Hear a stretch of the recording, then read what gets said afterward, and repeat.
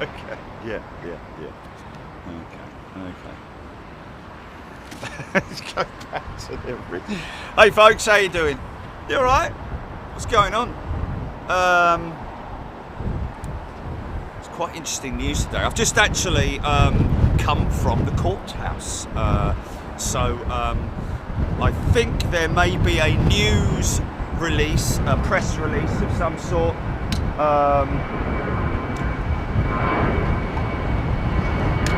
After the show, so look out for that. You might get a notification, a news flash regarding Chachi, etc., etc. Great news is, you know, he has been at home because he was released on bail, but for what was it? Half a ton of dreamies, Jilly. Anyway, great news for that. It's all out and done now.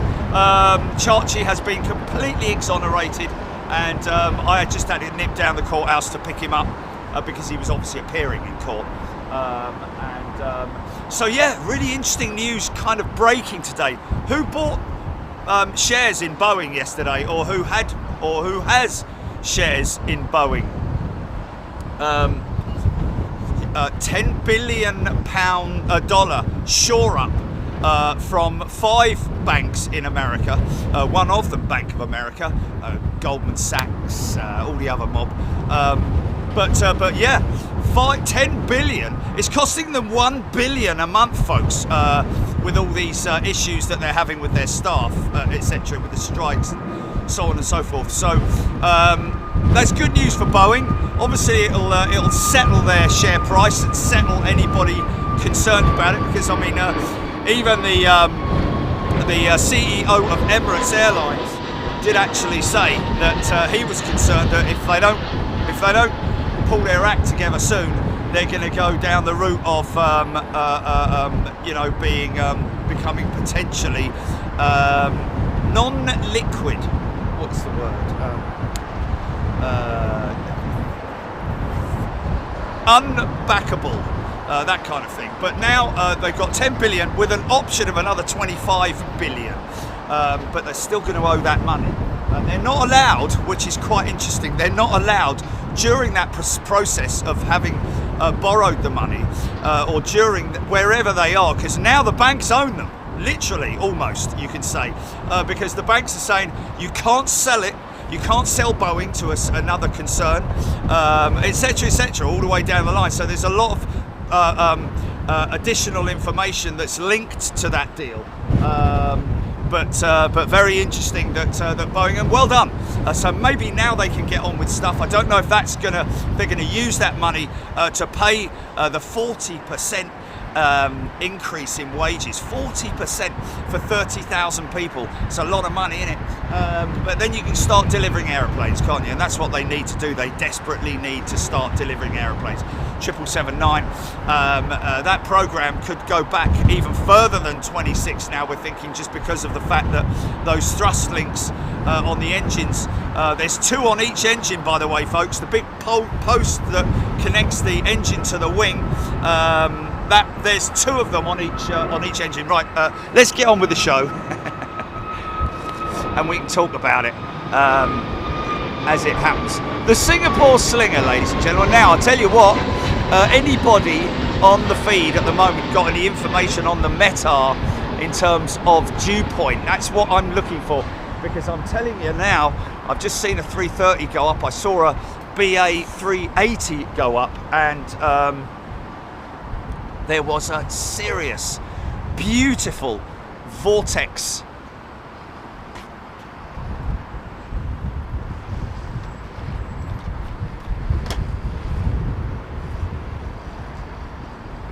Absolutely glorious coming off the engine splitters.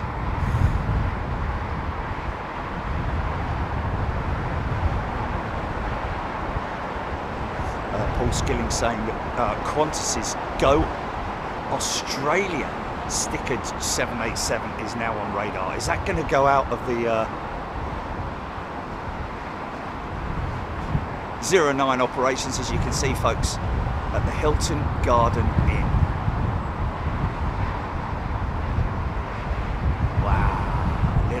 moisture on the runway's edge there.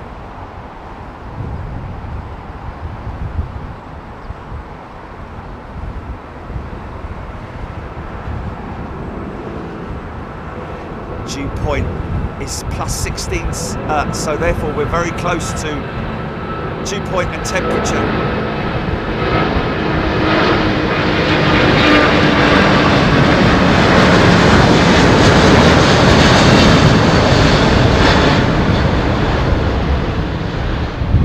Oh, there it is. Yeah.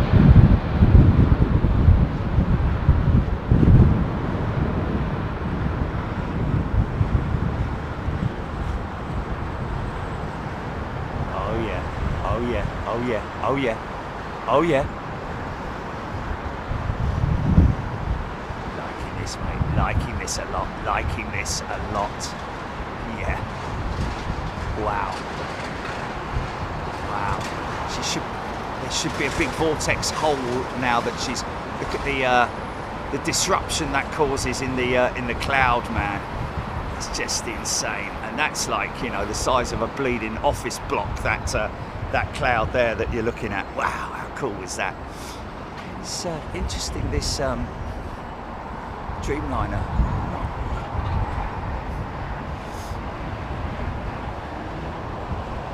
Zenzi Van Crane. I'm a hotel guest that weekend. Do I have to pay to take photos? Where are you a guest, Zenzi? Is it? Oh, at the Courtyard. No, you don't have to pay to take photographs, my friend.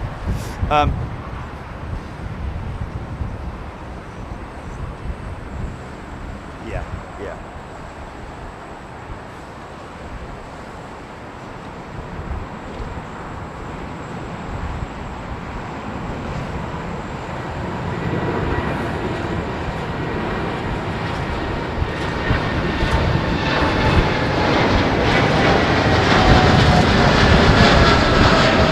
I'll wait for a 330 to come out.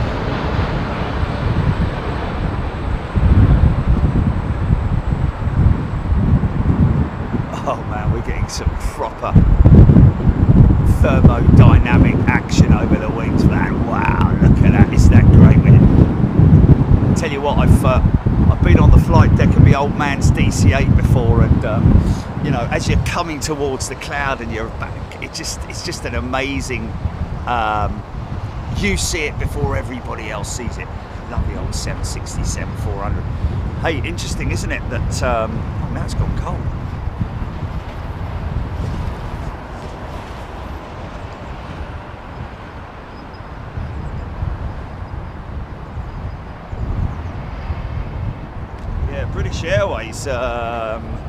British Airways ceasing operations on their New York route at Gatwick Airport, certainly for the time being, I'm hearing, due to not having enough aircraft.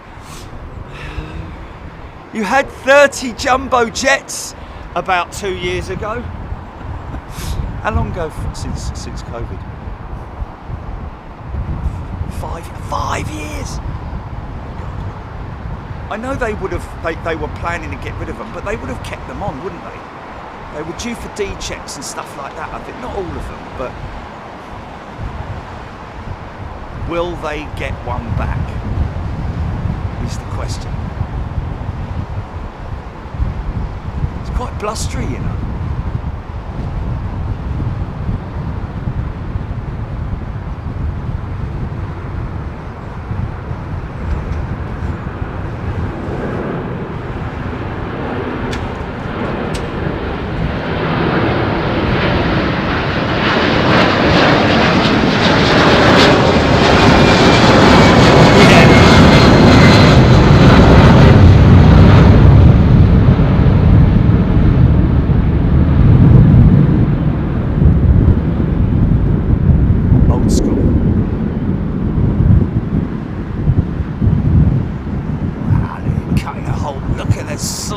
Through the cloud, man.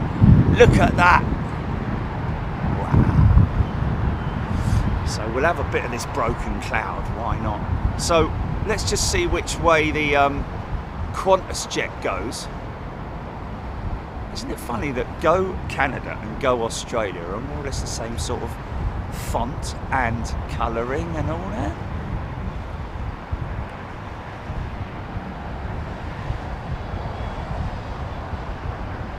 Interesting. Stuart saying no qualified pilots to fly any jumbo jets. Well, I think we'll find there are. They just need to they need to go back in the simulator. There are lots of ex-747 pilots qualified, like for instance Scotty Bateman being one of them.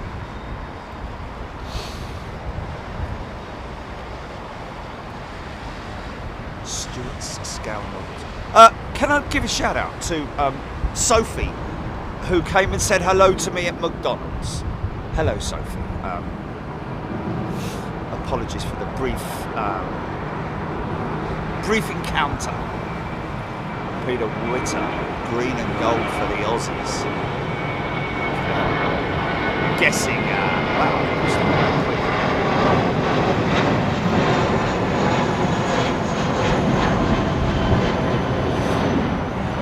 Sure about those notches on the tail. What was that all about? Anybody able to wind that back and have a look at the notches on the tail on the vertical stabiliser? Just have a look and see what that was all about. Looked like it was part of the paint scheme, to be honest with you. Paul DZ, good day to you. Jazz. There you go.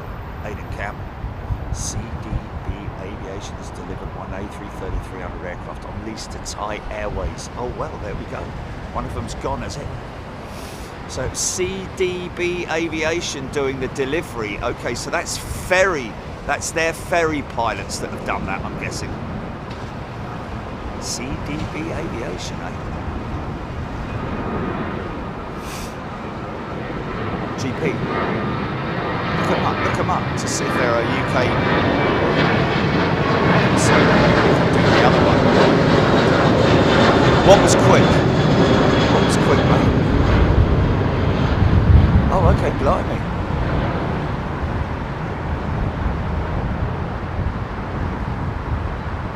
Good. Awesome, that's good news.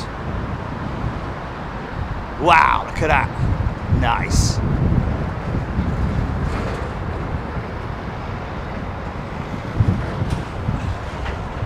I prefer the word thermodynamic than the adiabatic, isn't it? Adiabatic, I think. Sounds like a an island in the somewhere. What?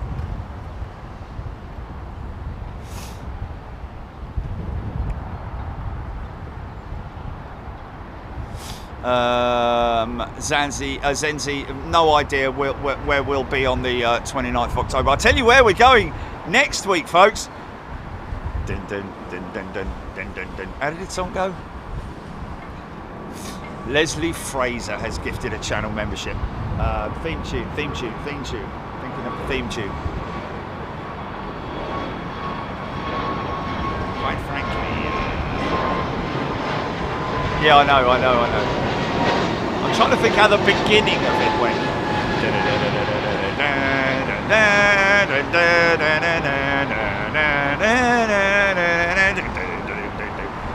We're going to Dallas Fort Worth next week, folks. After so many people have asked about it, we thought, you know what, let's just go and give it a try. There's a big spotting platform or a recreational area. Founders Plaza, did you say? As in Founders. Okay, Founders Plaza at DFW. Coming at you from DFW. Need more than 100 mile an hour take, wouldn't you?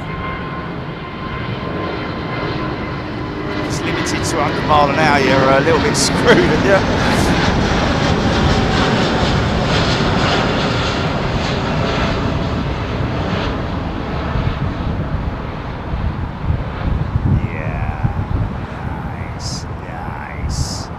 Oh yeah, getting some great examples, man. That's That's high and low pressure. Look at that slicing through that cloud, man. That's where the temperature... Hey, Aziz! Let's get him to number one. See if we can get him to number one, shall we? He's on the right-hand side as well, isn't he? Let's see if he's got to be up the front somewhere. Is he on here? Just send the text.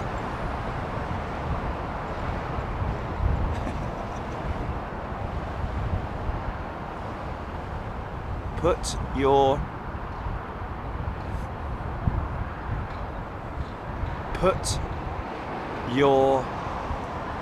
camera light to the window! Exclamation mark. Let's get this jet to number one, folks. Open your flight radar app. Oh, looks like Qantas is going out of this runway. Get your flight radar app open, folks, and let's see if we can get Aziz. He's online. He's online.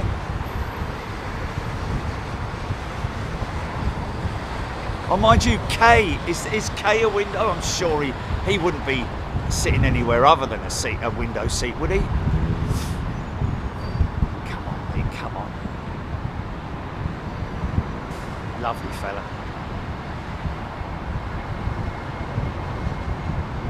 Known him since I was putting scaffolding boards on the roof of my van. Okay, what seat? Car, sorry.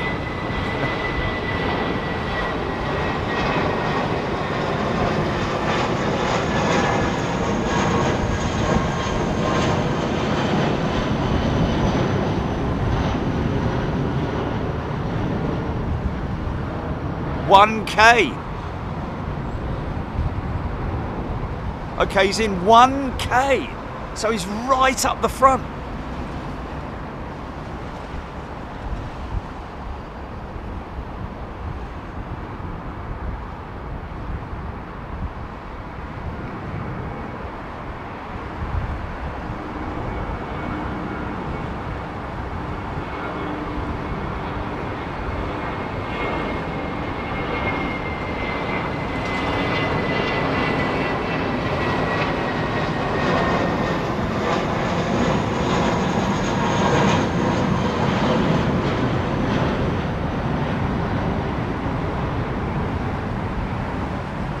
That's crazy. How did you are on camera alerts got accidentally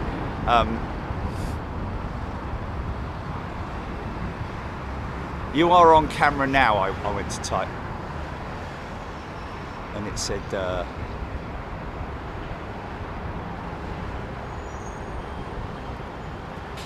so he's crossing the active now.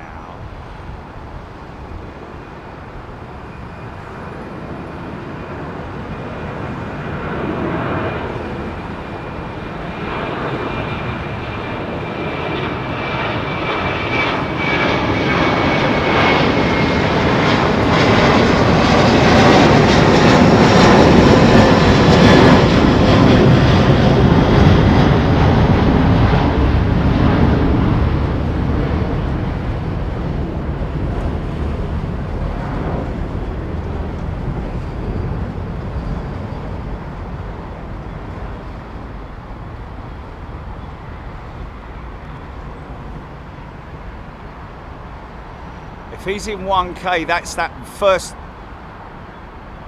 Is that the first window behind the right-hand access door? I think. I don't know anyway.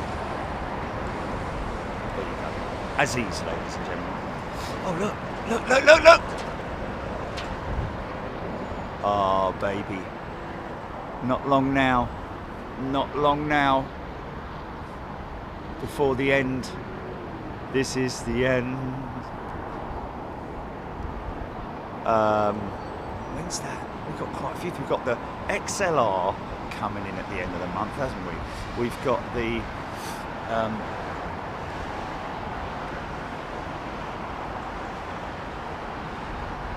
Leroy, no light. Suho, he's busy with the champagne. That's the issue I'm having too. This aircraft isn't on flight radar 24. Peter Rome! Barbara Siegel, Steve Batty. Might be the last time we see that, yes. Indeed. It could well be the last time we see that that beautiful aeroplane. Well, it won't be because we'll catch her going out, of course. Peter Rome, that's the greatest aircraft ever. So let's see if I can find it.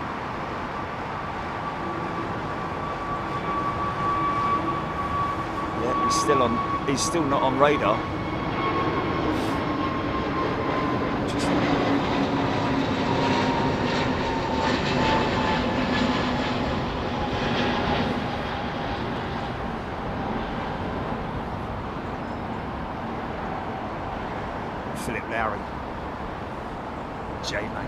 Bruce Fine, Kuwait not on my flight radar. Yeah, apparently everyone's having the same issue, Bruce.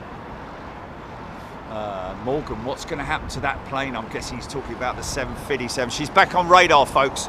Okay, we're trying to get, let's just see if we can't get Kuwait's KU104 to number 1 before they are wheels off ground.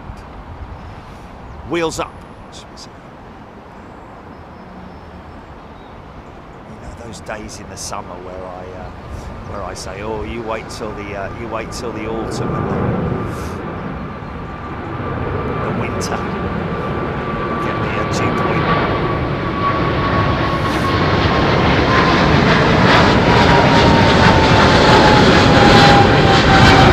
But what is that?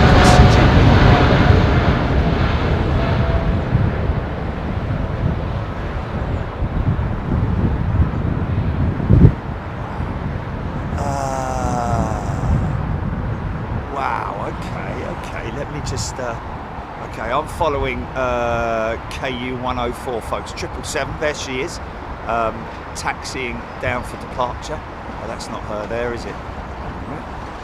She crossed. Oh, she's in front of the American, right there. I got her. Yeah, I got her. So new member. We got a new member who's just asked a question. His first ever question. Let's see if I can get that. Joe Hemmings, first question. As a member, JD, do you think another jumbo will follow the 380 somewhere down the line? Negative, Joe. No. We're done with the 4-engine quad jets, but the 380 will remain in service until at least 2030 and beyond, maybe. Crazy how, you know, British Airways are now suffering not just from the lack of aircraft, but well, the lack of aircraft due to deliveries and also technical issues as well with engines.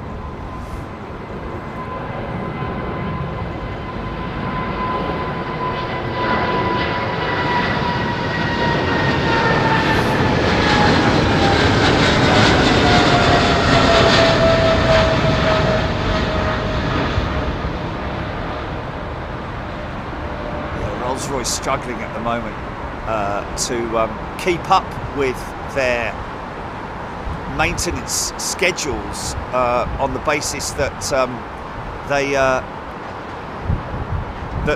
the replacement parts, any replacement parts, just struggling to get them. So one of the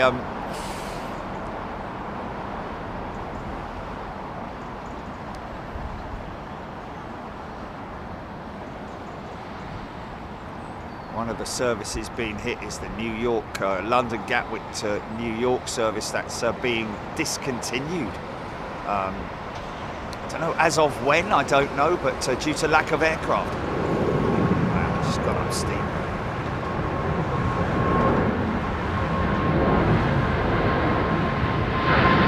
It's going to hit the cloud any moment now.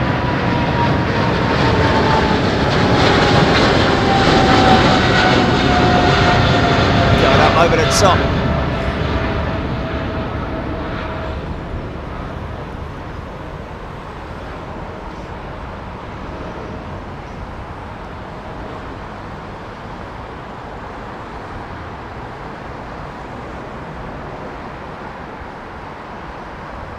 Okay, we've got it to number 5 and then the transponder went off again. Right, we've got to keep an eye on this Qantas jet. A little Joey.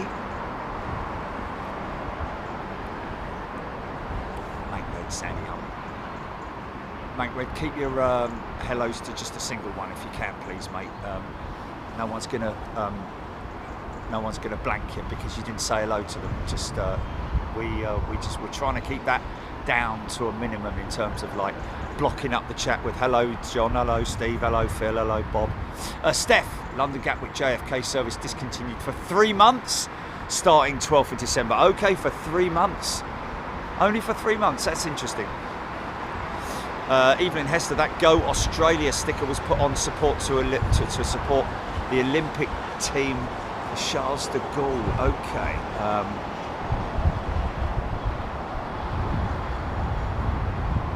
We're still unsure about what the markings were on the vertical stabiliser. I don't see them on this side, to be honest with you, which is quite interesting.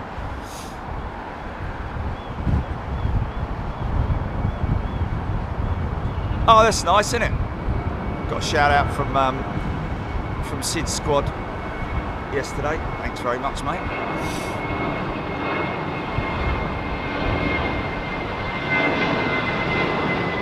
Michael Yankee, I'm gonna read that one out, mate, because you're absolutely right. I think there are a few people in the executive department within British Airways saying, why did we get rid of our jumbos? Look what Lufthansa have done. Lufthansa, that's the one thing they're not struggling with in terms of like available aircraft. But what they are struggling with is the fact that they're using old aircraft, which is costing them money for maintenance. They were hoping to have the 777-9 by now to replace the 380s at least. 787s, they've taken orders of 787s, but now those have been delayed as well. So they're in a right old pickle.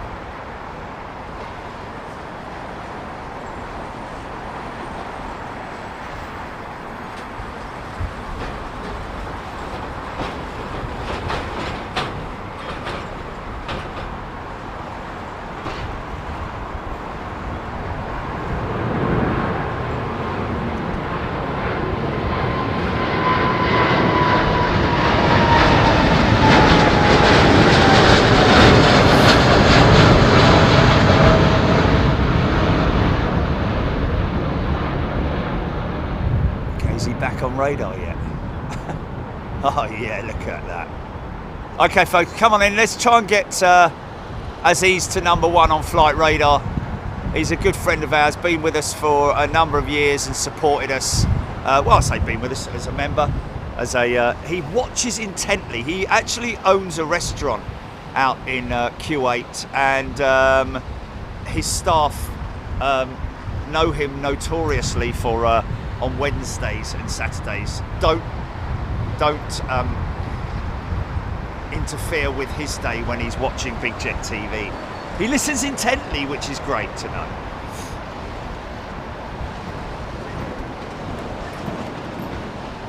Steph saying BAR saying to passengers they can still fly to JFK but need to depart from Heathrow, so it sounds like they'll be using London Gatwick aircraft and moving them to London Heathrow.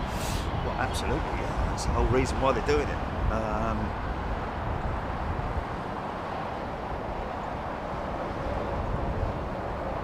Well, that's very true. Yes, that's very true. Any aircraft that were on the list to be used at Gatwick will not be used for the Gatwick service.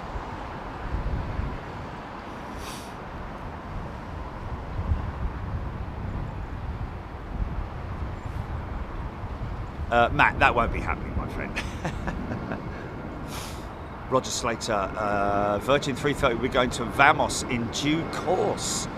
Okay, going to Vamos. Wait, hold on a minute. Okay, X-ray Yankee.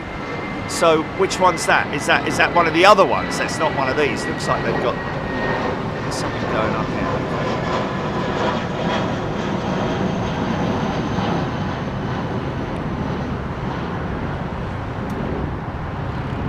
Looby Loo, Andrew, tuning in from Perth, Australia. G'day, Andrew. Hope everybody's doing well. It's middle of the week, folks. It's downhill from here on in. Anybody looking forward to the weekend? James Harkin got the Dallas thing. Yeah, sorry if I've planted that earworm for everybody now.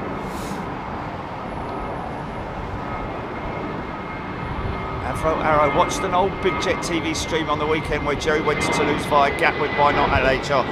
That was in the very early days, and that would have been when we were on a very, very tight budget. So that would be the reason why I wouldn't do it now. I'll be honest with you. It's when I've got Heathrow on my doorstep. Why would I go down to Gatwick? Marks on Qantas Dreamliner tail look like speed tape on photos online. LFC Ian saying, "Wow, that's crazy." So that's something to do with the high frequency aerial, which is on the leading edge of the vertical stabilizer. There, you see that silver strip there. That's behind that is a high frequency HF aerial. I think it's either HF or VHF.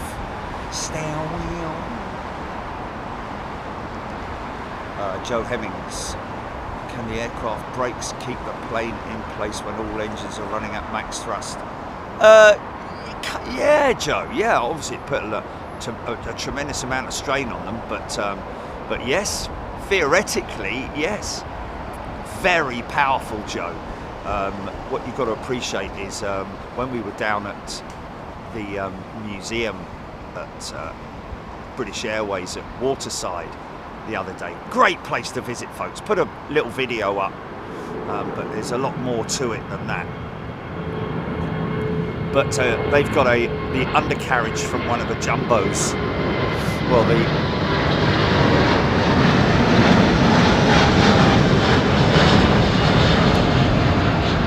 they've got the outer gear. They've got the outer gear, the jumbo outer gear of the main landing gears, sitting in the building there. It's just brilliant. Just walk past it. It's just fantastic. If I worked there, I'd never get fed up with seeing that site, to be honest with you. Yeah, an amazing example of the braking system you can see quite clearly on that jumbo jet's main landing gear. I think they may have removed the discs themselves, or the pads, should I say, the discs / pads, but they've left. Okay, stand by, Ellen. KU104 up to number 8, Andrew. Ditto, CY, Tim Pierce. Tim's working all weekend. Fair play, Tim. She's number 4, Nick Gray. RG Riss 8 Cyprus tuning in. RG. Is that RG Riss? Agrius, maybe. Brian Stewart, today in 97 was the first flight of the 777-300. Wow, Rohit Parkal. Caught up with the Moose stream on the weekend. Gary Lyon, again on radar, gone off. Back to the Lurkers Lounge for Steph, Ian Clayton, Barry Price. Even Nirvana.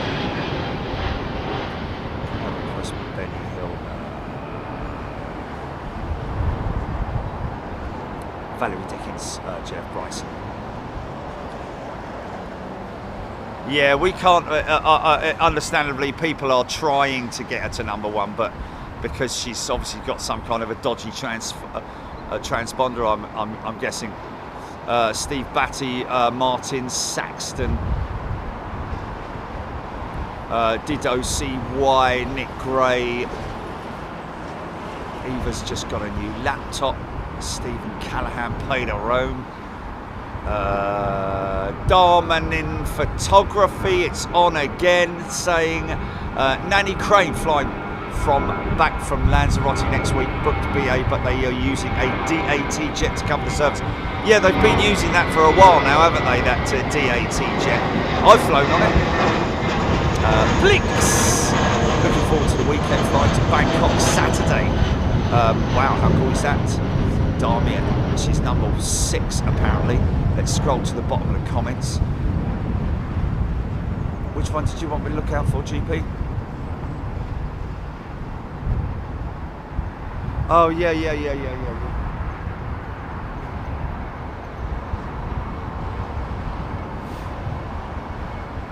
Okay.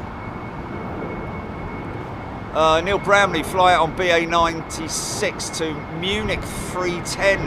Hopefully we can get a shout out for myself and fiance Donna. Oh, Donna.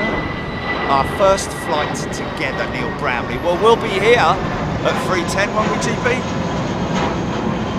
We'll certainly be here at 310. So, Neil, make sure you let us know when you're pushing back, etc., etc. Because obviously, with so much going on, it's difficult to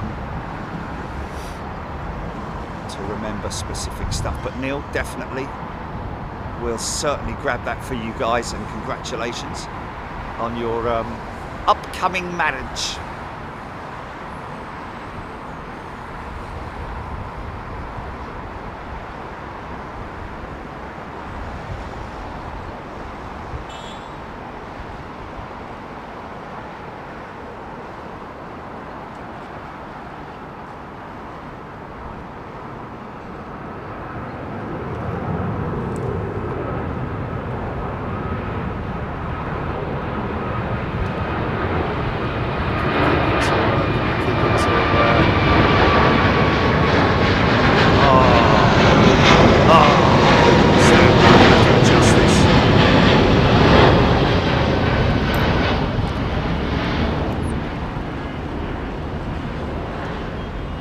You make me down, Donna.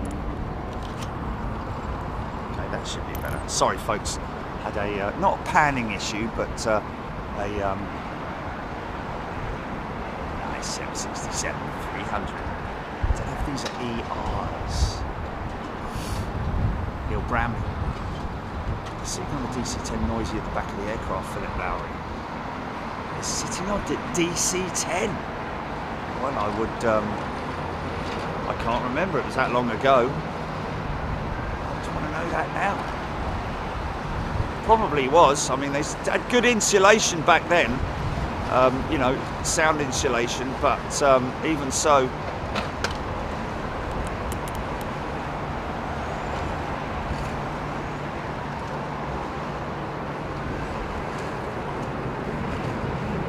Number 6. Is that him lined up now, GP?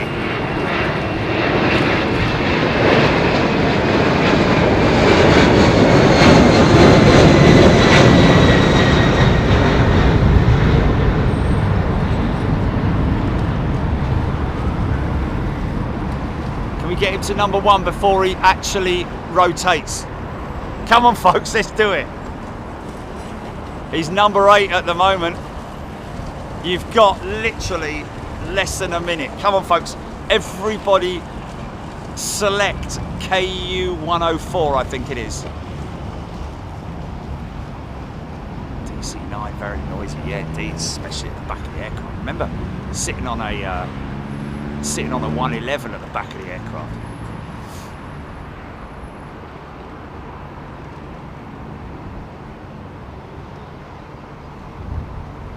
Quickly. Oh, it's gone back to number 9. I think people got fed up with went off radar again. Okay, no chance, mate.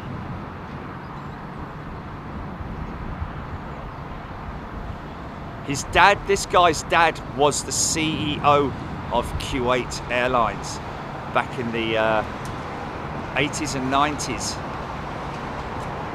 Longest serving Kuwait CEO. And youngest as well at the time.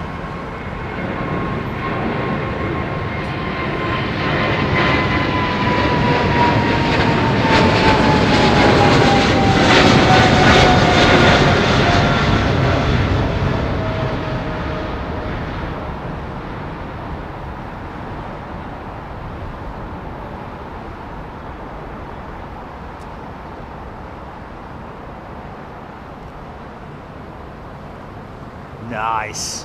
Have a good flight, mate. See you next time. He loves coming to Heathrow.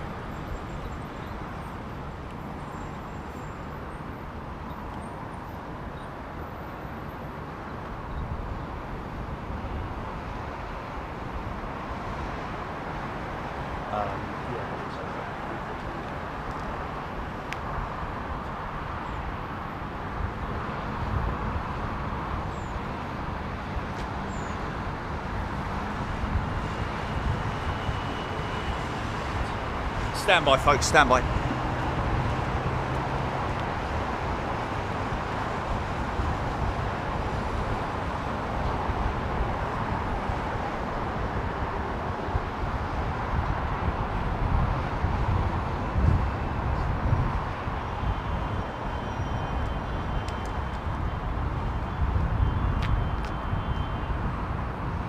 Hold it right there, Shim Shim.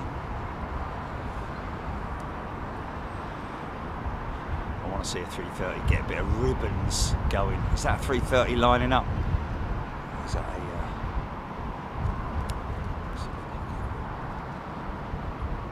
Mark Atkins, thank you. Outstanding camera work, really? Wow. The only outstanding I get normally is outstanding in my field, which is in the paddock. I'm outstanding in my field.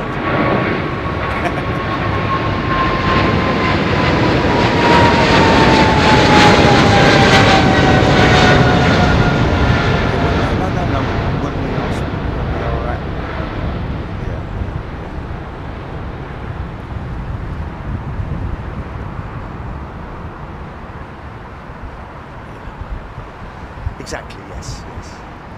Is this a 330 trundling towards us now? Indeed it is. Now watch the wing tips here, folks. Watch the wing tip for the ribbon vortex. See, vortex normally comes off. And of course, there it is already. Look at that already, man. Now you wait till this thing turns. Sarah Deal, thank you, Sarah. She's gifted a channel membership.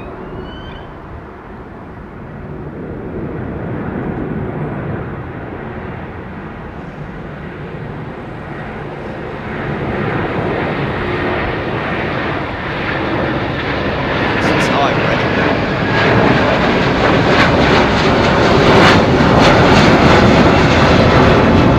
Here we go, here we go.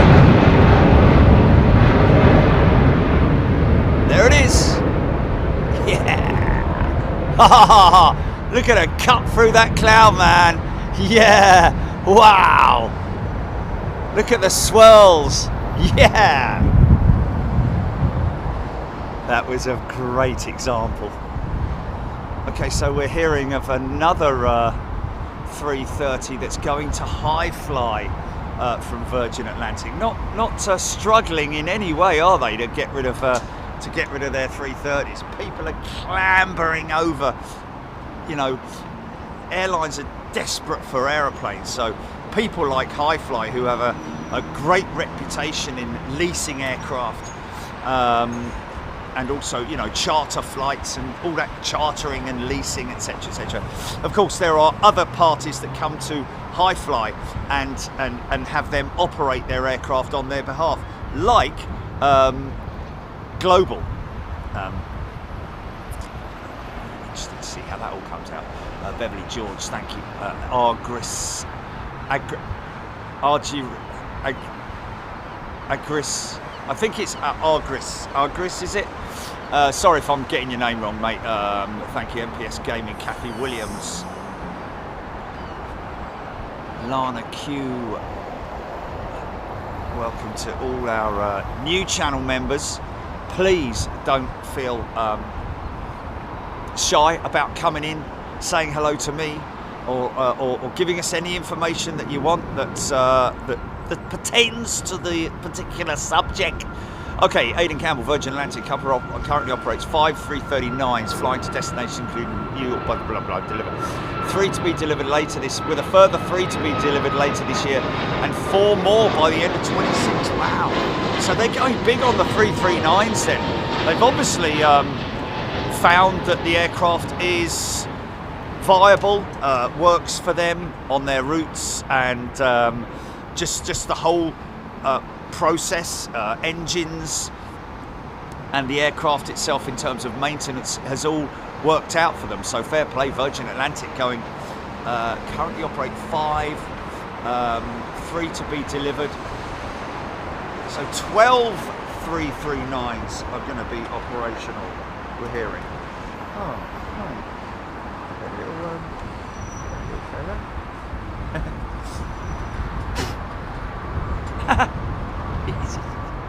Okay, that's quite interesting. There seem to be rather a lot of ladybirds around me. One just landed on my boot face.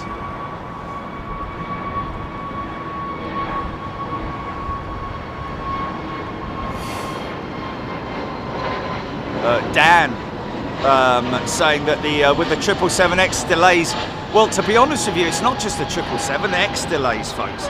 It's everything's being delayed, even the A339s, 350s.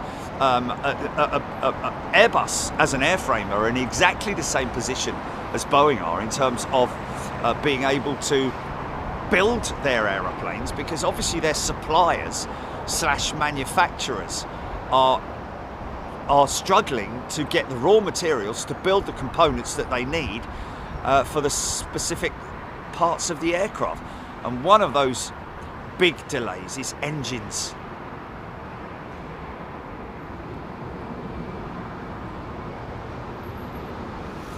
So, you know, the problem that Airbus are going to face, probably already facing, is just that their back order, their order catalogue book is just getting more and more full, isn't it? So, you know, they're struggling. Airbus are struggling to keep up with the order book.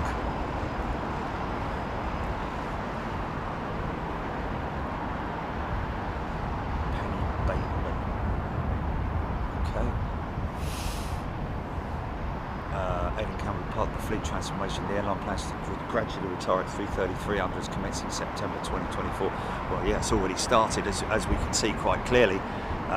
2 have been painted and gone off to Thai Airways. 1 more going off to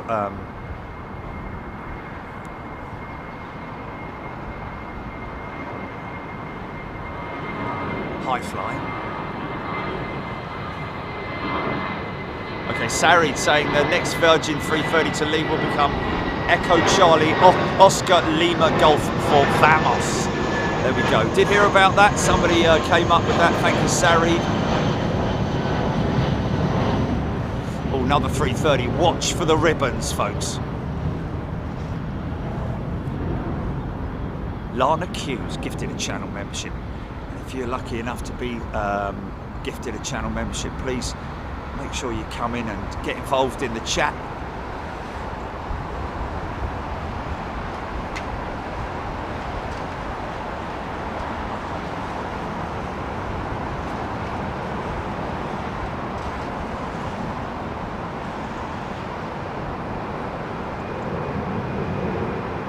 Wow. He's going to be in the clouds by the time he gets to us, isn't he?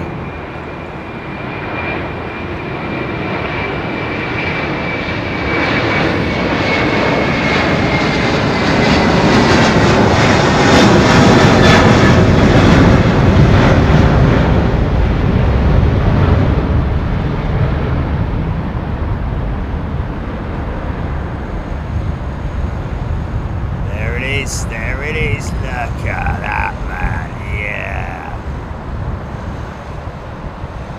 Wow.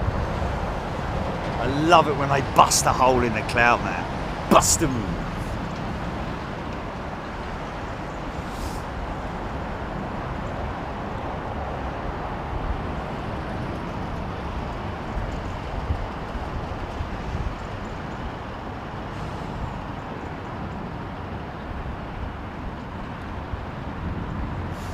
Aviation Stapes, always a wobble when the gears doors open.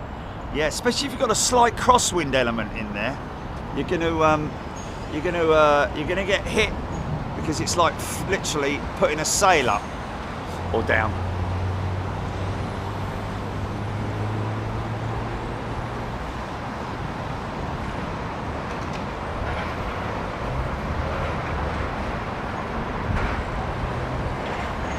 Yeah, need to do that, BJT. Work make me use a Lenovo ThinkPad, so I cut a hole in a 7.5 sticker and put that over the red light on the lid, and now my 7.5 sticker has a flashing red beacon. Oh, cool. Sorry, folks, I was reading something there and it dipped. Oh, that's pretty cool. I like that.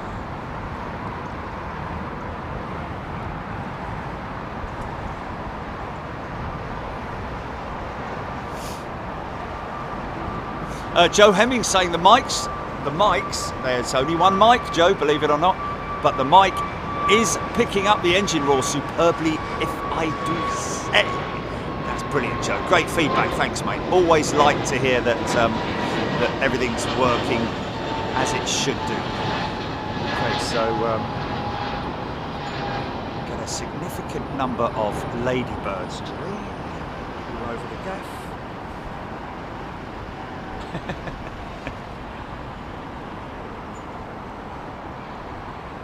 Yeah, poor little things. Mind you, what would have they done otherwise? It's not like hibernate, is it? They just die, don't they?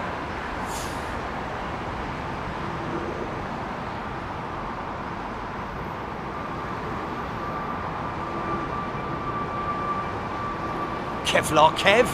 Thanks, Kev. He's gifted a channel membership. The visions of Kev in his Kevlar, I don't know, clothes, underpants, trousers, jacket. Loganair ATR 72 going to the Isle of Man. Thank you, Aidan. Marksy 1974. Wootton Bassett.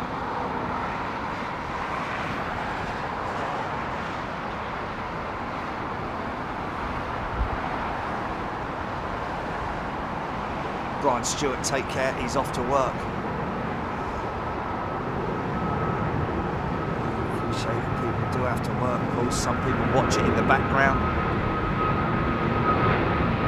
Some people put it on the TV in the background, you know.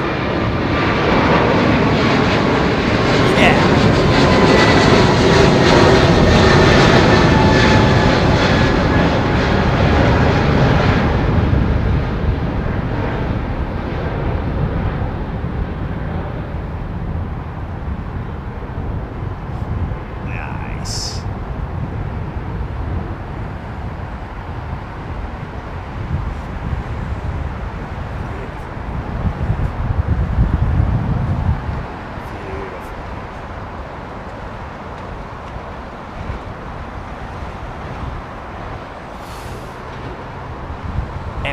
Working and lurking.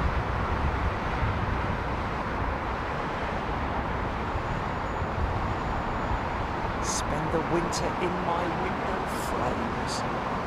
Okay, so is that right? Do they hide?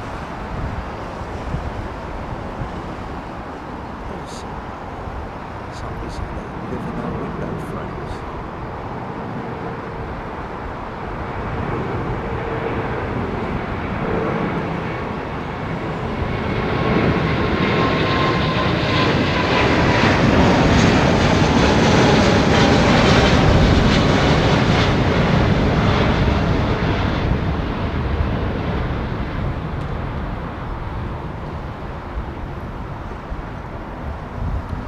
Tequila TriStar. Sounds like a great name for a TriStar, doesn't it?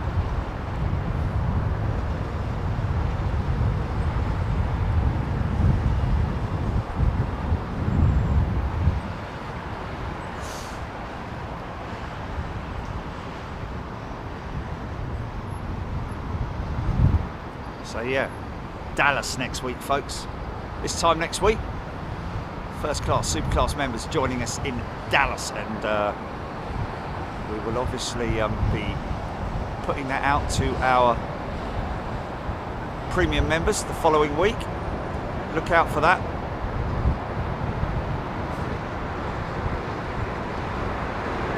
Oh, Eva's saying US Labour Secretary has come to Seattle to try arc at these engines, man.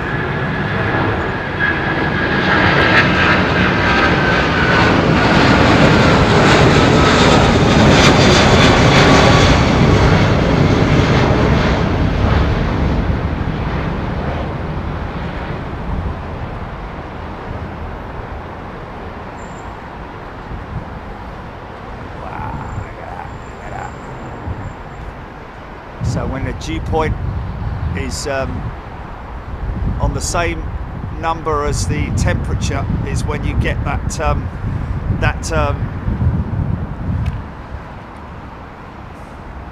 adiabatic, or I like to call it thermodynamic reaction over the wing, where you get the cold and the warm meeting together, and the warm and the cold air is warmed by the two airs come together, and the warm air overtakes and cools everything else down. 6YJK has just gifted 5 channel memberships. Thanks, mate. Cassie Hall has upgraded her membership. Casey has upgraded her membership to first class. Thank you, Casey. Going to be joining us next week in Dallas.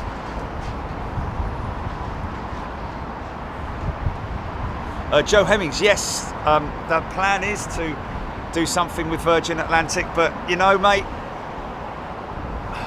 it's the same old story. It literally is the same old story.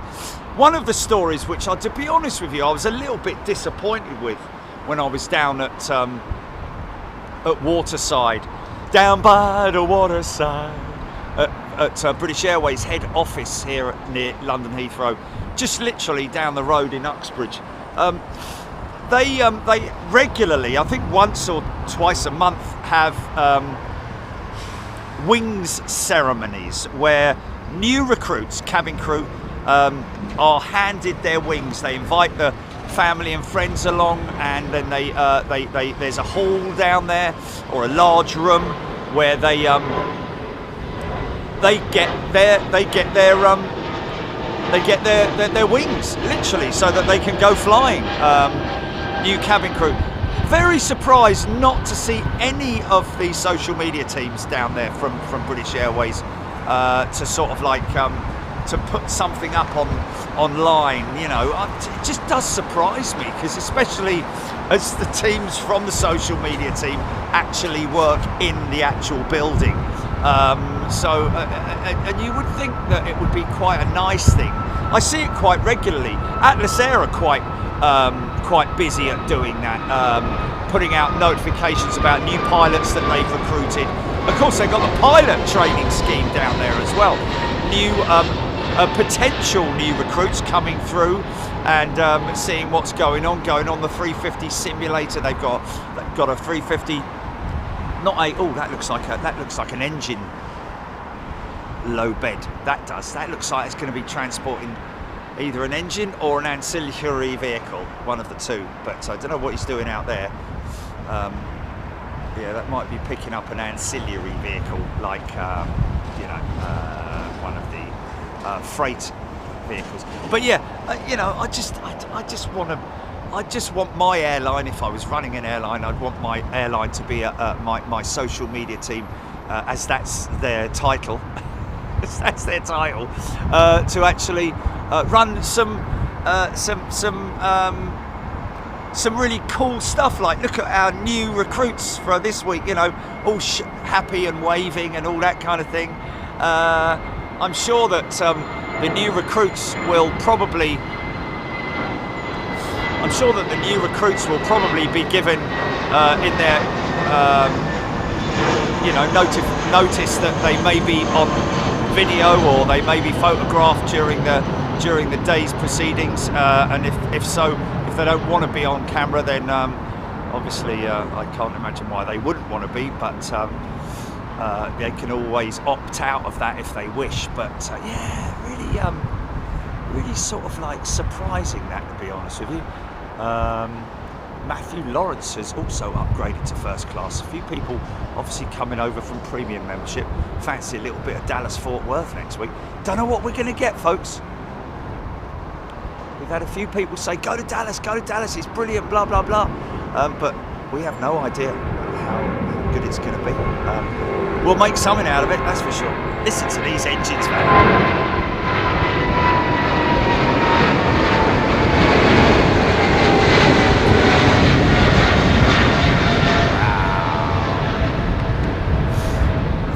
I think that's a set of Pratt & Whitneys in it. Possibly General Electrics. Look at the haze around it from the...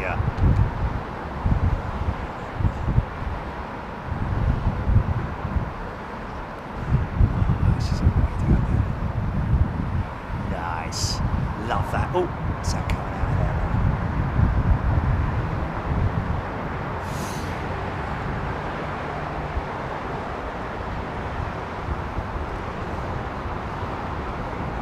Thanks, Kev. Take care. Thank you for gifting. Appreciate it, mate. Have a great day at work.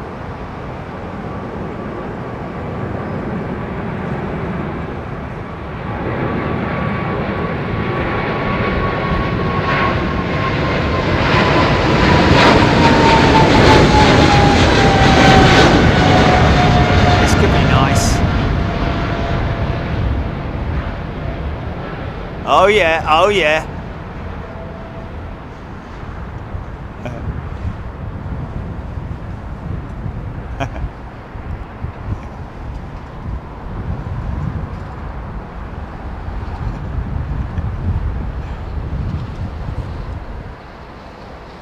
Yeah! Mousy.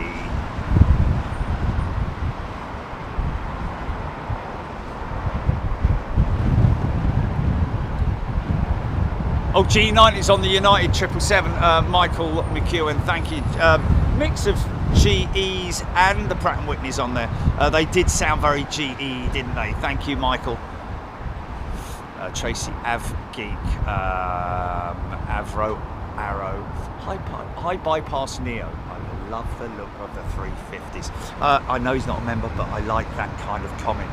If you are a new member, please, any comment, any question that you've got, please don't hesitate. Got some new members, which is really nice to see them coming in and getting involved in the chat. Phil Eagle, there's a great spotting community at Dallas-Fort Worth. Should be a good trip. Thank you, Phil. 6Y. Has 6Y gifted another 5? Or is that John Freeman has gifted 5 channel memberships? Thanks, John. Now, we're just about to be able to pick this little fella up, aren't we?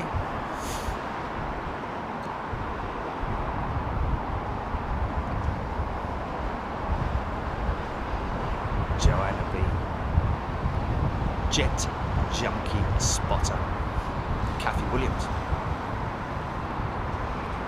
Kathy Williams, I think channel membership is well priced given that most people have a mobile phone, satellite TV, Apple Watches, most probably enjoy lunchtime shop. Yeah, very surprised, I have to say, that British Airways not getting behind their new recruits. Maybe they are, maybe they did have someone down there, I don't know, but I've certainly not seen anything. I'll be honest with you, I don't really go to LinkedIn much anymore, because LinkedIn's just the same old, like, celebrate, you know what I mean? Okay, it's a good platform for doing that, but, you know, unless you, it's more a business community, LinkedIn, than it is a social community, if you know what I mean. And if you want to show the world your recruitment program and how successful it is, then put it out on Twitter or something like that. It's you're just going to get much more of a response, I think, by doing it that way.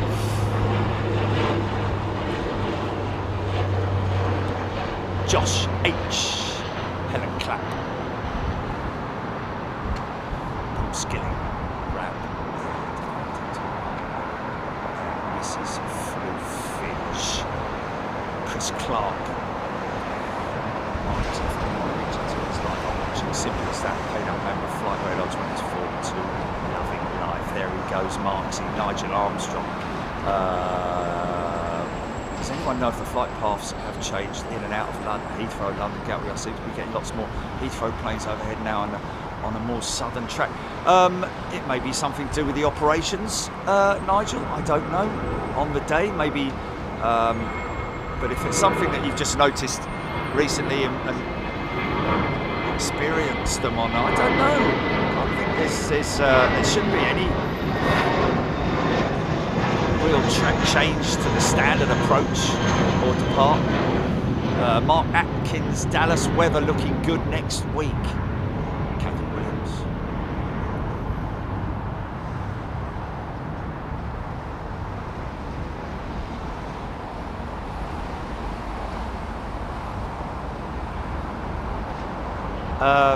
Yeah, good point. That you can buy a. Certainly, my next passport is going to be multi-paged because I've nearly run out of space to put stamps on my passport now. Lee Hodges has upgraded to first class. Nice one, Lee. Because I travel to Europe once a month, they still stamp in Europe, not in the US though. Chris Clark. Thanks, Chris.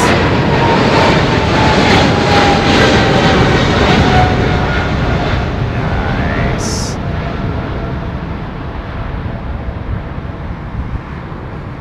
Wow, yeah, look at that.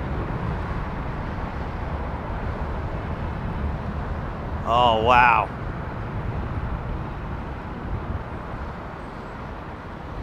Oh.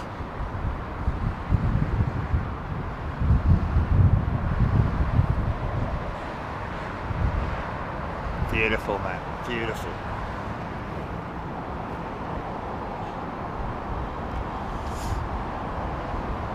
Liam Scott, do you ever get military planes landing at Heathrow?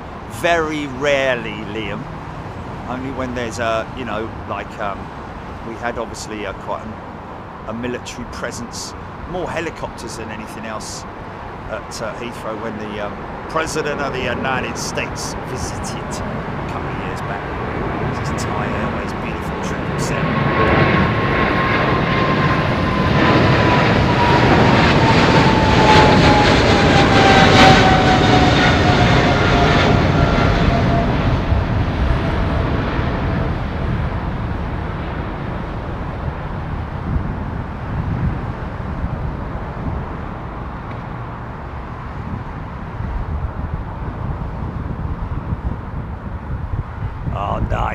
Nice.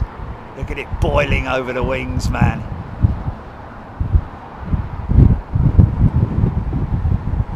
Yeah. Beautiful.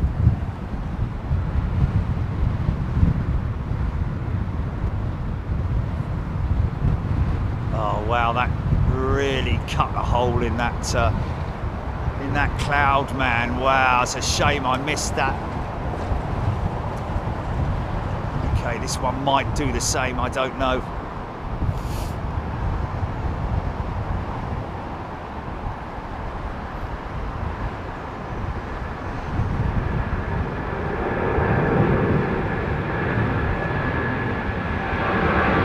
Go on the Trents.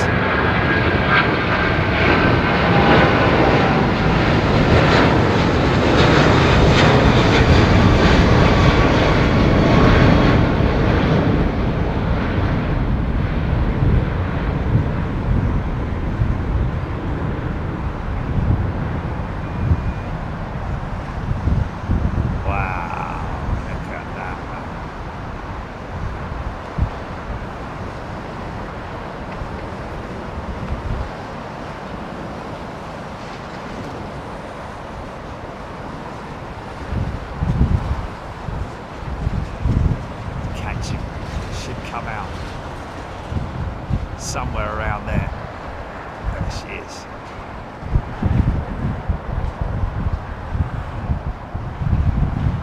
still making a racket inside the cabin. Then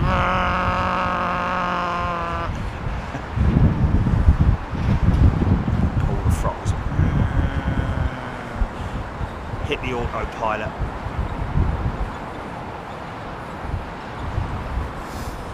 Just a switch, and that's it.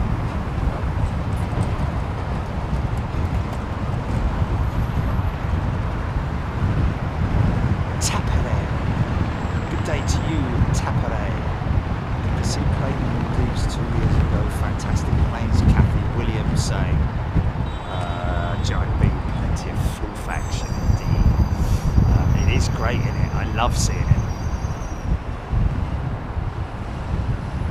Heidi Heffington. Exciting arrival at IAD yesterday. FedEx Panda Express. 2 new pandas for the Smithsonian National Zoo. Wow, how cool is that? Maggie, good day to you. Phil Eagle, Chris Gossman, just checked, and I've been a member for 1 year, 3 months. Been a subscriber for much longer, like maybe 3 years. Happy member and subscriber, Chris. That is great to hear. Thanks, mate. Always glad to hear that people are happy with. I think we do run a very fair system here. Any particular reason? Lottie loves planes. Good afternoon to you. Penny Cassidy. Good afternoon. Grab H. Heidi Heffington. Yeah, so why not? British Airways obviously not only having problems with lack of aircraft, but also engine issues with their Rolls-Royce power plants. It's a case of Rolls-Royce not being able to get spare parts to them, but also in terms of overhaul and or repair, but mainly probably overhaul, I'd imagine. This is a Max, isn't it?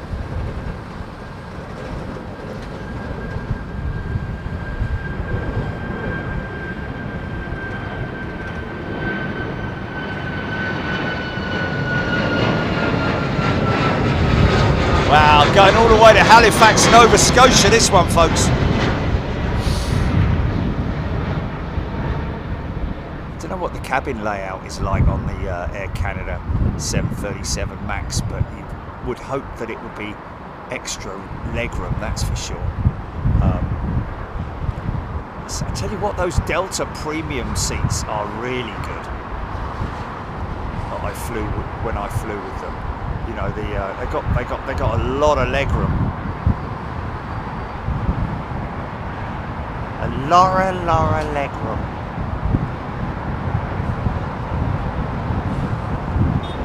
I mean, it's a small cabin, isn't it, to be. Saw Uzbekistan's 321 Neo in here yesterday again, which I don't know if they're operating that today again, but. Nick Gray can't quite wrap his head around taking a 737 transit. Well, I've done it, and I'll be honest with you, no issues at all. It's just, it is what it is. Hold on a minute, what's this? Oh. No, sometimes they look like 757s from a distance, and you know. Yeah, I've flown with Icelandair transatlantic from Keflavik, well, from Seattle to Keflavik, wasn't it? Something like that.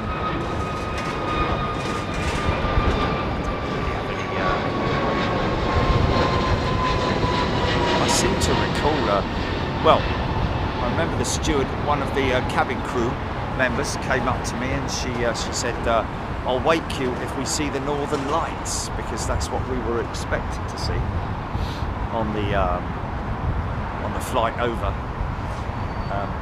Did see it. I saw it with my own eyes, but I tried to film it and it was absolutely ridiculous trying to film it or photograph it. But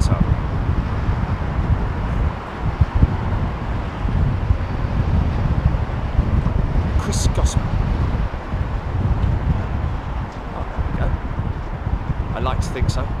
Obviously, you know, the more you chat, the more you come on and make comments, chat, the more I will the more I will obviously be able to see it and respond, because obviously with the chat moving,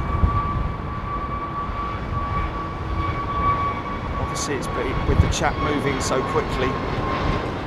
Aidan Campbell, 1 in every 33 flights from the US and Canada to Europe were on a 737 in summer 2024, nearly all of which were operated by the MAX. Wow.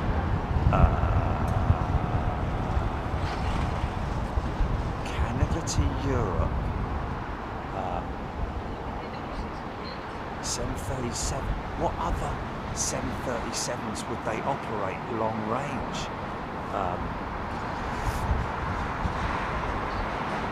Marion Walter, Halifax ain't that far away. It's still across the Atlantic though. It's still a fair old. What's the flight time from Heathrow to Halifax then, folks? Are you there, Julie? Have you muted or? Hello?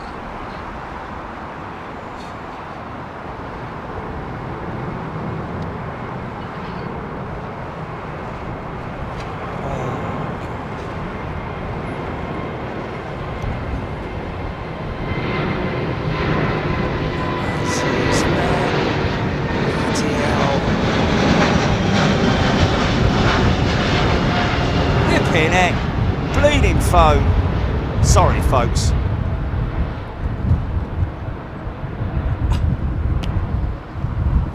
Why is it cut off? Why has it cut off from my? Wow, look at that slicing through the cloud there, man. It's 6 hours to Halifax. Okay, that's long enough, isn't it? That is what I would classify as long haul. Most definitely, wouldn't you?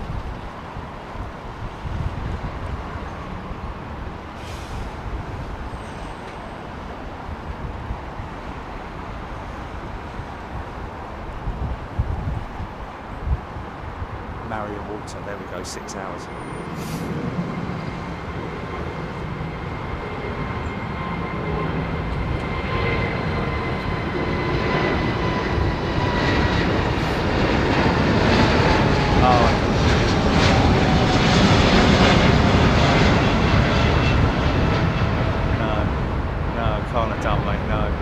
Disconnected the headset. Oh yeah, nice.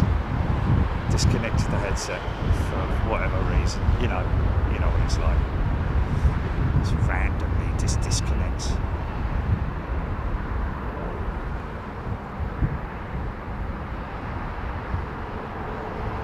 So obviously the issues related to British Airways and the Rolls-Royce, engine.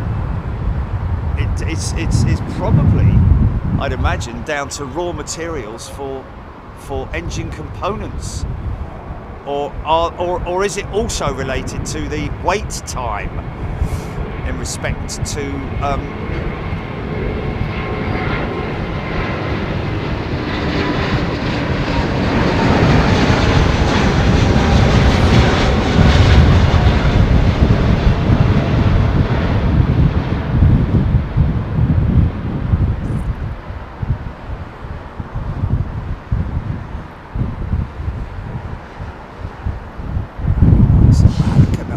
flexing, man. Paul Carman is a brand new member. Welcome, Paul. Hope you're doing well, mate. Thank you so much for joining the channel. You won't regret it, I can assure you. Some people say it's it's part of their weekly routine now to watch the show, which is certainly part of mine, isn't it? And I love it. The amount of times I've said, I'm so into it now that I just cannot imagine not doing Big Jet TV. Can't imagine it. We should see that. So, like I said to Jilly yesterday, if I won the lottery,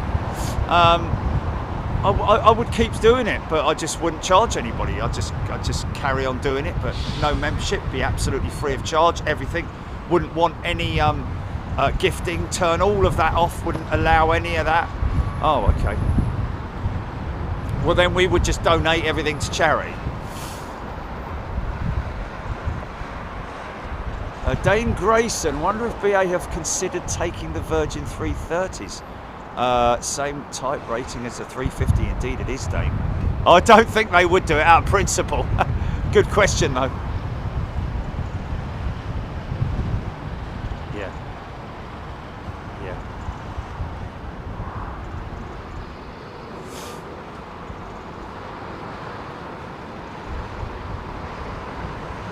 Joanna B, I do dream planes.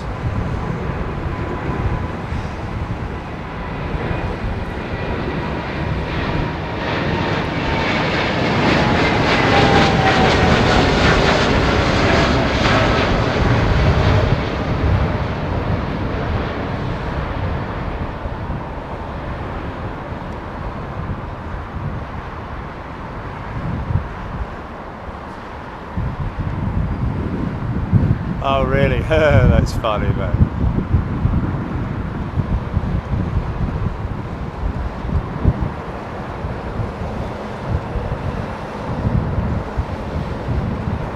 Well, funny you should say that, Stuart.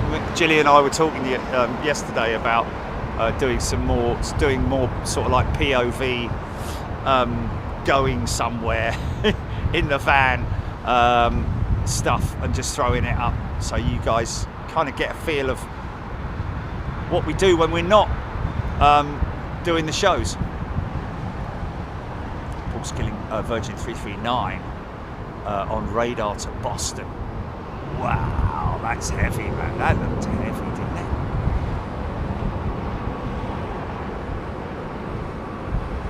Almost looked tail striking, didn't it?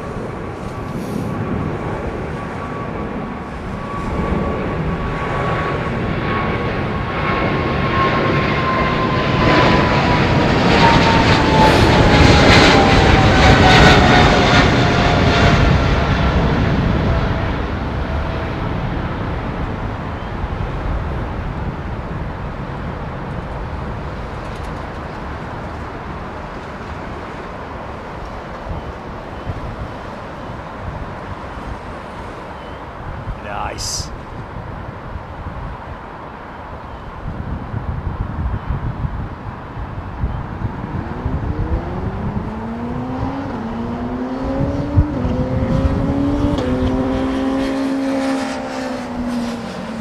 Oh, it's beautiful. That's cloud surfing right there. That is cloud surfing. The clouds being beaten up.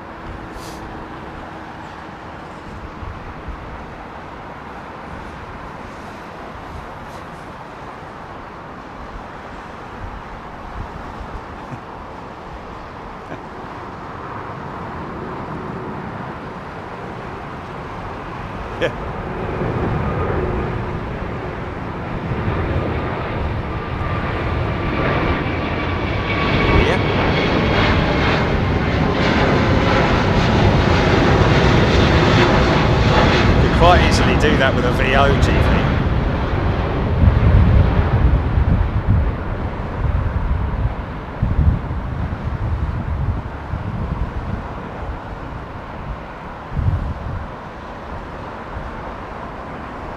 So, that's quite an easy one to put together, is it?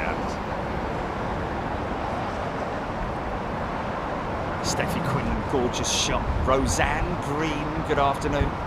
Russell, Big Jet TV, when is the next studio show? Friday, Russell.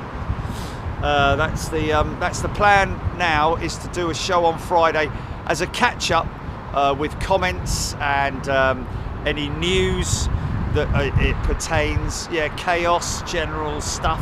You know, got a mic outside now. We're going to have a mic outside. Not a bloke called Mike, but we're going to have a microphone outside. Let me in. No, you stay out there, Mike. Yeah, Charlton's welcome home party, yeah. Drew, giving a shout out to whomever gifted them the membership. Joanna B, Rachel Van Zeller, Feather Duster. That must look so cool from the cockpit. Coming in and flying into the clouds, yeah, most definitely.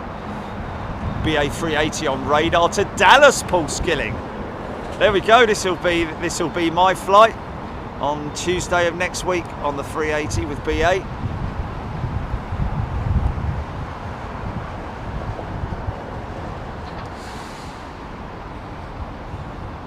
No, I need to go past. I need to go via the PO box on the way back. I've had no. Well, actually, when they do deliver something at the PO box, I never get. I don't get any. They just hold on to it, don't they? I don't get any notification from. But he's saying that it's arrived anyway. Marksy 1974, joining me, Catherine Williams, Steph.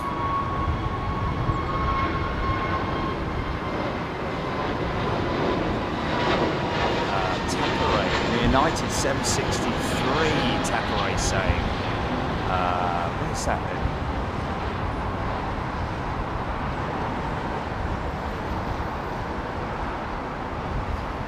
It's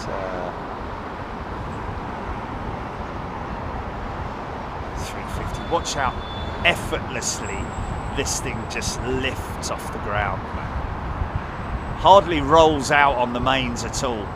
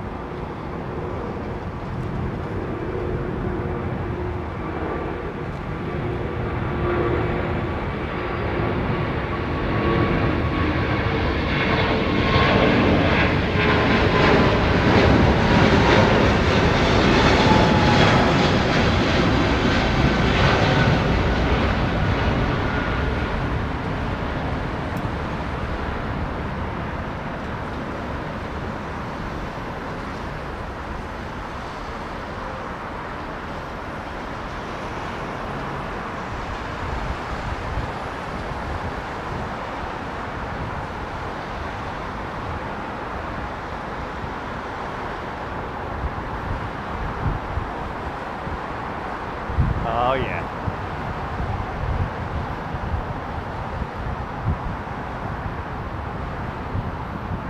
Wow. If what?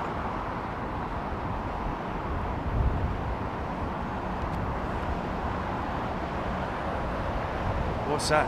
What's that?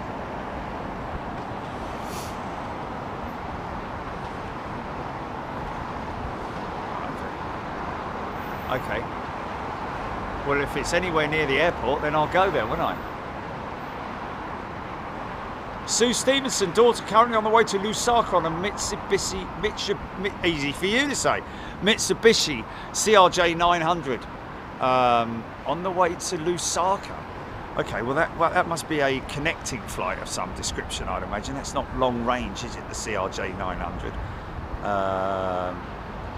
Nick Gray, ooh, Atlas Air 747 departing Dallas Fort Worth today.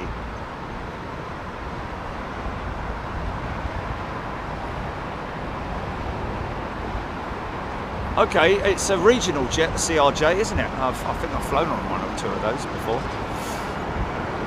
Marksy, beautiful plane, 350, looks like a 330, looks like a Brute. I think it's more the 777's the big Brute in it.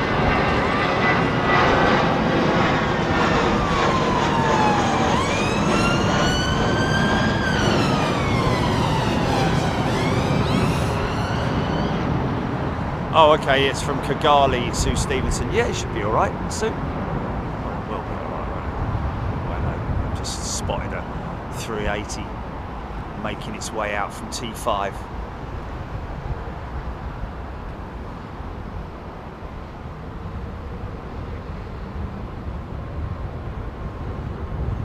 Man, this thing's just floating there, man.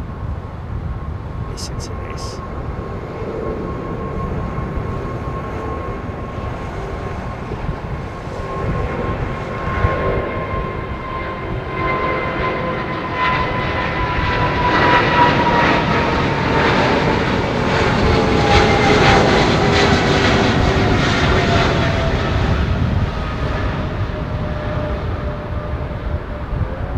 GE powered 777. Oh, is it?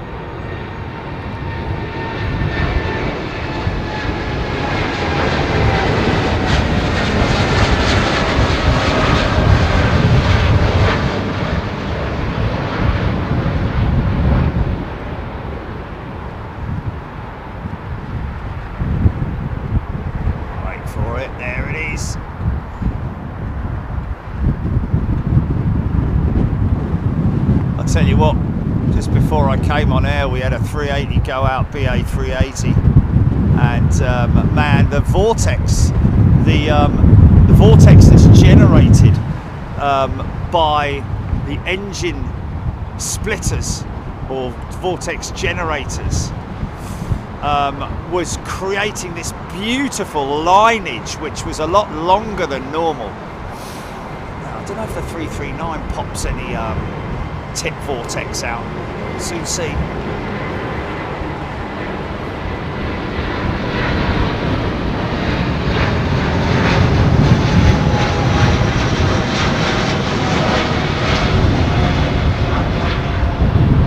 what I can see, no.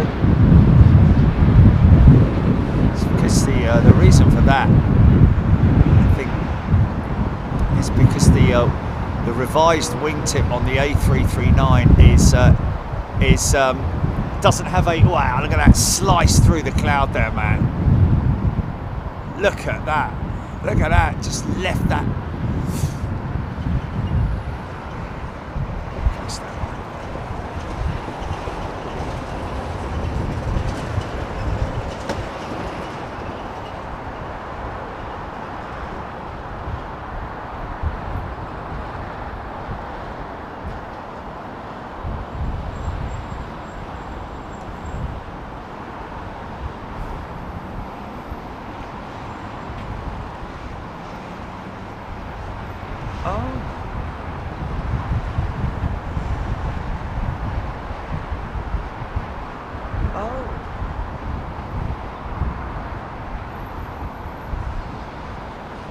That's right, yeah, I mean, that's something that, wow.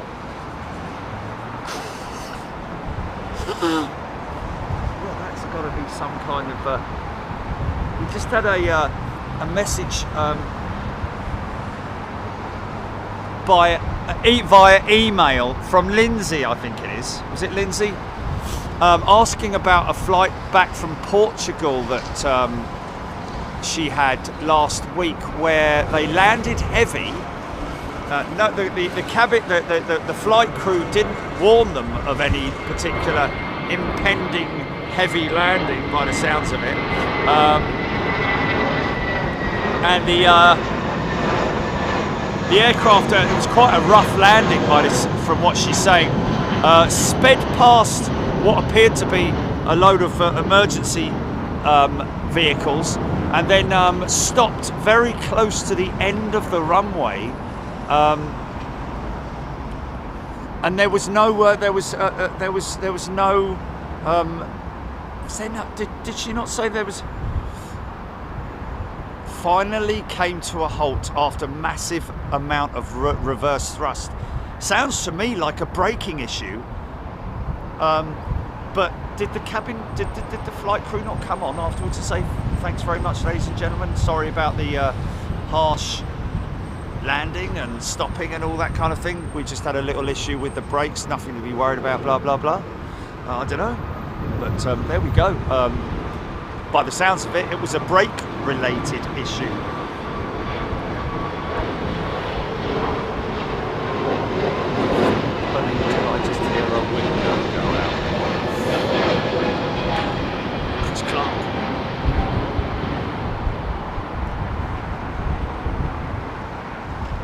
Sounds like a normal Ryanair flight, yeah. Nick Gray, maybe a flap issue, yeah, but I don't know. Landing a little bit fast, yeah. Mind you, if there's a flap issue, it is a, you know, highly unlikely that one segment of the flap would one part of the in terms of like 1, 2, 3, and 4. If you've got a flap issue, it's relative across the board, isn't it? That's more a hydraulic system failure. Some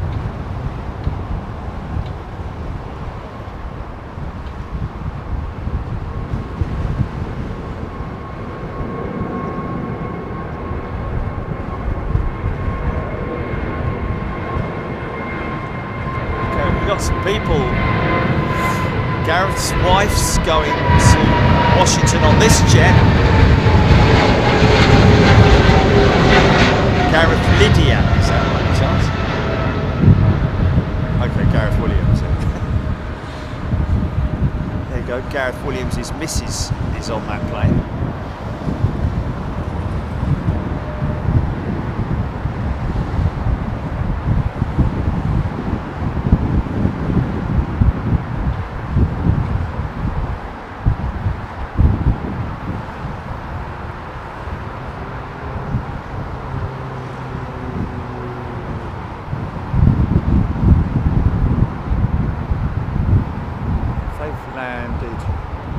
Exceptionally fast, then keep an eye out for that Icelandair 757 GP. Sven, I wonder if there would have been a market for supersonic aircraft these days. Well, put it this way, I think the next market for from in terms of supersonic, yeah. Oh yeah, nice! Look at the way that pulled that wingtip up, man. That was insane.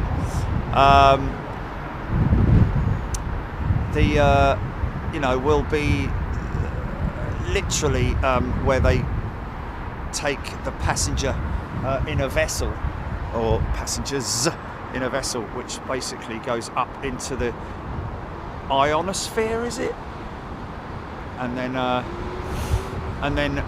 they're in space for X amount of time. The Earth rotates, and then they just go straight down again, making sort of like it's semi-space travel, isn't it?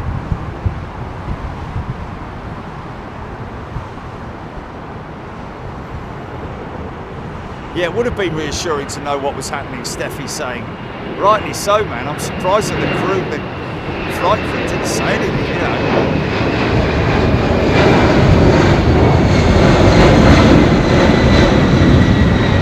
Because if they've had if they've got the emergency services out there, then they would have known in advance that there was a problem with the aircraft.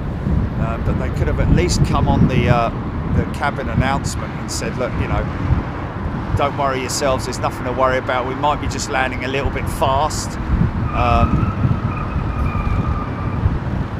them a little bit of spiel. Open your sandwich, stand by. It's open your sandwich time. What's in the sandwich today? Some very sweaty cheese ploughmans by the looks of it. It's what it is. It's food, mate. It's food. Shut up and get on with it.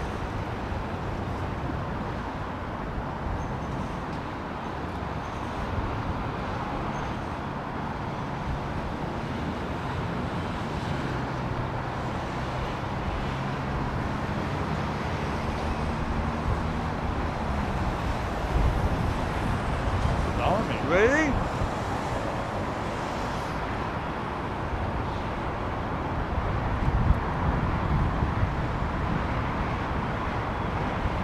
Yes, David Cornelius, regarding Boom.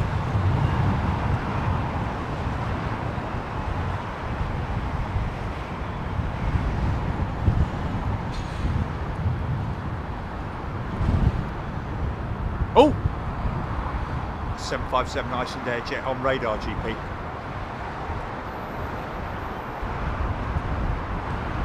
We need to be, every time this goes out, every time we see it,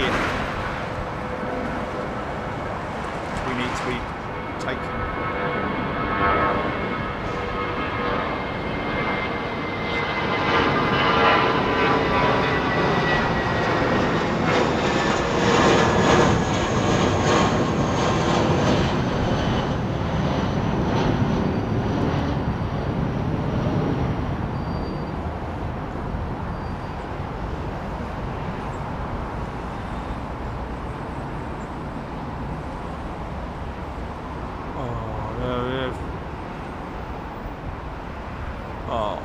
Look at her, man. How can you get rid of her, mate? Really?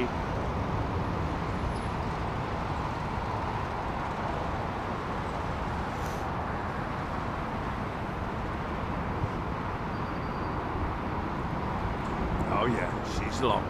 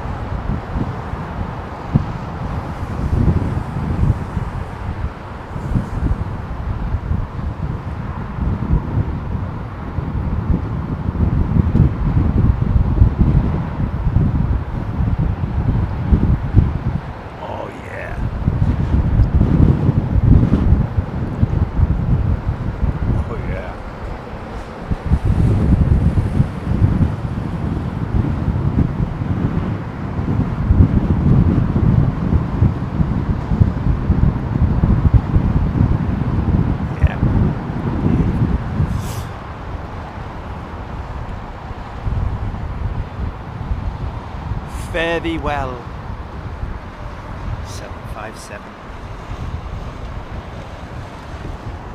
All 757s going to be out of service by the end of October, isn't it, Julie? All of them?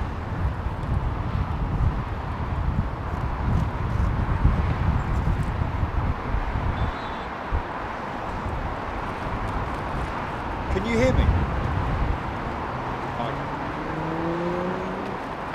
Oh, sorry, folks. Sorry about that.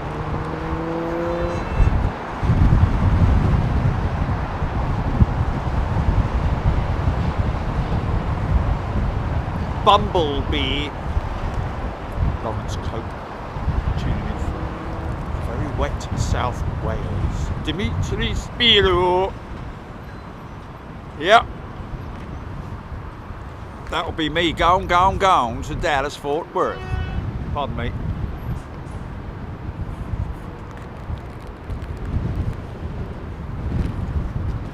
Yeah. Oh yeah, we'll do the odd road trip if we can.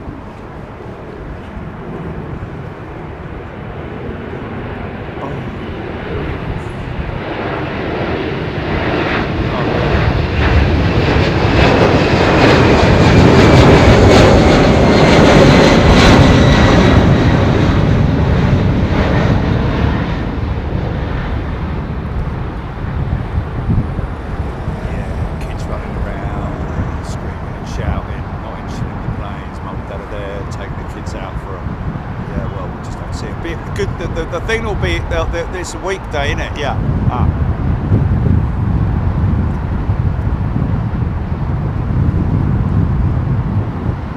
Bring your kittens down if you like. Bring your cats down, say.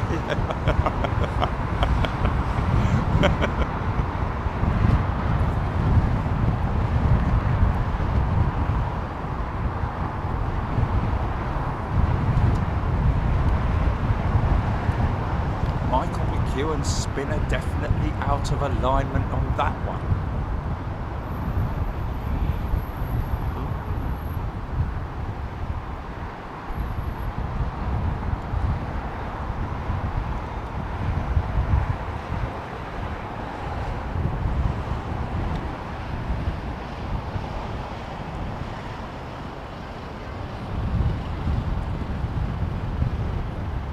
Kevinsey, extremely damp and breezy Guernsey. Yeah, hearing it might be a bit windy on Sunday, folks, so hold on to your hats, boys and girls.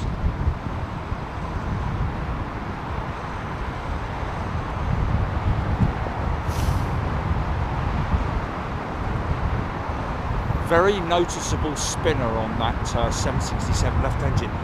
Well, sometimes when an engine is replaced, or a spinner, even the spinner is replaced. Hello? Oh no, he's going gear up. You know, they do maintain that the spinner is a you know, the spinner is not just an aerodynamic, it also has componentry behind it.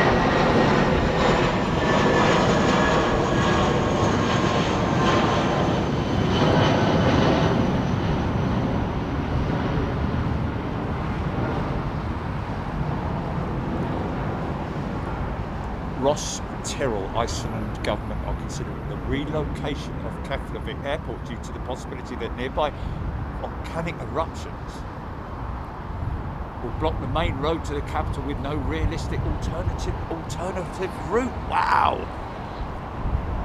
that's crazy when you've got to do that, isn't it?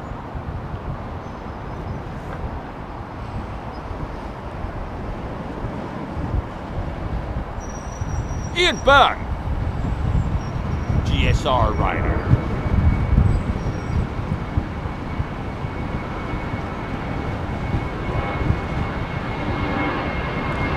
Aidan Campbell, Air India's new liveried Airbus A350 on radar.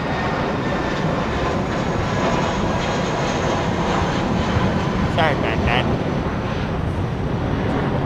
Move the camera back a little bit, 'cause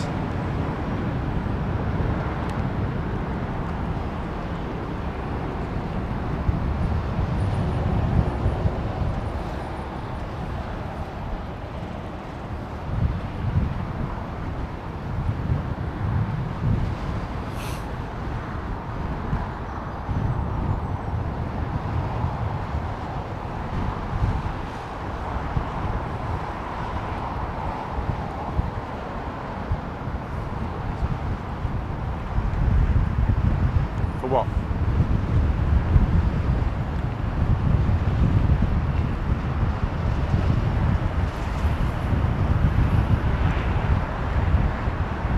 Well, we kind of rely on locals to give us any information, or people who are in the know, or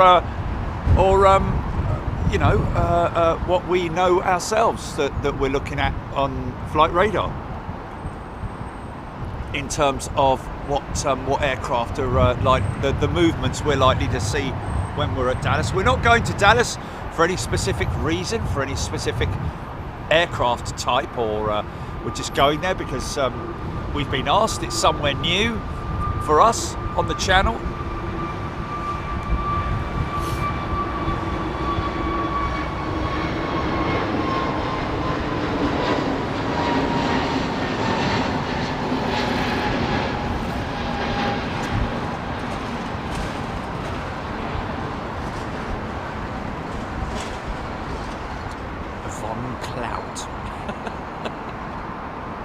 Jerry in his lunch there.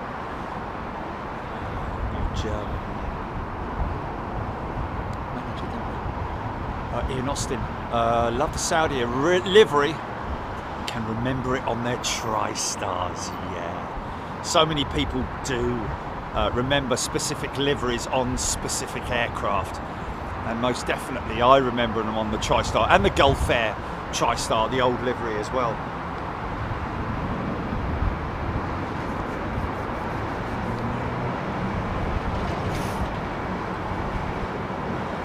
Pip.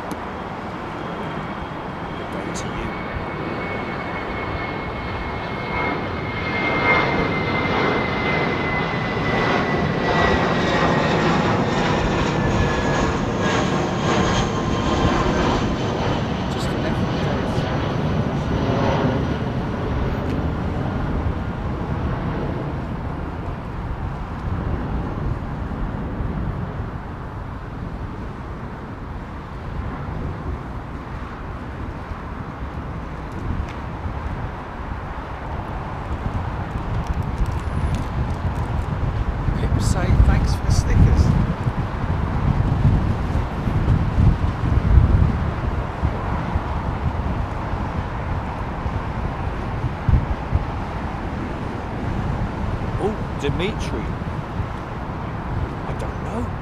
Is it Friday this week? Is it Friday they stopped the Korean jet? The jumbo service?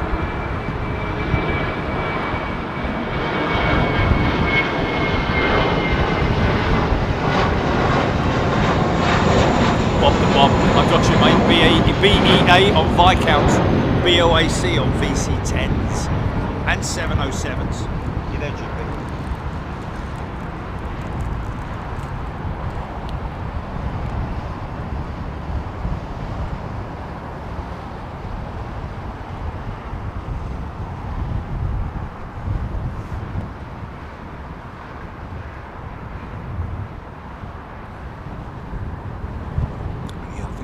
Quite some time before the British carriers, well,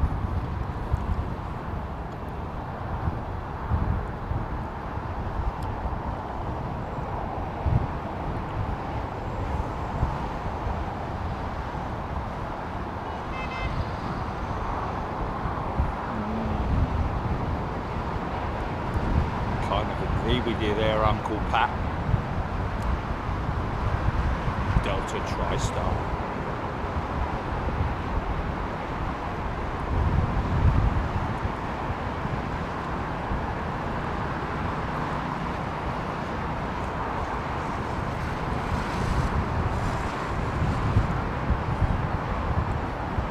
Bob the Bomb saw a BOAC 707 on a school trip to Manchester. Wow.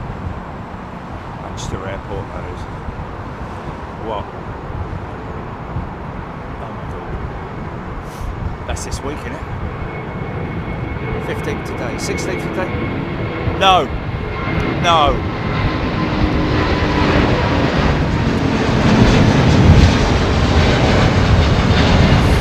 So we're hearing, folks, that from this Sunday is the last ever, well, not the last ever, but last for this season anyway.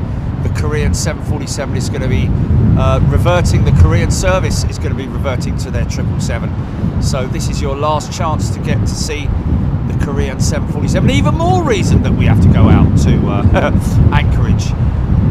And of course,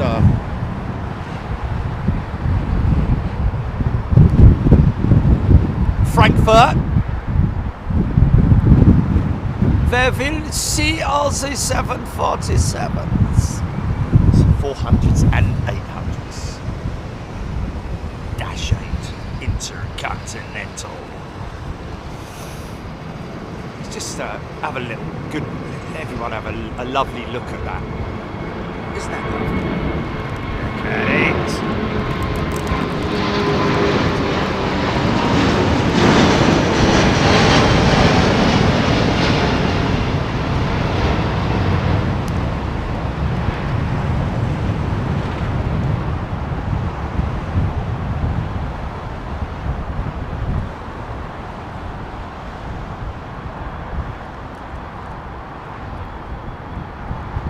Oh, Mike G.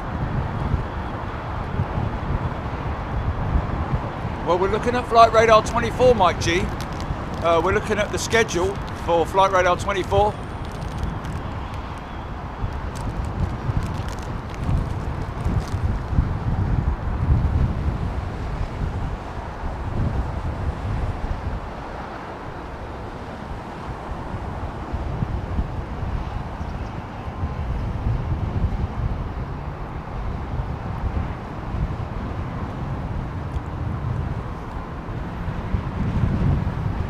That very model available on Aviation Retail Direct, ladies and gentlemen.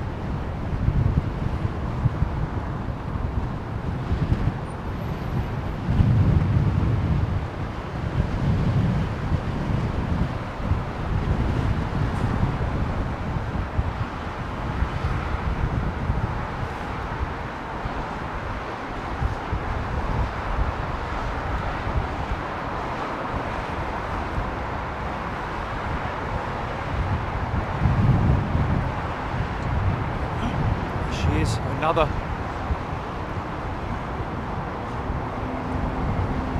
Get ready with your screenshots, folks.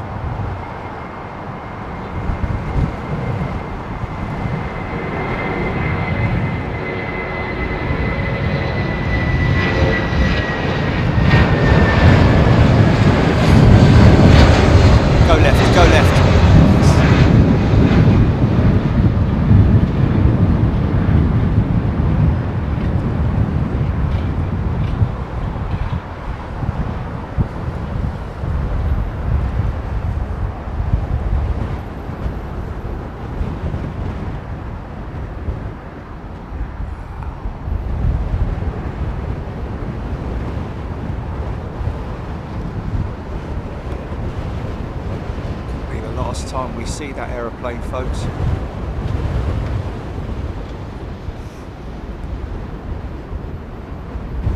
Farewell, dear 757. Thank you for your service.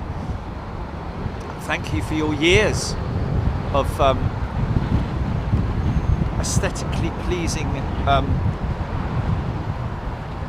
videography moments. Tap away the last 757 in Europe.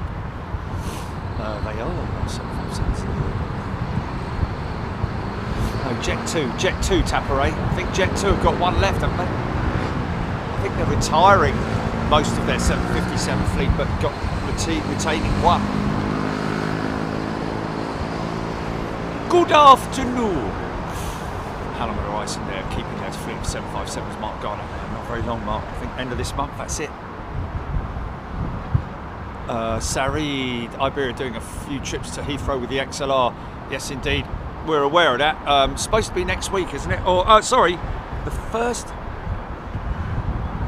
John Walton, not the last time. Okay, there we go. GBC and CKC Jet 2 757s, Icelandair 757s still in use in 2025. Okay, well, that's contrary to the news that I've read.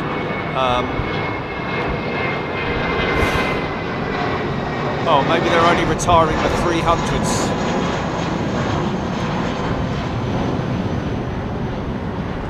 Junkie Jet Spotter, Jet 2 currently have 5, retiring 3 next month, 1 in December and 1 in January.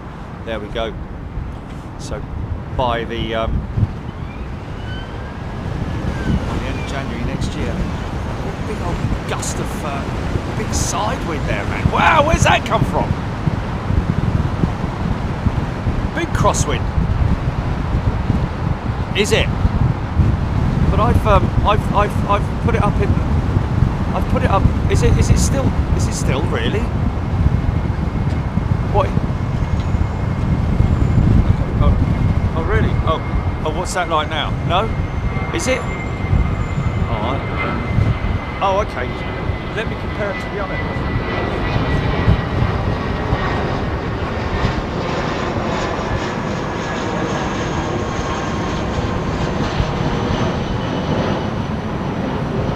Because I get conflicting, yeah.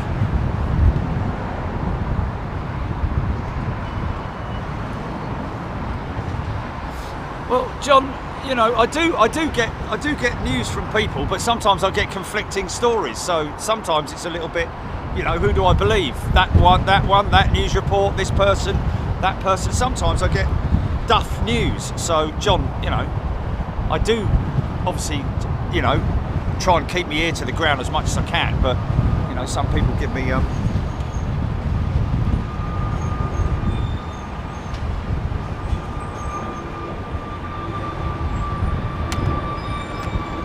if I don't know anything.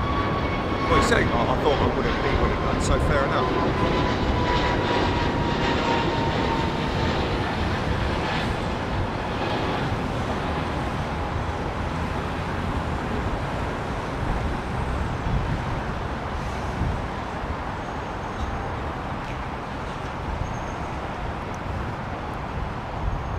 Okay, what's that like? What's that like? Is that better? Or just the same? Oh, for God's sake, after all that, really?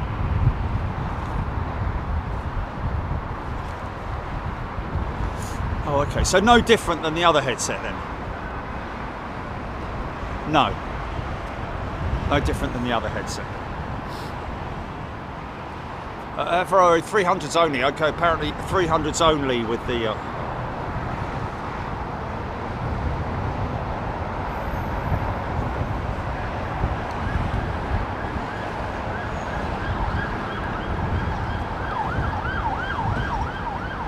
but no, what I'm saying is that, or asking, is whether the new headset is any the same or any better than the old. Look at that crosswind, look at him crabbing, man. Sarid has the schedule for the Jet 2 757 fleet retirement. I'm good, thanks, Sarid.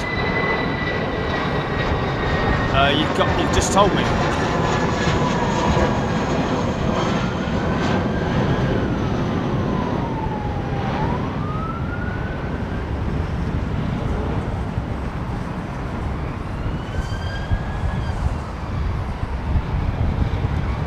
Okay, you see, that's a different. That is actually a different schedule that we heard about the last revenue flight for Icelandair Chile. Leaving London Heathrow at 8:40, arriving back in Keflavik at 23:55. I thought it was a day flight. I thought it was a daytime flight. Okay, well, never mind.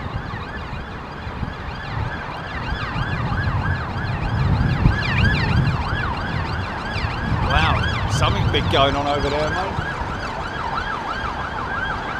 What, GP?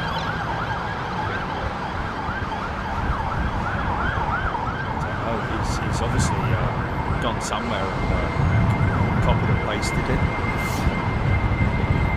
Ian Austin, Britannia 757. All of a sudden, the wind has picked up.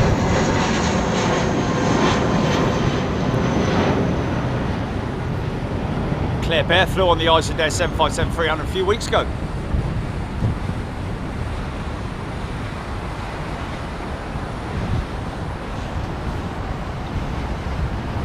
Yeah. No. No.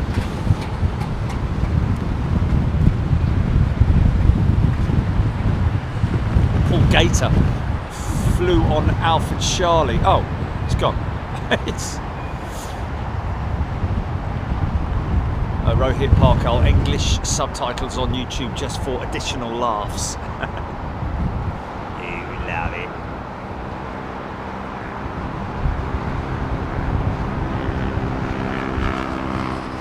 Aaron Thomas, indeed, BA did have 757s.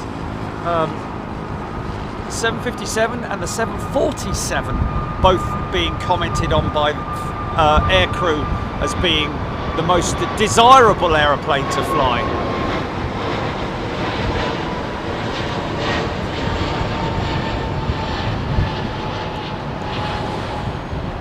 Perhaps blank messages again.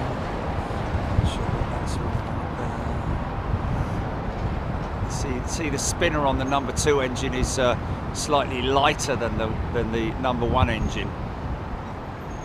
That's just because obviously that engine, you know, when they're serviced, they don't service them both at the same time. Or, you know, they have just had to have a replacement spinner. But it's not just a cover. There's connections through the spinner as well. They use it for cleaning as well.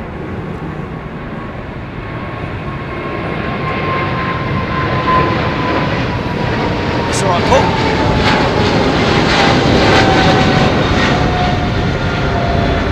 No worries.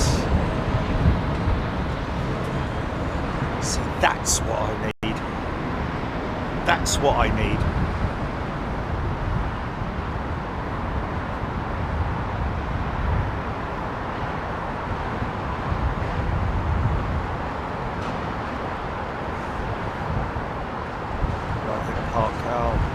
Currently 757-200s in operational domestically.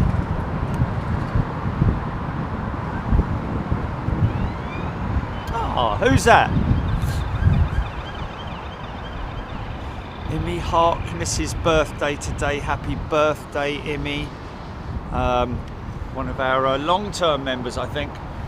Rohit saying currently 6 757-200s in operation domestically by Blue Dart Cargo with an average of 25 years and going strong. Well, that's freighters, Rohit, indeed. Not commercial passenger service. But it's good to see that obviously DHL's still operating cargo jets as well as others.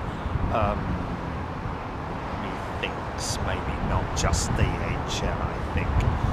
So yes, thank you for that, Rohit.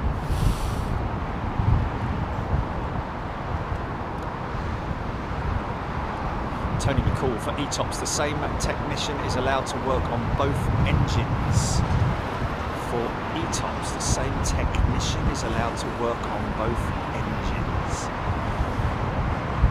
For ETOPS, why does that come into it? A little bit confusing.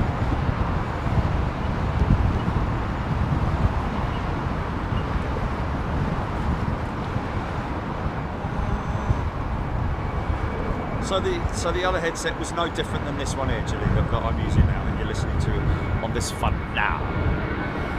No difference to it.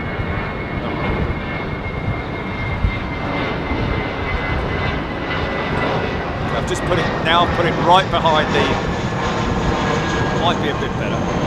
Tony McCall. I'm still trying to work that out for ETOPS. Okay, why specifically would you need a technician is not allowed to work on? Sorry, for ETOPS is not allowed. Okay, the same technician is not allowed to work on both engines. Interesting. He's not allowed. Did I say that at the beginning?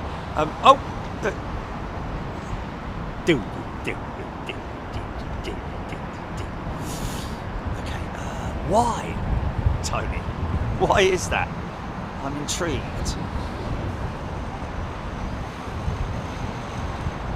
Bill Steve and lots of Boeing BA's 757s were used by TUI and Jet2. Some were converted to freighter by other airlines. Some are still flying. Well, yeah, I mean, we've seen 737-200s, which are ex-British Airways, converted to freighters as far out as Honolulu, wasn't it? What was it? Or was it? No. Anchorage with.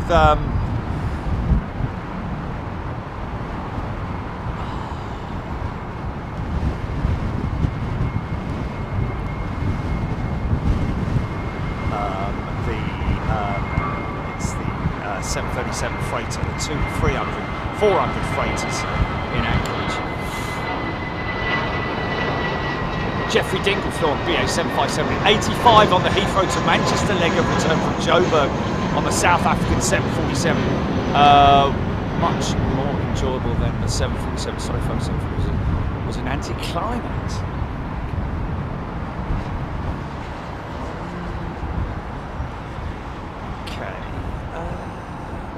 Well, what were you expecting? I'm guessing you may have been expecting something. I don't know. What would you expect? Flying on a jumbo jet to me is just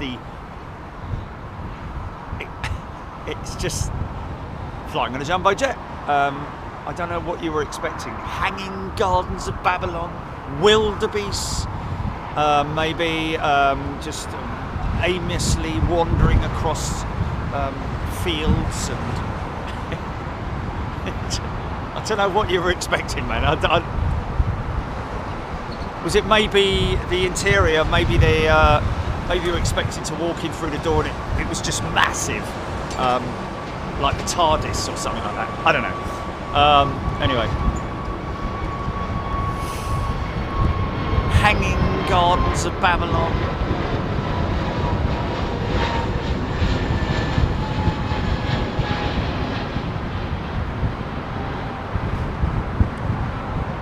Bits and pieces. People's thoughts on the new autopilot, where it will now pilot a plane to take off. Well, it will. Bits and pieces. It's exactly the same as auto land. There's no difference. The pilot will still be there monitoring it. In fact, if anything, the departure will be a lot easier in terms of automated systems. The Airbus have been trialling the ATT, isn't it? Automatic taxi and takeoff, that we actually showed on the channel some years ago now. They've been testing that automatic taxi and takeoff systems. Put it this way: if Elon Musk can land a rocket from God knows how fast onto literally a set of connectors, it's just incredible what they've been able to achieve in terms of technology and robotics and all that. Listen to this.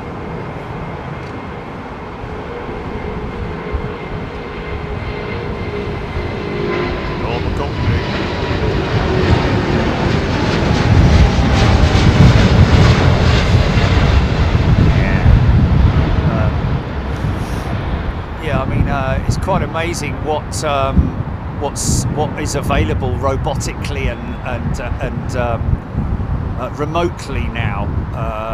So, I mean, you know, I don't want to get too much into it with Elon's robots, but when he launched that last week, it was pretty incredible. Personally, I would have if I had been talking to one of the robots, I would have kind of thrown a curveball at him. Said, I don't think I like you very much, mate. I think you look very odd. Do you fancy a fight? See what happens. I would have done.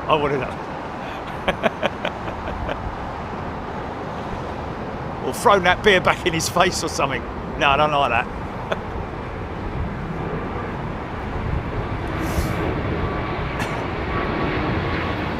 You would have got thrown out, but it would have been on video. This is Air India's usually. It's 357. Getting a great visual look at it. I don't know if it's maybe something to do with my. I think it might be my glasses, my reactor lenses in my glasses.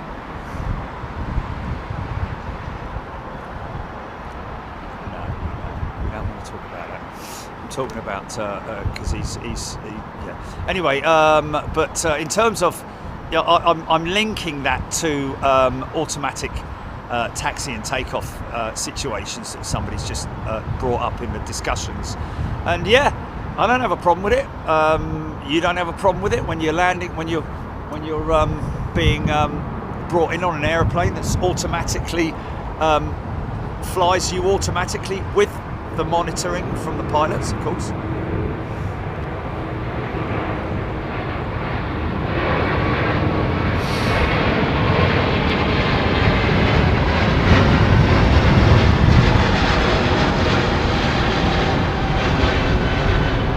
There will always be, as far as I'm concerned, I mean, you know, as far as I'm concerned, you know, there will always be piloted aeroplanes. I don't think there will ever be, not in my lifetime anyway, single piloted aeroplanes. Because you need to have what's known as a redundancy, and a redundancy, as far as humans are concerned, you need two people there. Highly unlikely that both pilots are going to fall ill or become incapacitated. Hence the reason why they have two pilots, and of course those pilots will monitor. I've seen it. We've actually got a video on our playlist somewhere, which clearly shows the A350 test aircraft at Toulouse testing the ATOT, I think it's ATOL. That's it. ATOL. ATOL. Automatic takeoff and landing system on board one of their aircraft.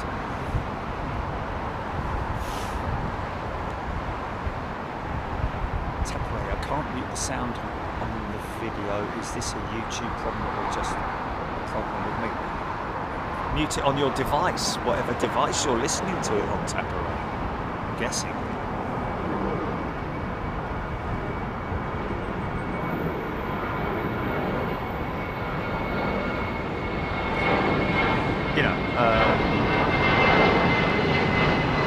So much to the point where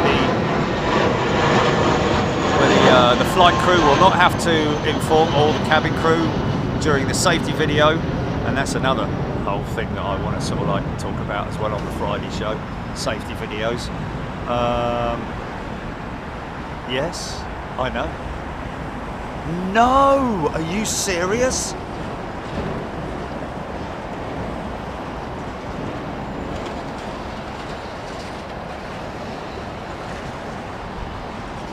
Wow. I mean, I know they've got a massive backlog, but that's insane that they got... Really? That can't be the case, man, because nose cone, I can understand engine shortages. Engine shortages, I think, is the biggest problem hitting the airframers at the moment. But nose cone, I would have said the nose cone was probably one of the easiest and most available parts on an aeroplane, because it's you know, I mean, unless there's some kind of material that's used in it, that, I mean, the nose cone is generally a composite material with a subframe, some kind of an alloy subframe, and it's on hinges.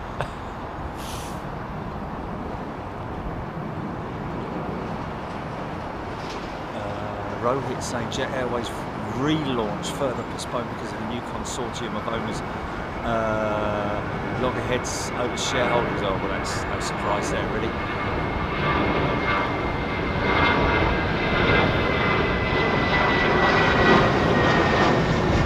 Yeah, as far as I'm aware, the nose cone on these jets, it's not. I don't know. It's. I mean, if it is fiberglass, it's a very, you know, high grade of fiberglass, but I know they're very lightweight, but I think they are a Kevlar, because when you know, a lot of the times when you see them punctured, they're creased rather than shattered, because I think fiberglass tends to shatter, doesn't it? I mean, it creases under a certain amount of force, but then it shatters, doesn't it? But then I guess there's different grades of fiberglass, but fiberglass is the, you know, the precursor to carbon, isn't it? You know, they used fiberglass in the old days. Now they still use fiberglass for some sort of components on cars, you know, body shells and stuff like that, on very cheap sort of like kit cars and things like that. But generally, carbon, I can't imagine.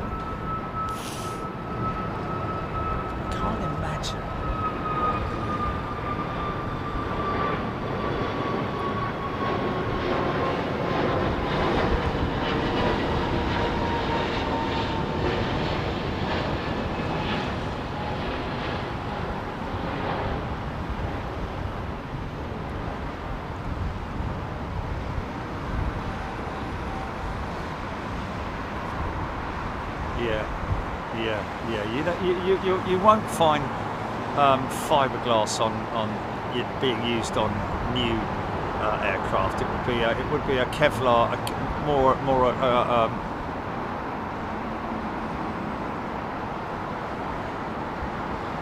interesting.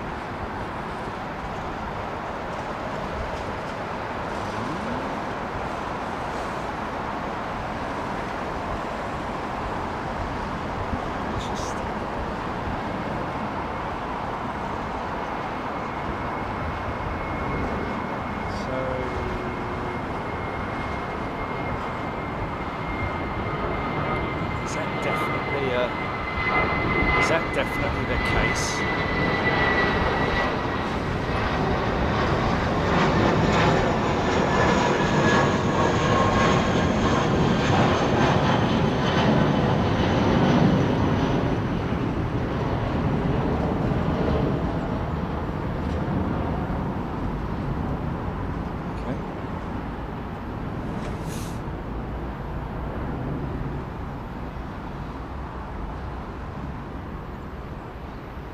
Because they protect sensitive instruments while allowing electronic signals to pass through. Nose cones, also known as radomes, must be made from specific materials, often including fiberglass, quartz, honeycomb and foam cores, as well as various chemical resins.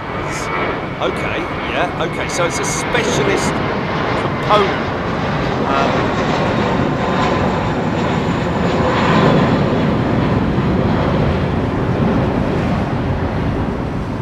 So it's right.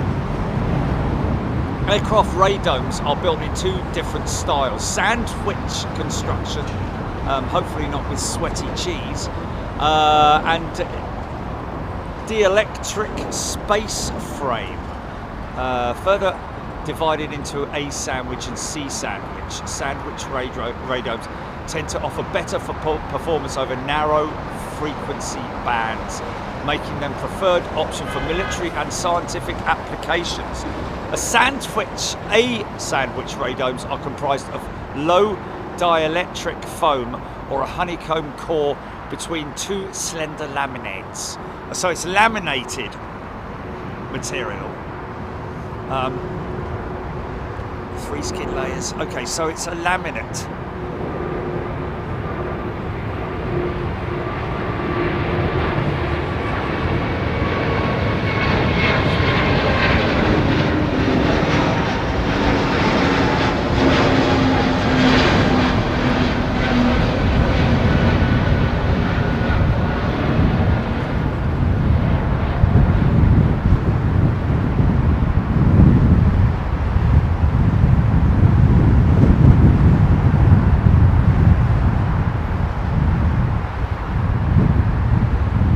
There's obviously there is a framework, obviously, as you know, otherwise it would not withstand the speeds. You know, these things 500, 600, 700 mile an hour, really. High quality RF performance and mechanical strength. C sandwich also provides better performance than A sandwich radomes. However, the additional complexity boosts material and labour expenses. Paint is also very important. Polyester, polyurethane, alkyd, enamel and acrylic epoxy finishes are all used to coat the radomes. These coatings are formulated to include graphite or carbon particles to prevent static charges from building up. Because these coatings can also disrupt a radar signal, they should be minimally applied to the radome surface. There you go. So yeah, it's a mix of laminates and different types of materials, which obviously are carefully constructed depending on what the radome is covering, really. Well, kind of like it says it all there, radar dome. Wilson Hadley is a straight in. Wow, Wilson, welcome to Superclass, my friend. A very warm welcome to you. Wilson, come in, get involved in the chat if you want to. You don't have to, but please, anybody who's new to Big Jet TV, don't feel shy. Come in and get involved in the chat. Love to get involved in any kind of chat. Thank you to you, Cheryl Howard, being cat sitting Charlie the cat, who is over 21 years old. Oh, Bob the Bomb. Do use Air Force VIP transport aircraft. They're not exclusive to keep their instant signature. Bob the Bomb, yeah, obviously talking about the A330, which is an MRTT aircraft. So, you know, our government jet, although we do have a 321neo, don't we? Which is used exclusively for carrying VIPs or delegates or the like. But of course, our other government jet is a multi-role aircraft. So one day it might be carrying the King and the or the Prime Minister. The next day it could be refuelling a couple of typhoons. God bless you. Very warm welcome, Wilson. Good to see you here. Steph has gifted a channel membership. Thank you, Steph. Steph, who is now probably God knows how much lighter in pocket due to her visit to ARD the other week.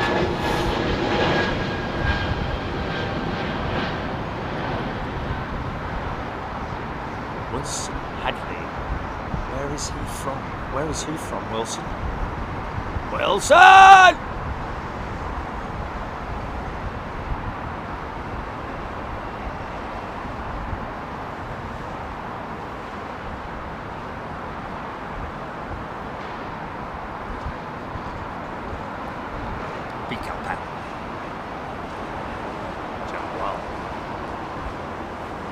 Push and start.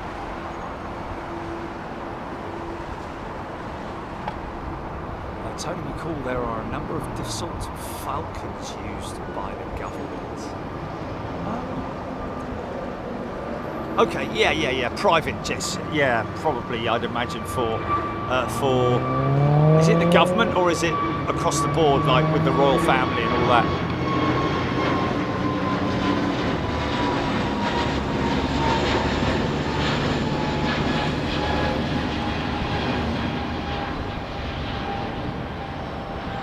Even Nirvana, you guys don't have an Air Force One equivalent, does the Royals have their own? Well, we do have a Air Force One equivalent, but it's not quite as it's not quite as romantic as a jumbo jet. It's an A330 CEO.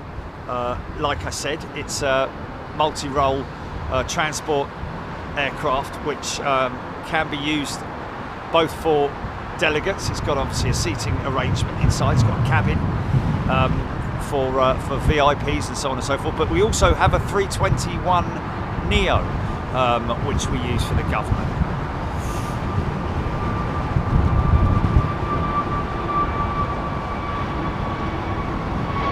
Anxious traveller.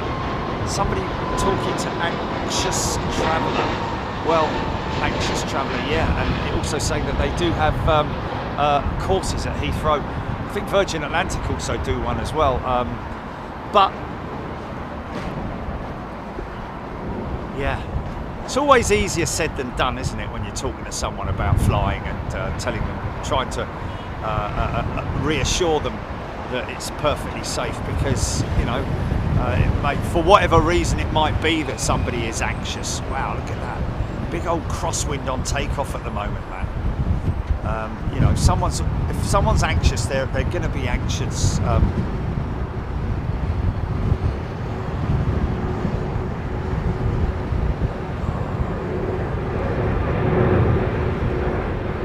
Sorry about that, folks.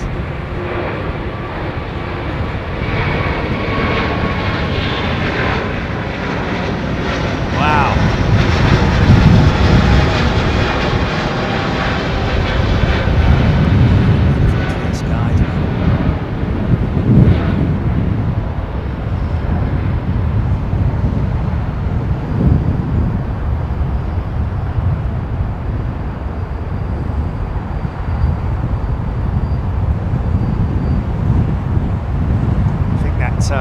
Anybody got any METAR on the dew point? Oh look, here's the other Saudi jet, which is what some people are saying may be,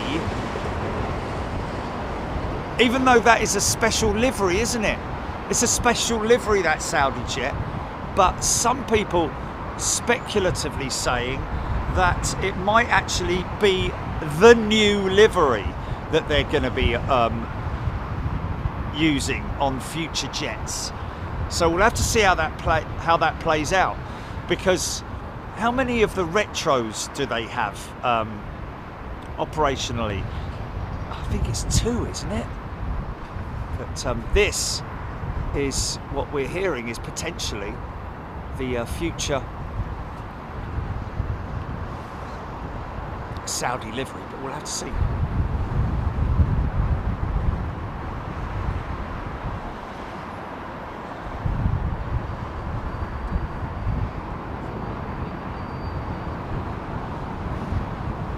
Wilson Hadley, where you are from is in the name of the live.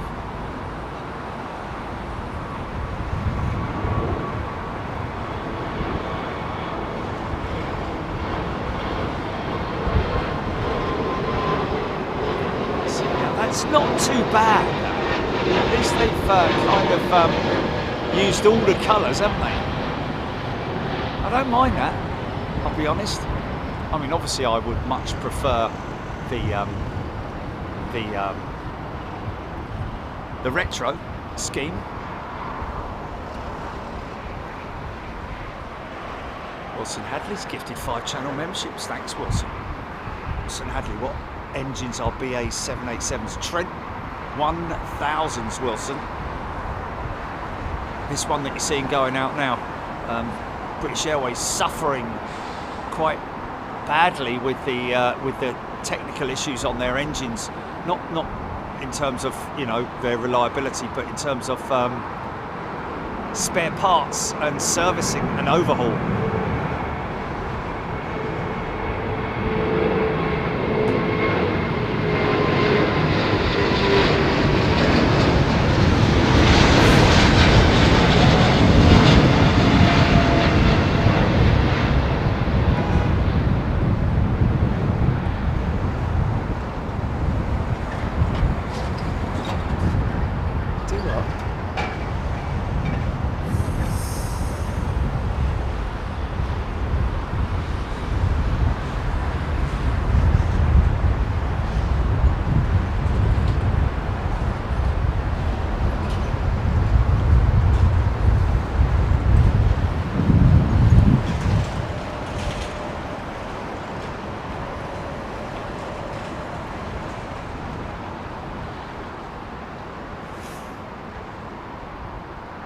Philip Lauer, it's amazing the amount of aircraft at Dallas Fort Worth. Oh.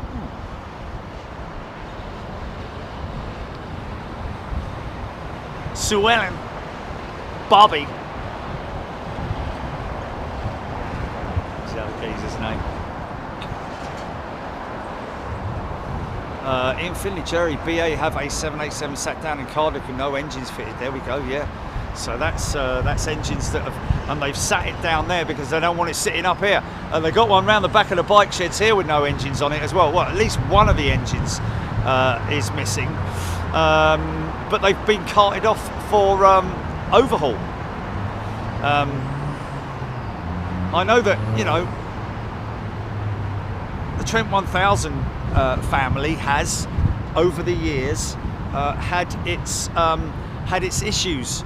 Obviously, right at just before the pandemic hit, Rolls-Royce literally were recalling all of their Trent 1000 engines due to I think it was the high pressure compressor blades that were failing quite early on. That was as a result of the way that they were manufactured. The blades were actually grown. Can you believe that? Almost in a three-dimensional way from the material. So there's all sorts of, you know, I mean, the thing is that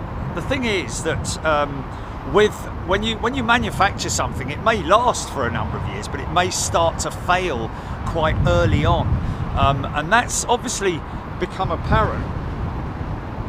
That's what's happened with the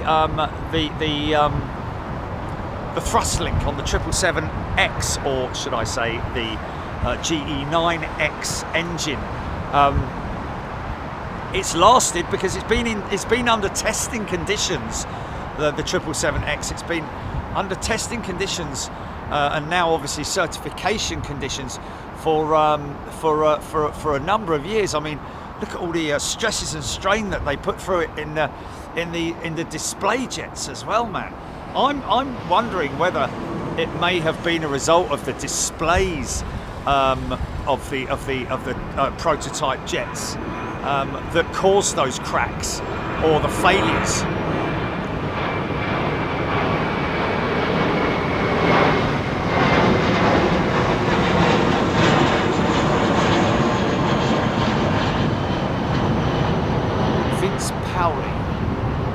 Saying the Saudi livery on the one going out is the 94th National Saudi Day. There we go, Vince. Yeah, wasn't going out, Vince. It's actually just come in, but I know what you're saying. So that is that is a special livery for the 94th National Saudi Day. Don't know quite what that represents, or 94 years of the National Saudi Day, maybe. Paul Skilling, Aer Lingus, retro livery, 9 minutes out from Dublin. Thanks, Paul. Big rudder kick on that triple to get it lined up on the centre line. A330-200 going to Atlanta, Aidan Cap coming out. 7 runways at Dallas Fort Worth. Wow, 4 of them over 13,000 feet long. Looks like sounds like I might be running all over the gaff, GP. Yeah, should we change that maybe to a pickup, just in case?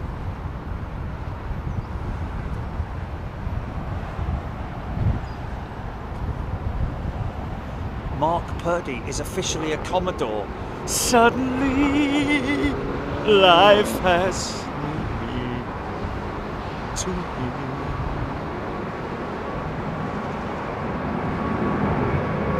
To these engines,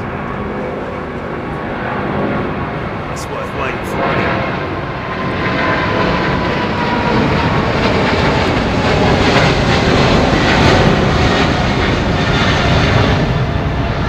Yeah, sounded like General Electrics, but they might have been the Pratt & Whitneys, I don't know, but they look big, so I'm going to go for General Electric. on that jet. Wow, look at that. Nice bit of adiabatic thermodynamics going on there. Wow, look at that. Wow.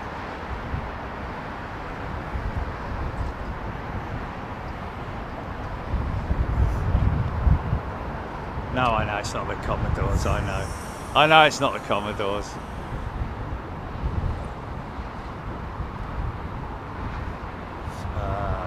Eva, my friend's husband is Navy pilot for the aircraft carrier Strike Group. He just got deployed to the Middle East and he flies the F-35. Wow. There's a, I believe that there is a US Navy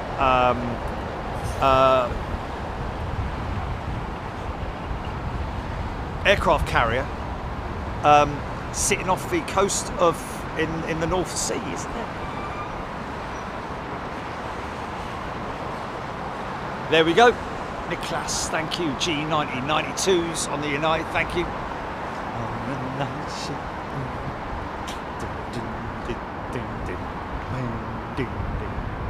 Gina Graham, loving the shots with the blue sky. Philip Lowry, longest runway at DFW, 13,402 feet. Triple parallel landings at Dallas Fort Worth at the moment. Wow. That's why I worry about it, Jim, because I think it's going to be a very sort of like is it one of the runways where the heavies come in or something like that? I don't know. It's the Harry S. Truman, Pat Murphy saying thank you. Marksy 1974, off to Marine Radar I do go. The other thing is ADSB, you see some of the aircraft that are operating off of that aircraft carrier, you'll see the aircraft just suddenly at 0 feet in the middle of the North Sea. And that, and also the routings that they're taking, just literally, there was a Grumman that came up from southern Spain, I think it was.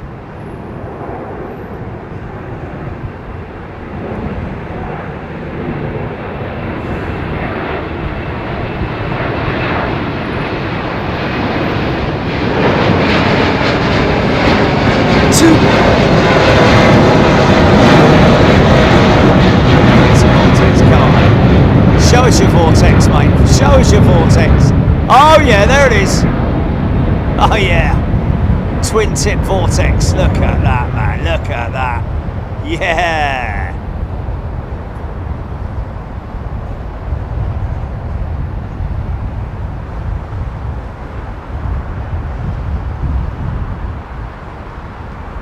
What's that, GP?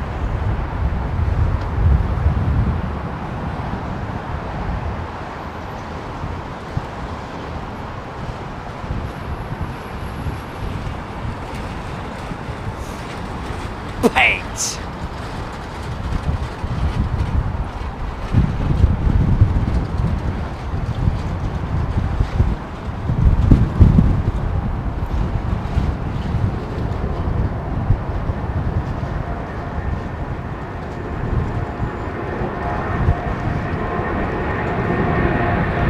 Oh God, no, you're right.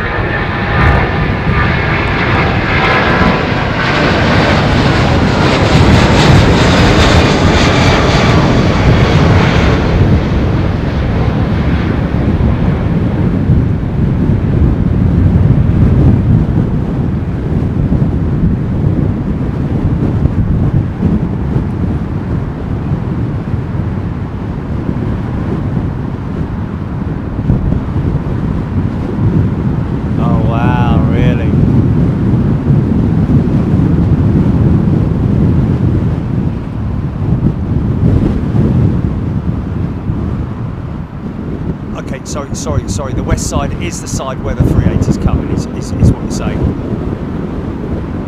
Oh yeah, nice, okay, so big heavies on the west side.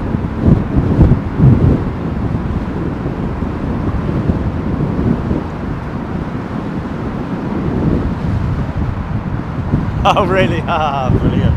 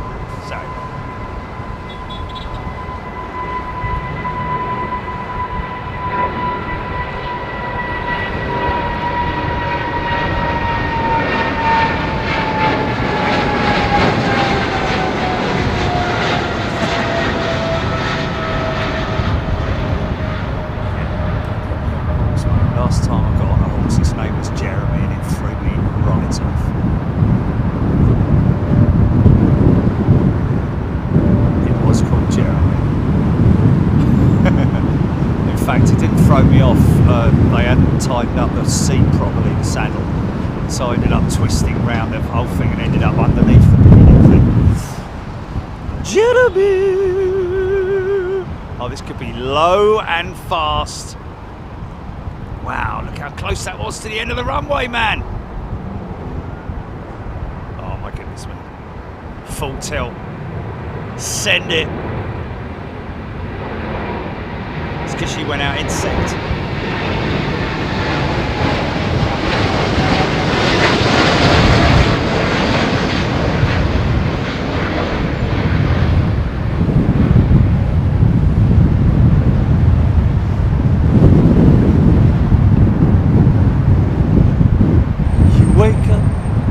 Suddenly.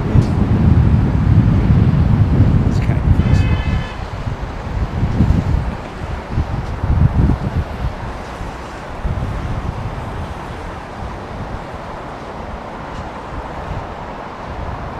Steph off to the Workers' Lounge. John Wall. The Bouquet Residence.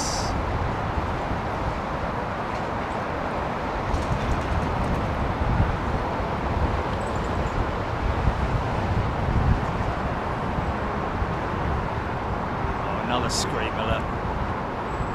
Grab HMD11s at Dallas Fort Worth. FedEx.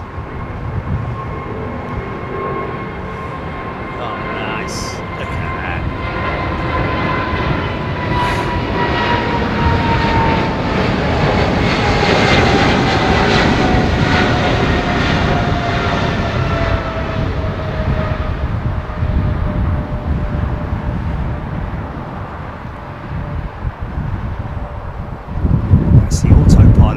Switched on there, man.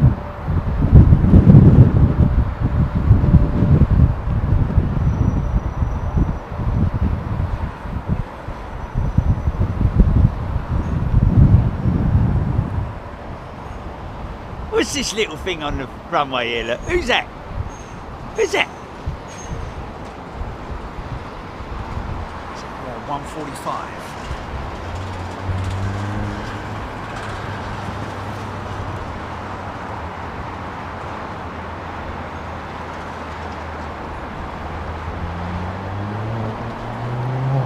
Brian Henry, MD11's UPS and FedEx. Okay, here we go. Affirmative, Brian. We are this time next week going to be at Dallas Fort Worth on day one. Nothing yet, Barry. And yes, it has gotten quite breezy.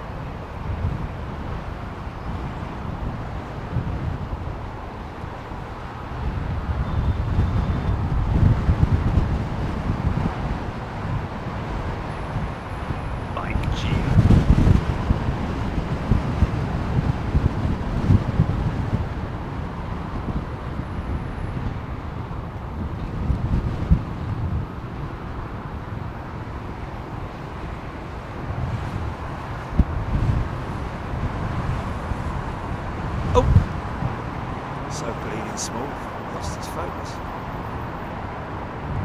Did I say 195? 145, sorry, I'll do 145. To Londonderry. Chris Mason, Dallas Fort Worth will be awesome. Yeah, it's all arranged, folks. Maybe one of the locals could tell us on here, Jilly, whether where's he going? He's got his blues on. The locals on here can tell us whether it would be beneficial for us to have a truck, a pickup truck, to put the sticks in the back, give us a little bit more height, getting over the fences and so on and so forth. Well, if it is at all possible, I don't know, but always beneficial.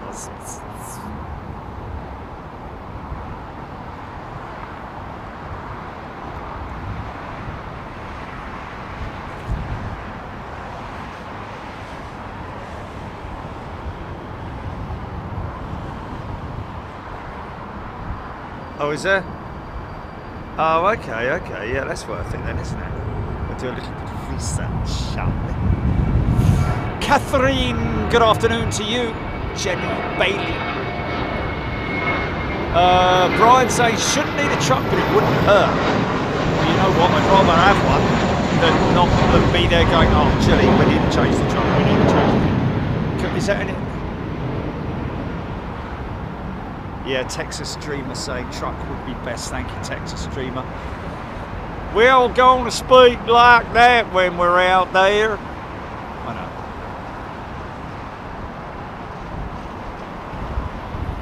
BBLLB, fences are not an issue at Founders Plaza. They are down the hill.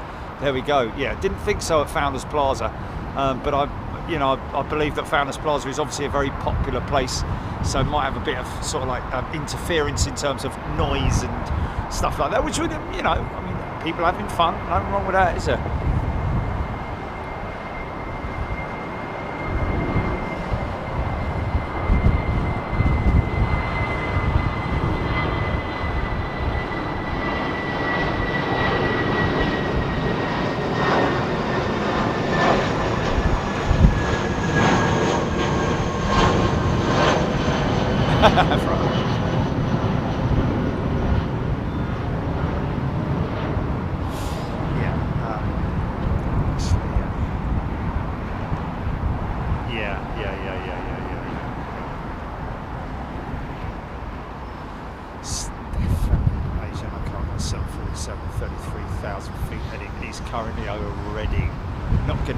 Unfortunately, Stefan.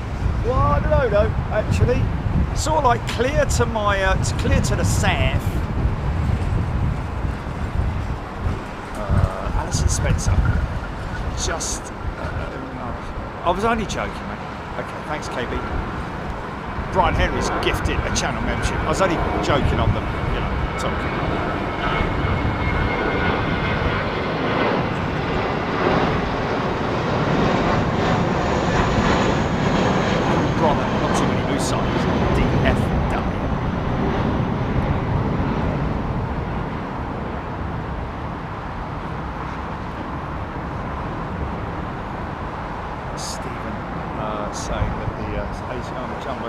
South of me.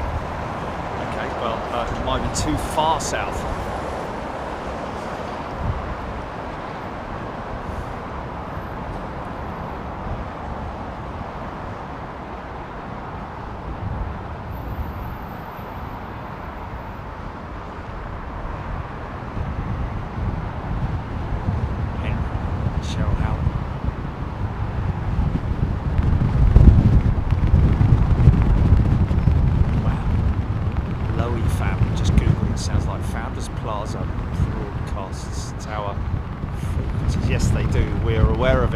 Family, thank you.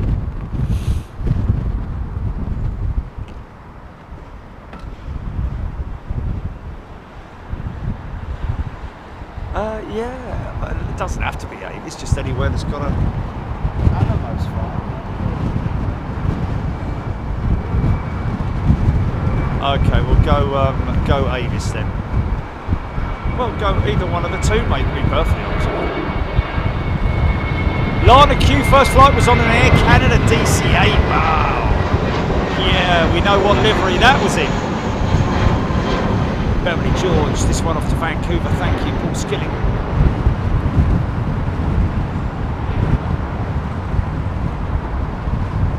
Steve H in South.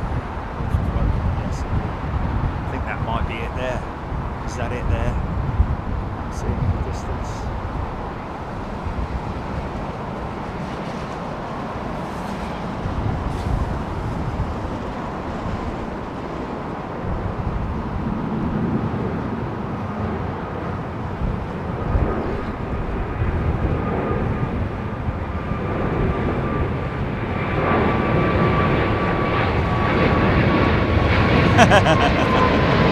Someone's saying that it would be disruptive.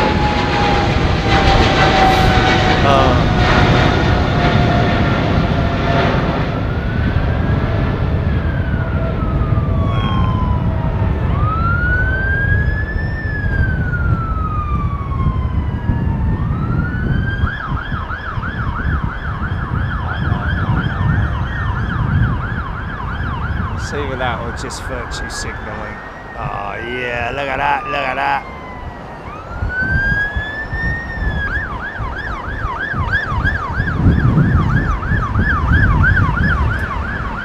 Wow, how cool is that, man? That was awesome.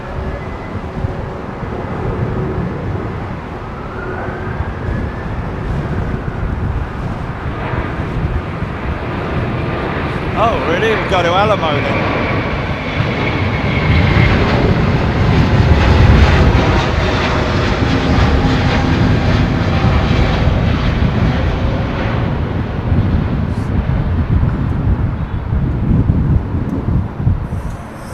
Yeah, got to tighten those screws up, mate. The screws are loose. You can see the screws are loose. Okay.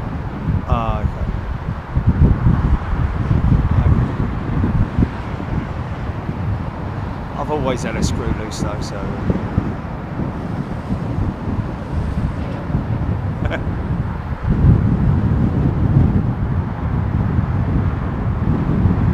gets very Kate Bushy, doesn't it? Cathay, it's me. Look at that. What's going on there with that?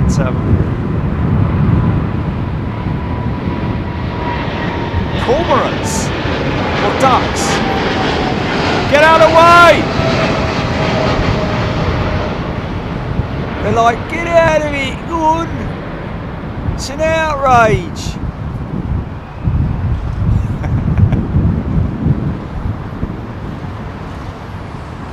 For God's sake. What was the other one? What did you try? Avis, yeah?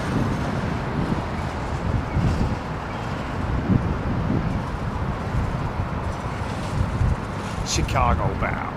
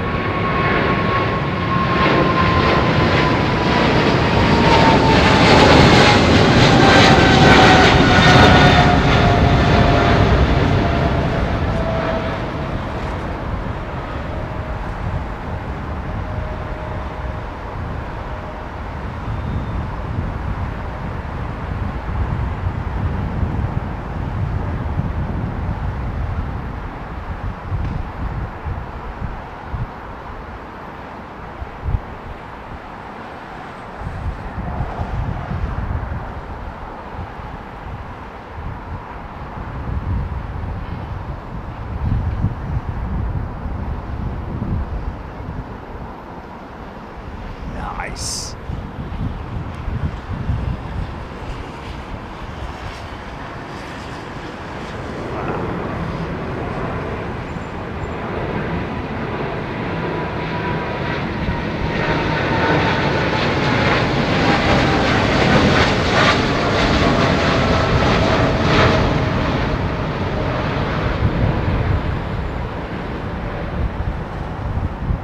Look at that wing, man. It's one of the models down at the BA Heritage Centre, which, trust me folks, is a great place to visit. I had no idea that it was going to be as good as what it was. Big shout out to Jim, by the way, who knew who I was. He's one of the volunteers there, came and met us at reception. Lovely fella, knows his stuff. They kind of have to know their stuff. So much memorabilia there as well, artifacts and cutaway models, and you know, they've even got the documentation that they had when the Queen flew back, which she went out as a princess and came back as the Queen, didn't she? But all the original documentation that's signed in 1954 or whenever it was, blah blah blah. Oh blimey, he's back already. Aziz, what are you doing? I'm only joking. John W's flown on that American flight. Yeah, great place to visit. If you're ever down this way, folks, try and put a little bit of time aside for to visit the. It's just down the road here, literally. At Waterside.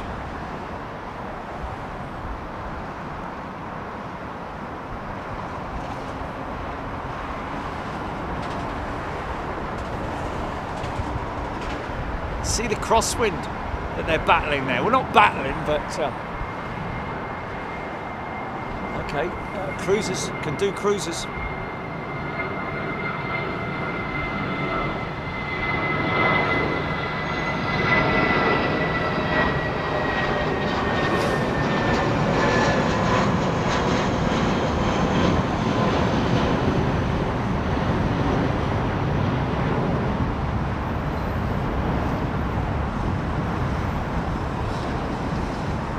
I always appreciate people suggesting places to visit when I'm overseas, but folks, can I just suggest you go and stand up for 9 hours outside your house one day, and then and keep talking for the whole 9 hours, and moving around your arms and all that kind of thing, and on your legs, and no sitting down now, no sitting down, and then see how you feel after 9 hours, whether you fancy going and It's one thing I want to do when I finish filming this, folks. Obviously I'm still buzzing and all that, but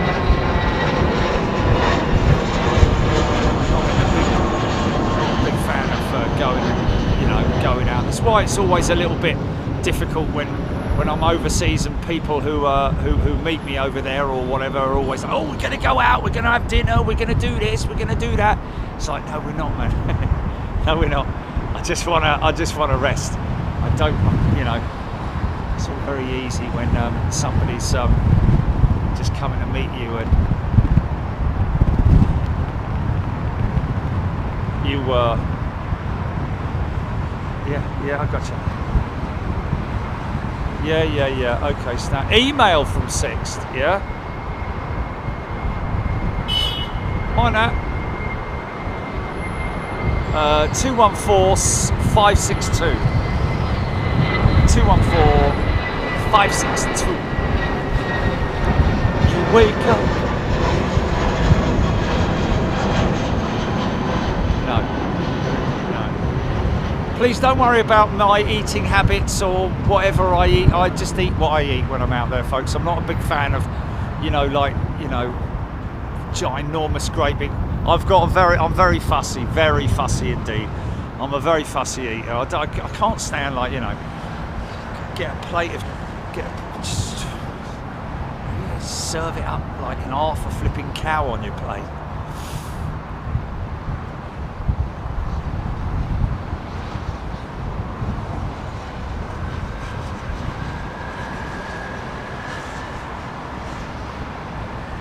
Okay, cool.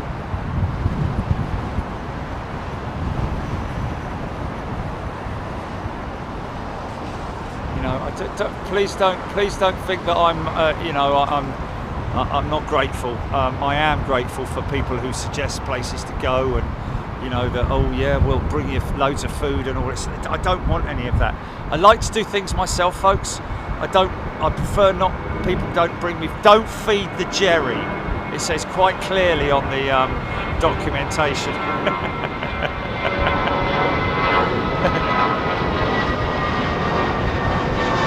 Yeah, no, Lance, definitely not.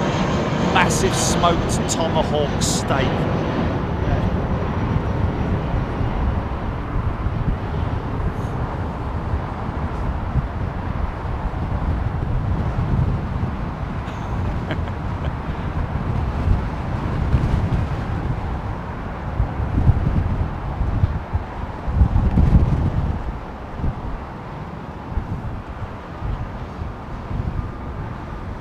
Lana Q. I spend my day on my feet waving my arms about, talking crap, and all I want to do is come home, coffee and jammies on. There we go. That's exactly it. It's totally it, man.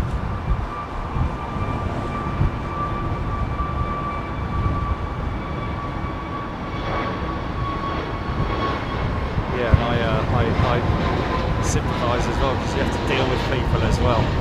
Which is not very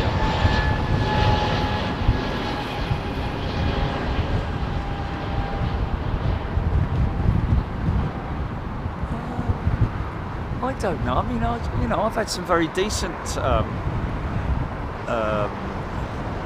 do they call it, airline foods.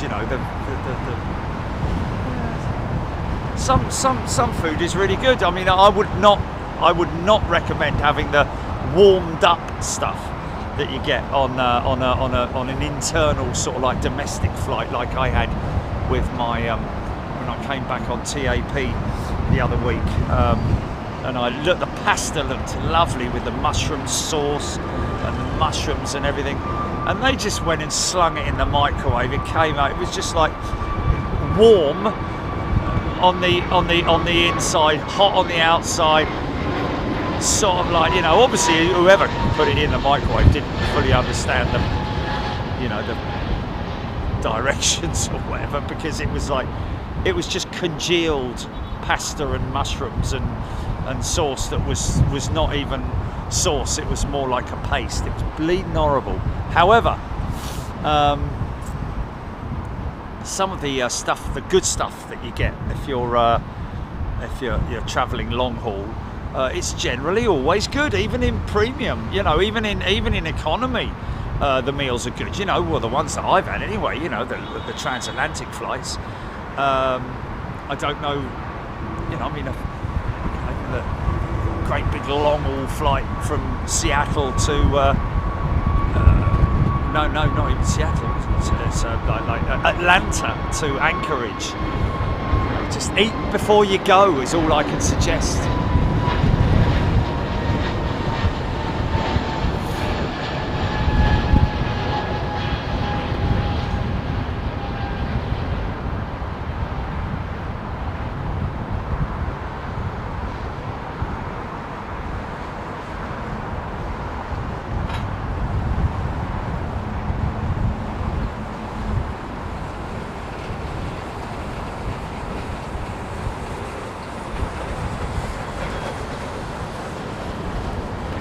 Lowy family, there we go. Yeah, that's what I meant. Yeah, it's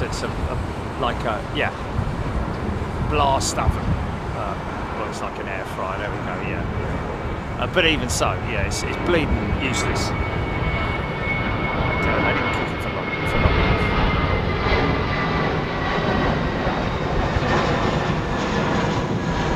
It's J. Paul.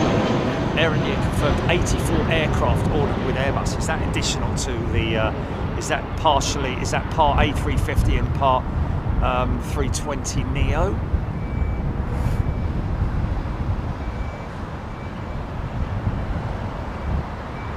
Bronner Smith, Texas Roadhouse. I bet it is, but you get like 40 tons of meat on your plate.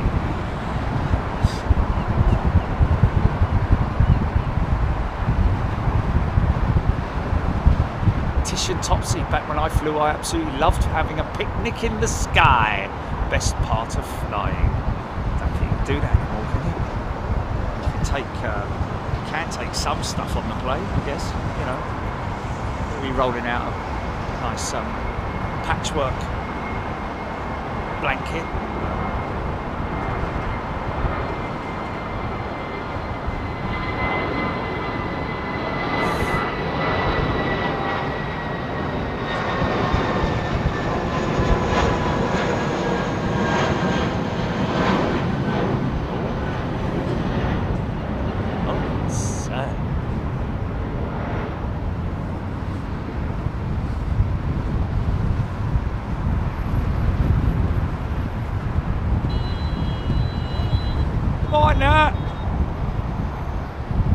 Big old double banger 380, look at that, man.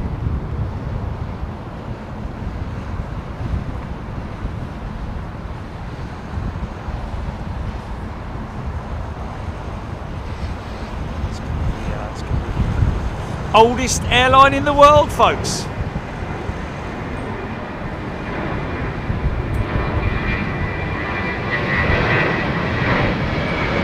Dutch Airlines. Mind you, I think that's the oldest airline in the world, certainly in terms of its origination. Obviously, you know, British Airways harps back to the BEA, BOAC days. Prior to that were there other operators which obviously became defunct and were, but the postage service, the postal service, is what basically started most, well, certainly the operators, the British carriers. 1920? The first? No.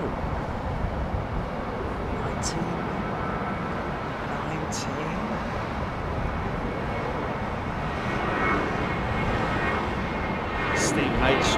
Ward Air, wow.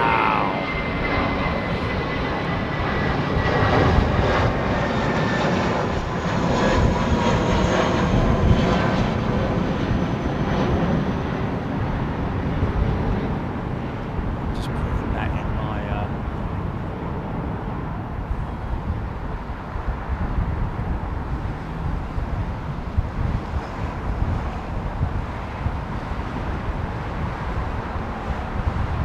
interesting.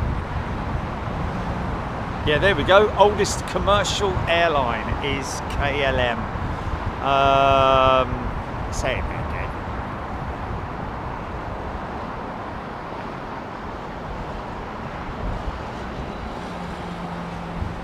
But if you want to learn about the history of flight and all that kind of stuff, well, in terms of commercial flight and commercial services, passenger flight, then go, if you get the chance, make sure you head down to the BA Heritage. You have to pre-book it, folks, but trust me, it's not one of those ones where you send them an email and you wait for days upon days. They're very quick to respond, and in fact, as we did, we got down there on the same day. Actually, no, it was the night before I called them up, the day before. Spoke to Jim himself, one of the lovely volunteers down there. There's a volunteer down there who was a young lad when the first Lancastrian flew out of London Heathrow, first commercial operation.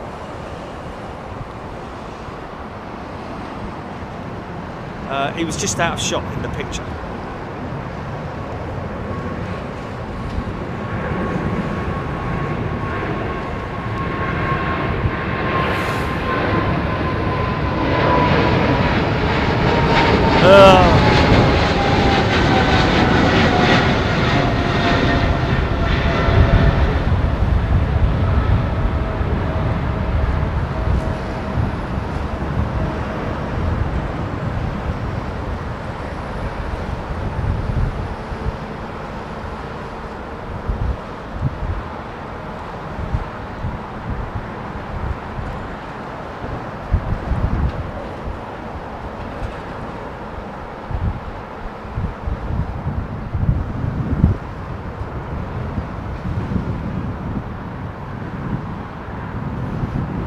Looks like we're going to be doing a few road trips out there.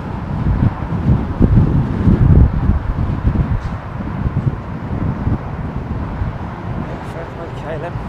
And of course, KLM has remained KLM since it began, didn't it? Whereas, you know, obviously there's been many mergers amongst many carriers over the years, which have resulted in, like, certainly with the American carriers, Aidan Campbell began it. It was 1919. I was going to say 1919, and it was actually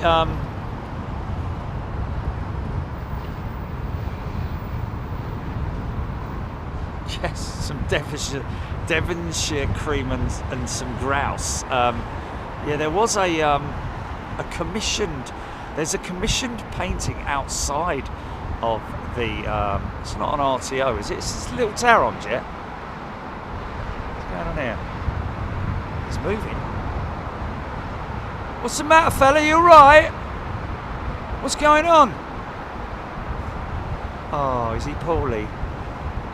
Oh. He's not very happy, little TAROM jet, is he? Come on, son, you can do it. Come on. That's it. Bit faster. Oh no. He's good. Oh, he's going to have to go down the fence, isn't he?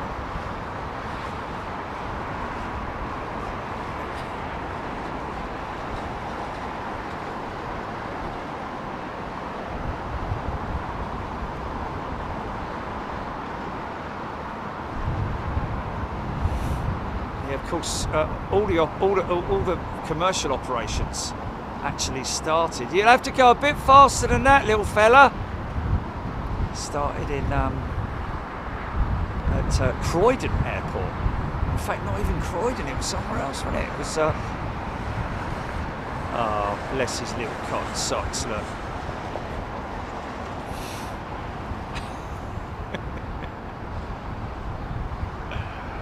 He's had the microwave pasta. Oh, bless him. Wow, I did the full run. Okay, you can have another go, mate. Or is he going back to gate? Because that's where his gate is, isn't it? Save him. Or has he forgotten something?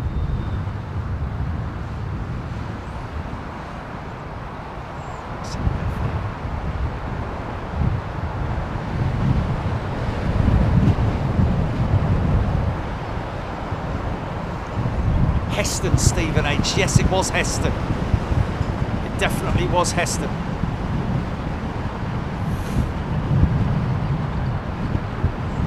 Oh dear, DGP Media passengers. Passengers. Unwell.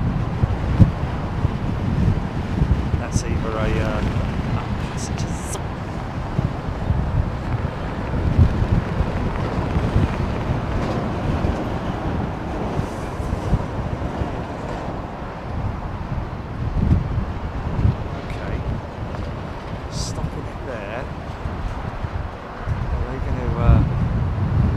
Set of steps up, or are they just waiting for the gate to become available? Let's come out of that gate.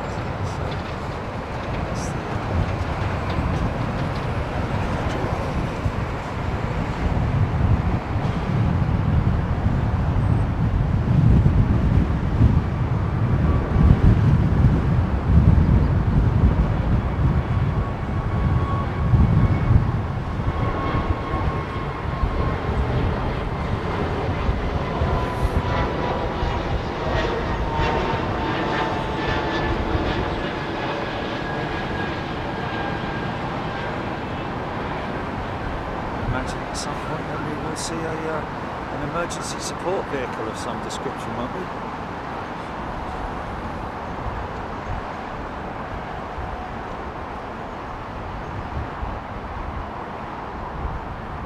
That's nothing to do with it, that's a catering truck.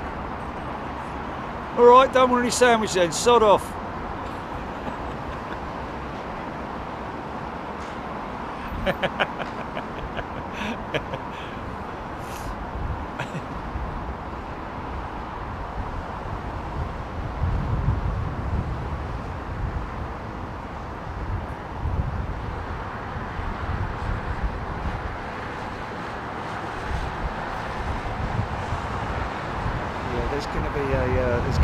I don't know if they're going to pull in the gate, or they might. I'd imagine they probably will. I'm not seeing any emergency vehicles at the moment.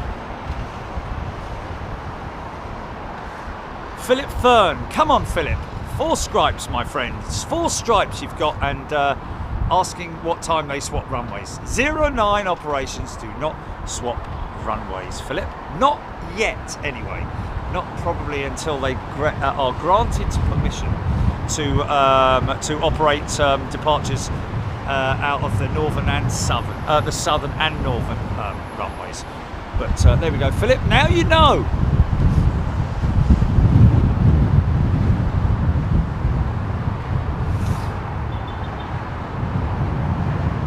There we go. It's going to gate now.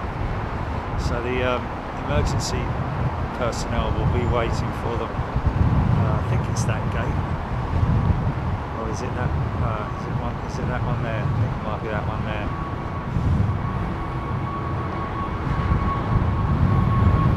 Hey, look at the little aeroplane. What looks like a little aeroplane there, folks. Something you don't see very often. It's always parked up there. That's the Dinata tow tug training thing. I know it's very little, but it just gives you a good. It's perfect for training purposes.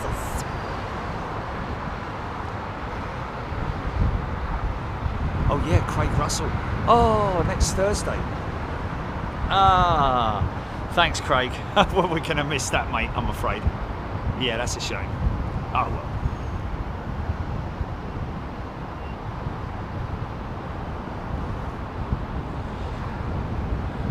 That treks to Hong Kong. Yeah, it starts then. The service starts then. We can't be here for everything, folks. We try to be.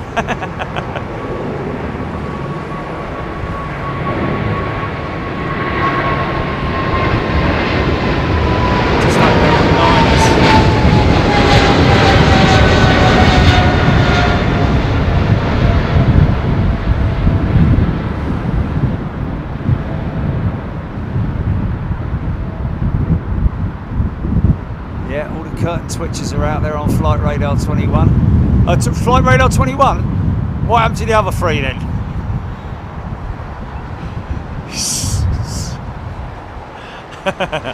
It's all of a sudden. Jilly, change the graphics, will ya?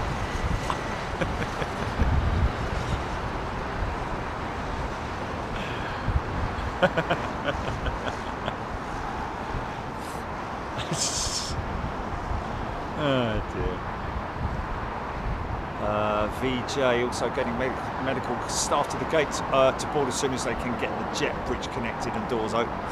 Well, jet bridge connected and doors open is going to be a very quick procedure. I would have thought they'd had long enough to.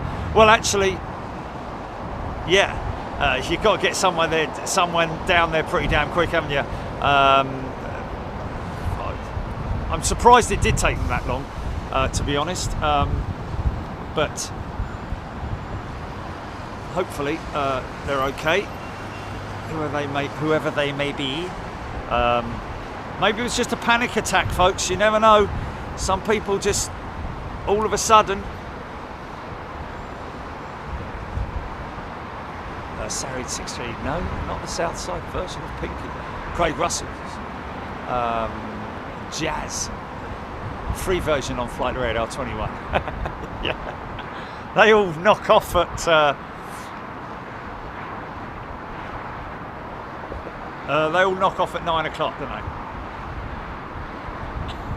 Yeah, it all goes down. The whole system goes down at 9 o'clock. It's the lazy man's Flight Radar.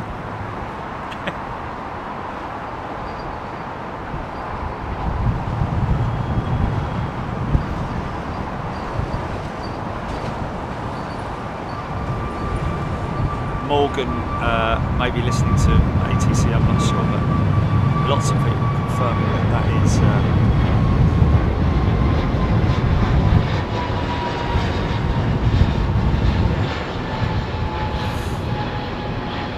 yeah, Craig mentioned that earlier.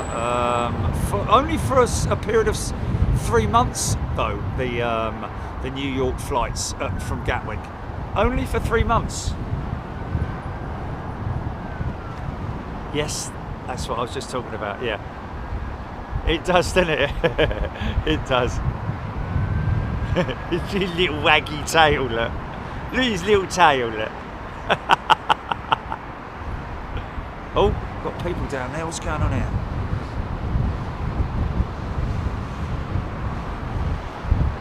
I can't. Is that, have they got a stretcher there? Is that not a stretcher, is it? Still don't want any sandwiches? No, alright, sod off then. Sure you don't want any sandwiches, mate? Look, I've got some nice sweaty cheese and pickle.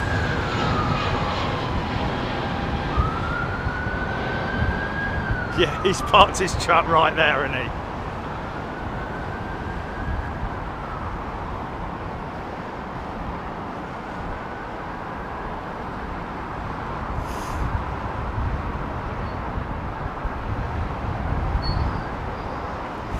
Yeah, BA's JFK service at Gatwick's going to be disbanded for 3 months because they need more aircraft. You had 30 jumbo jets, BA, hey?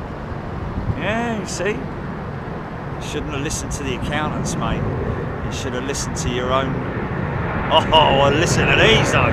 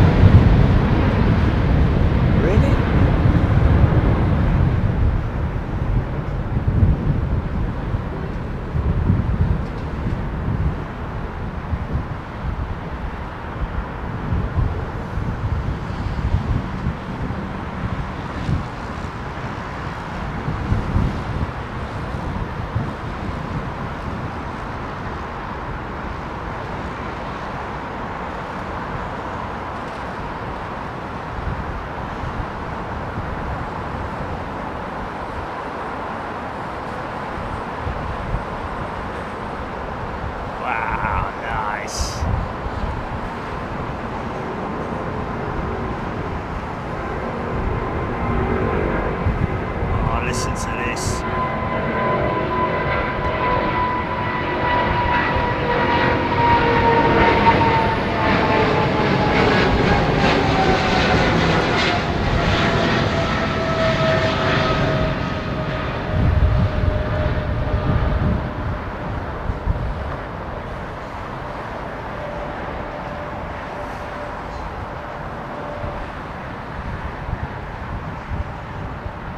Sorry for the poor people who, when they've been quite a few instances, haven't there, where people have unfortunately passed away during a flight, and the obviously the cabin crew, how do they deal with it? Some of them, they just move the passengers that are near to that area. They can't move them around though if there aren't any spare seats, if it's full, and they have to put a blanket over them, or yeah, some of them take them to the toilet. I know. I'd have one where they put them in the toilet. Very undignified, but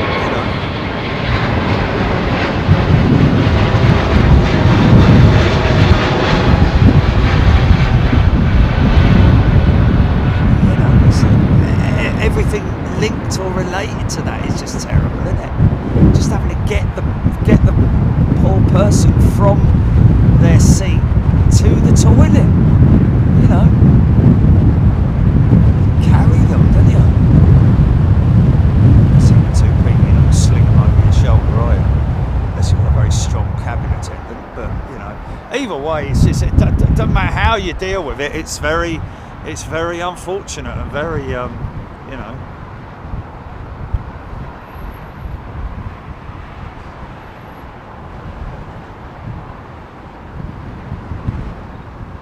What's that, GP?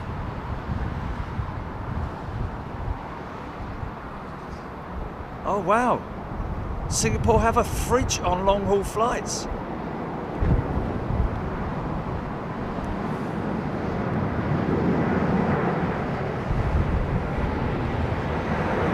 Gear down, hot brakes, hot brakes. Oh, they're going to be glad to get rid of these things in there.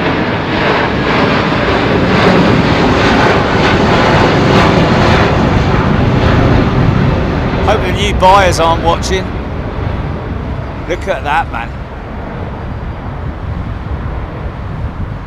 All that drag coming off those wheels, mate. Look at that.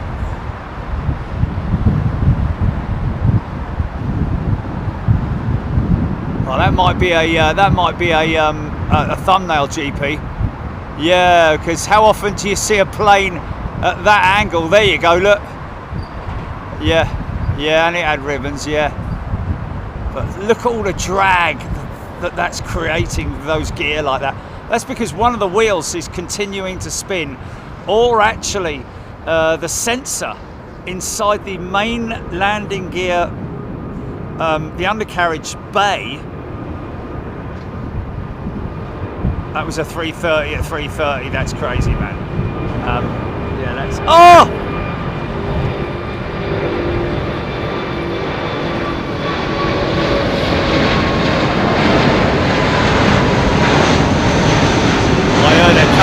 I heard her coming. I didn't get to rotate, but I tell you what, she might make a little bit more of a turn.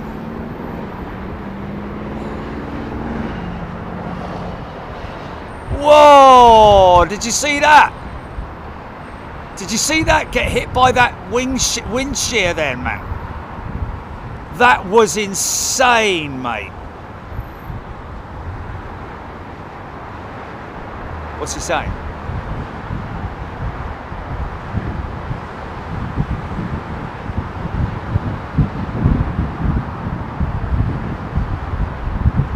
Well, I'm always respectful for people's my surroundings. Whoever said that. Yeah, if they're playing ATC, then it's, oh mate, that's a good shot in it. Oh!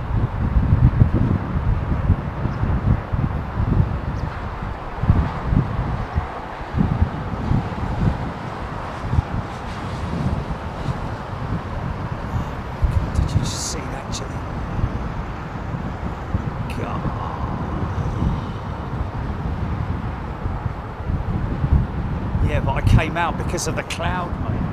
Because of the cloud busting scenario. Wow. It's going to hit that one, and oh look, watch. It's going to hit this one. Oh. It's going to bust through that one. Man, oh man, oh man. How cool is that? Wow. Wharf 2000's gifted a channel membership.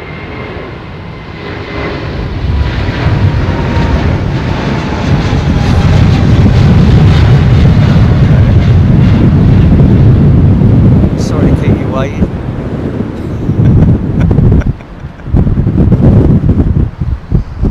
Oh, okay. All right. Right, okay.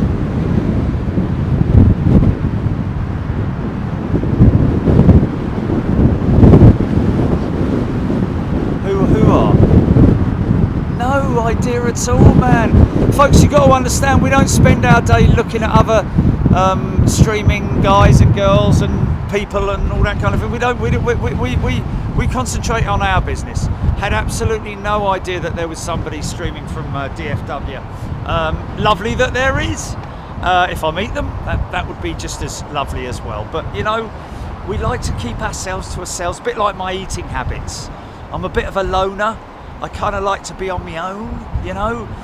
Too much interference and I'm taking away what I'm supposed to be giving you. I like to concentrate, put all my concentration into you guys when I'm overseas. It was different with BBLLB, and it is different with some people.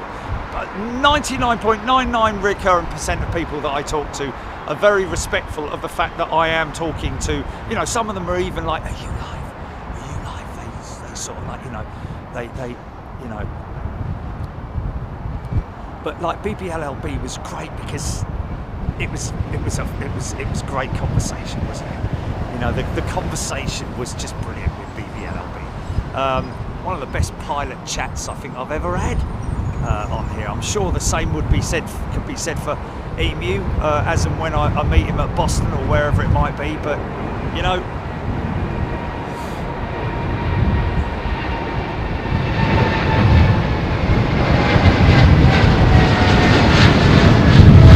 what I loved about that was the fact that, you know, the conversation between me and him was all about, you know, piloting aircraft and aviation talk and stuff that I knew that he didn't.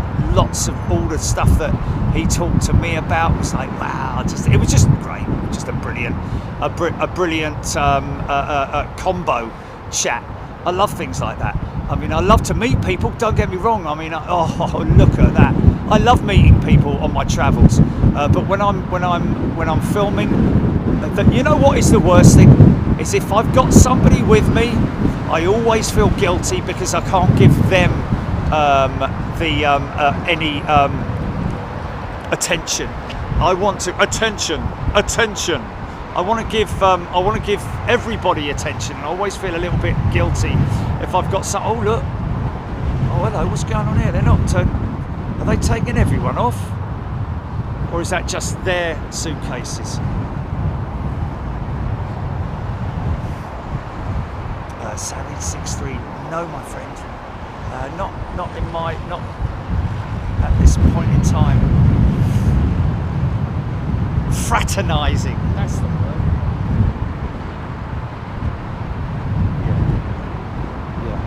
Yeah. I'm quite happy for there to be other streamers. It does make me laugh when people say it's competition, because it's not competition. Firstly, there is no competition. This is not a competition, folks. This is just people going out doing their own thing for the love of aviation. That's what we did right from the get-go. But I don't want to fill my chat with talking about other channels and people and all that kind of thing. I want to talk to you and about us and what we do.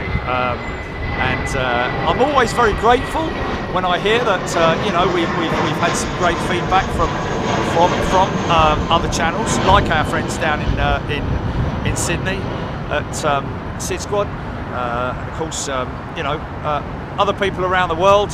We really appreciate it. I'm always very humbled when I meet these guys. You know, when I met with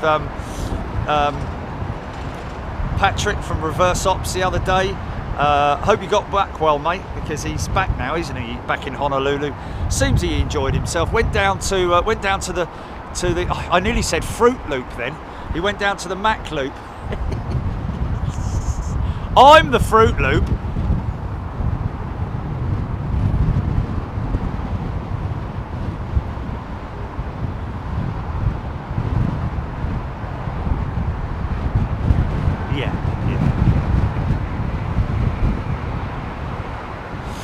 It's pretty wild how many there are out there now, and good luck to them all, each and every one of them. There's enough room for everybody in there. If you've got the passion, the commitment, the love for aviation, as I have. Doesn't matter what you're in, what your passion is.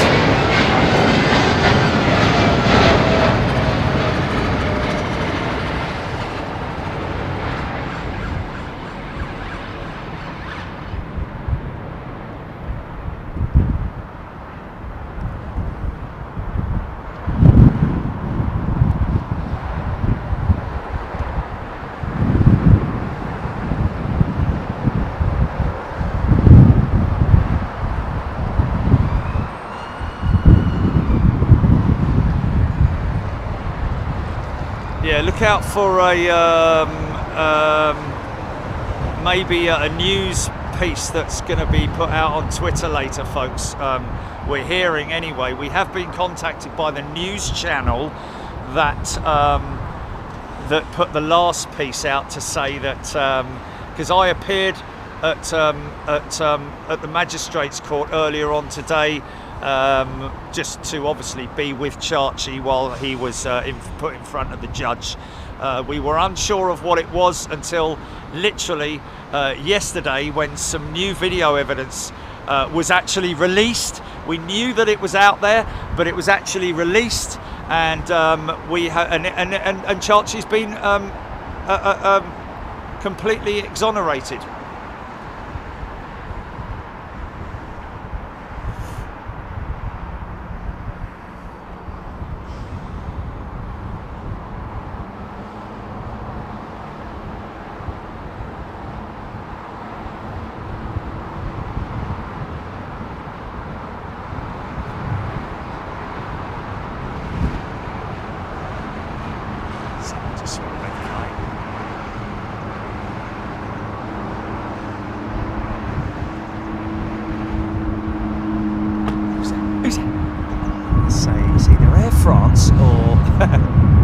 Air France or Lufthansa.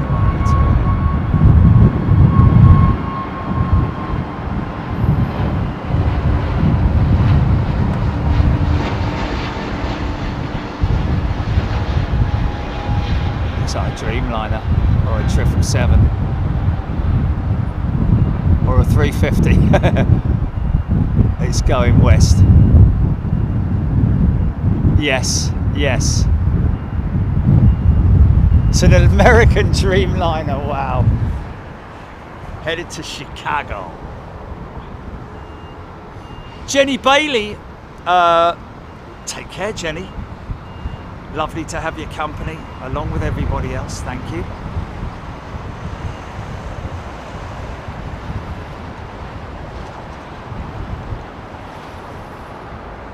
Yeah, there's Chachi's just resting up, man. He's been under a lot of stress, so he's, yeah, I've had quite a few people ask me if they can interview him, but no, he's declining all interviews, and as his owner, I will respect that. But like I say, look out, because I was interviewed at the courthouse, by the way, folks, when I went down there. You know, I wasn't very happy. Got an official statement from Chachi's lawyer as well, which was quite good.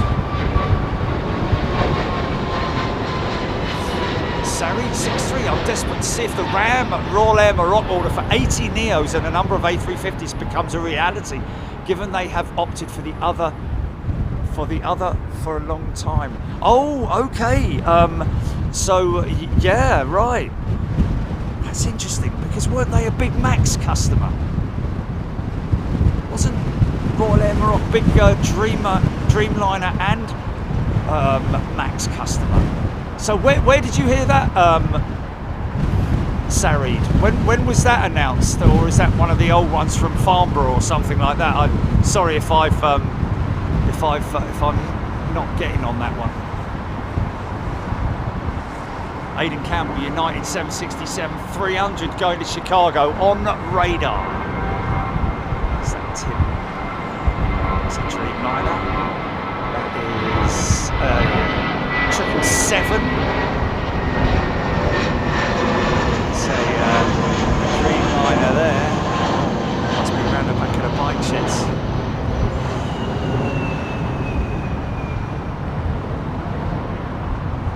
So obviously one of the biggest delays will be getting the passengers' baggage off the aircraft.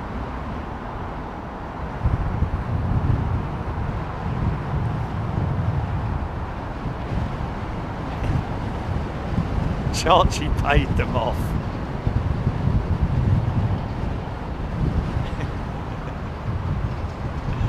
No. I've seen the evidence, folks, and it is it's a clean-cut case of, I wouldn't say mistaken identity, but it just goes to show that there is, I have to say, a collaboration.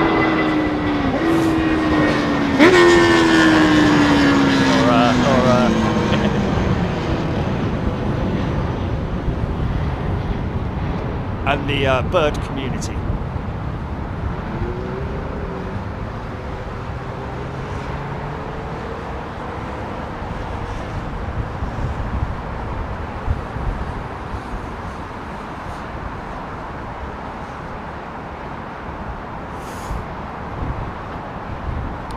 Blimey, I would have thought that with Boeing's bailout of $10 billion announced yesterday, with a further $25 billion optional from 5 major US banks. I think they're US banks anyway. But I would have thought they would immediately turn around to their staff and say, right, okay, let's do this.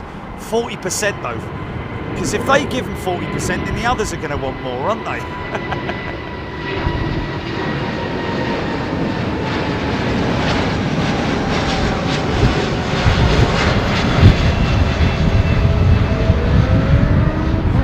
Oh, of course, you've got to remember the bail that was set for Chachi, 500 ton of Dreamies, that's all going to come back, innit? It's all going to be paid back. So that's Chachi sorted out for Dreamies for the next year or so, I'd imagine. Where am I going to put 500 ton of Dreamies? Anyway, whatever.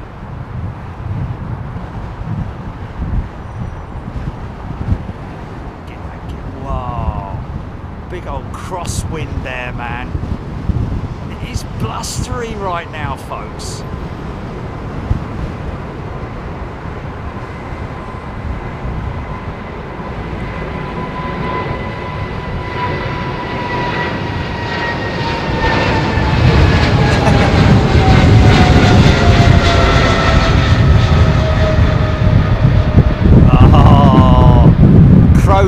Crow's having a pop at the kite, mate. Wow. There's a fight going on. There's a fight going on. The crows. The old crows don't care, man. They'll have a pop at the kite any day long if they're a threat. Well, actually, the funny thing is, it's not even when they're a threat. It's just when they're about. They don't like them being about.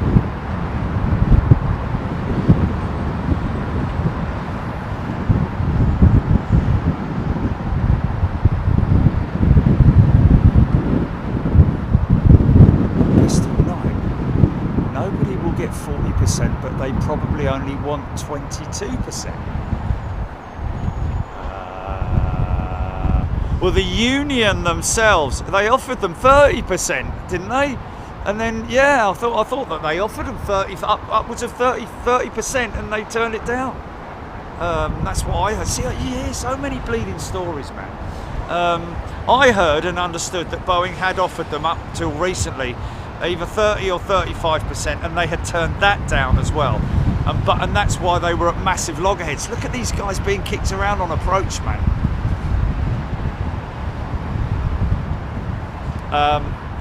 So, you know, what are you going to do? What are you going to do? Just keep an eye out for go-arounds, folks.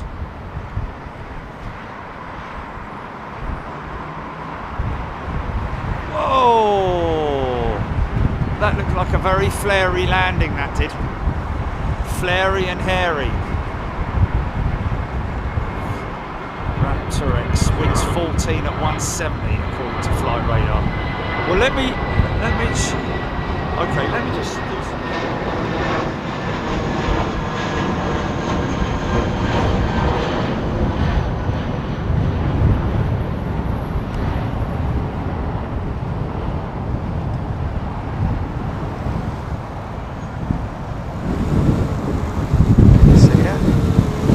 See that reading?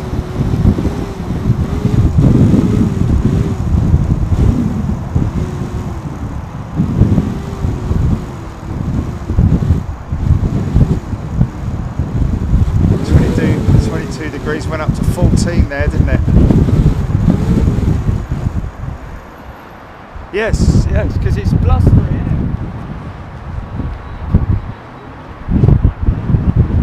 No, it's knots. That's knots. That's knots. That's KTS. Oh, yes, you can. Hold on.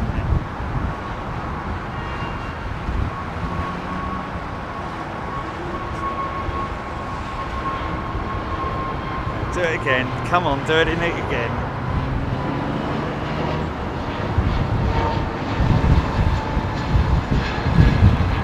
Okay.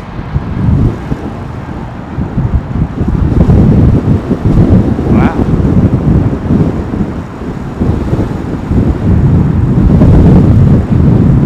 Mile an hour.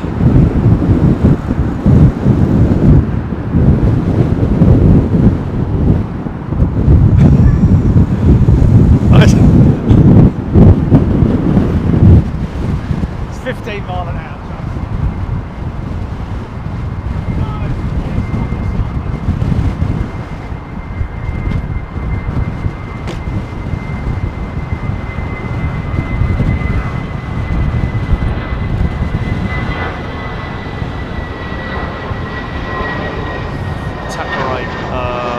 Wind 170, 18 mile an hour. Yeah, it's definitely gusting, that's for sure. It's not a steady breeze, it's gusting. See, these guys are crabbing it. Robbie Kenny, BBLLB. I haven't heard good reports about it. I mean, the TWA hotel looks okay, but I've heard some terrible reports about the hotel itself in terms of the accommodation. But to visit the TWA hotel is a great thing because you get to see that constellation, which you can go on. I believe you can have an aperitif on as well, and all that stuff.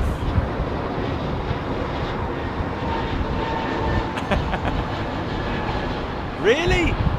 Oh, come on, Karma Scotland, really? You've never heard me mention Chachi once in all your 4 stripes? That's a year and a couple of months, something like that. I mean, fair enough if you haven't. And Chachi's my cat, mate. He's even got a thing.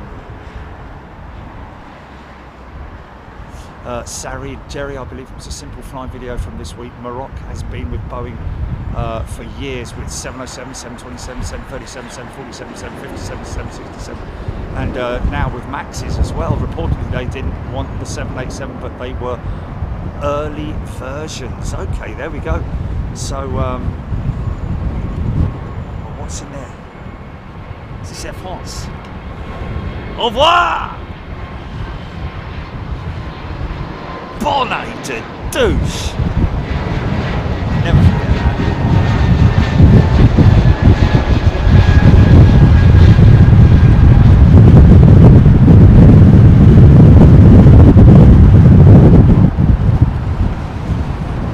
Oh yeah, most definitely. But a TWA hotel is indeed a cool experience, especially if you've got some, you know, if you're old enough to remember the age when, because of course the TWA hotel, is it not part of the old terminal building? I believe it is, which is just amazing, man. And of course they've got that all the interior is all kitted out in the 1950s/60s, isn't it? With the and all the personnel are all dressed up in the gear as well. It's brilliantly done.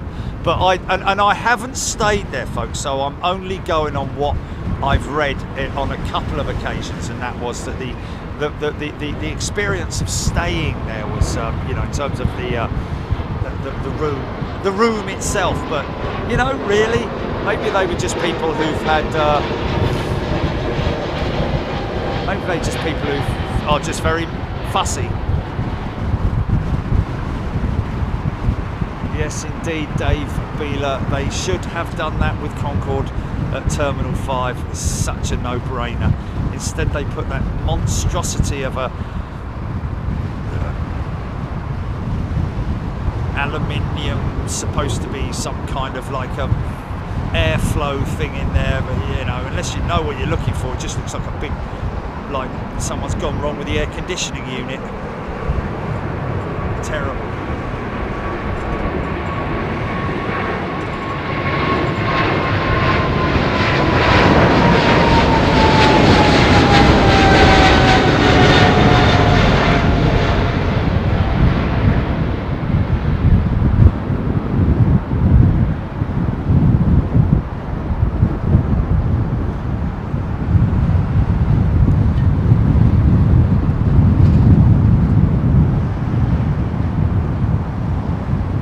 Yeah, as I was saying earlier on about the gear down, I think BBLLB and myself had a discussion about that during our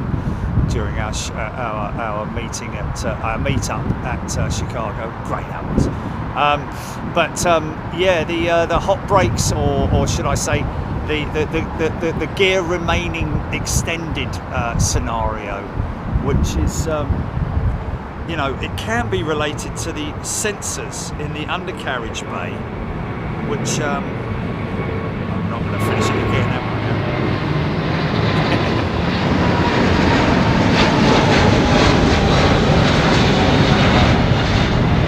I? So from time to time, the sensor may fail inside the undercarriage bay. Those sensors basically sense when they're temperature sensors inside the undercarriage bay. But if they are faulty and they're US, as some people describe them, unserviceable at that point, they will keep the gear extended to allow it to cool the wheels.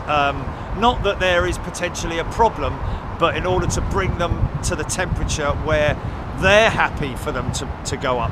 I think the whole thing may be computer controlled in terms of, you know, the sensors. If the sensors don't work, then the gear up selector will not work, so to speak.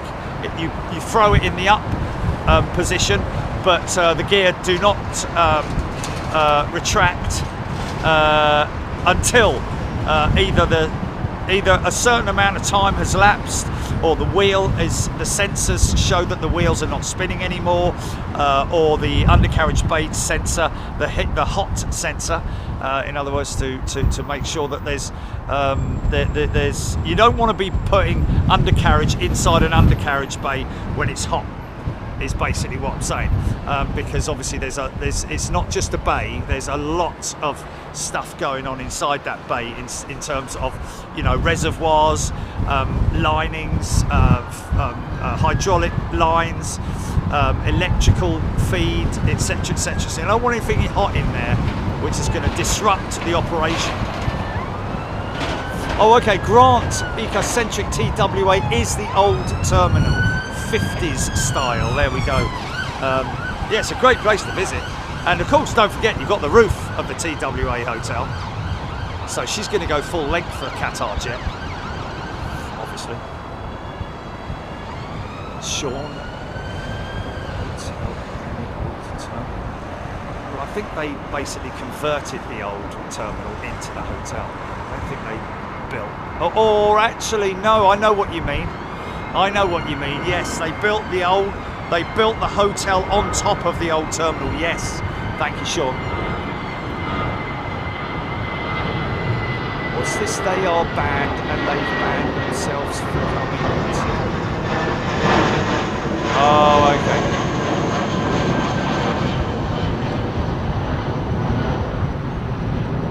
Tinkerbell. Yeah.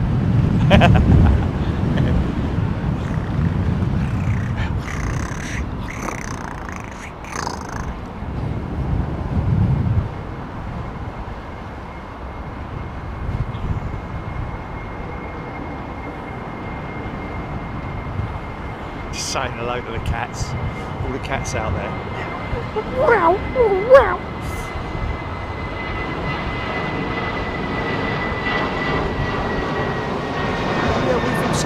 I also created a video for the TWA hotel. Go check it out, folks.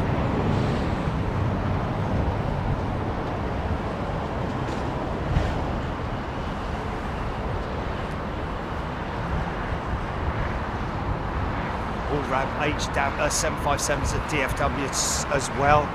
Nice. So we're looking out for quite a lot of rare ships and big stuff, little stuff, maybe some retro paints, you know, that sort of stuff.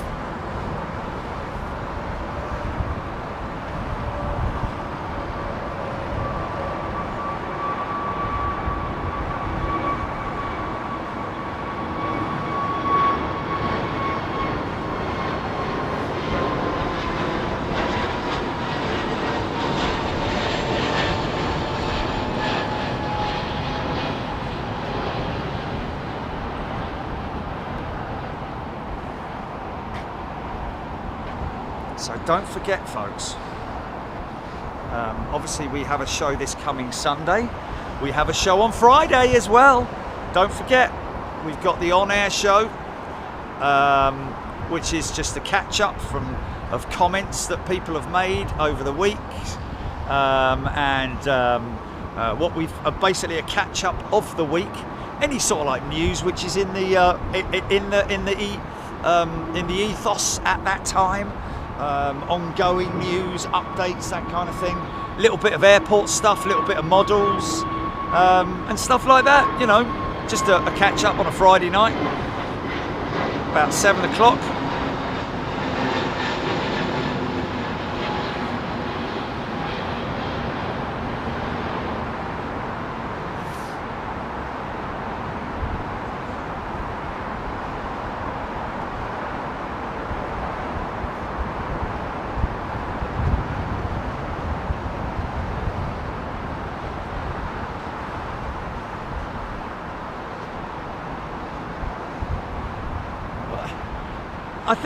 I don't know about Tony thrown out of the terrace.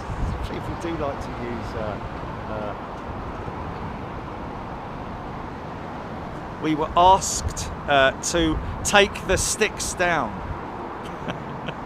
Thrown out. Come on.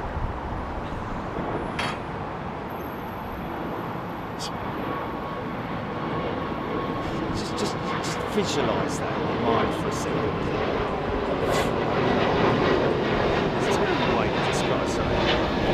Had to stop using the sticks. I was still able to film, but I was just told to not use the sticks. Thrown out. That's how rumours start, isn't it? When somebody says something. Oh, did you hear that they got thrown out? It's like, wow.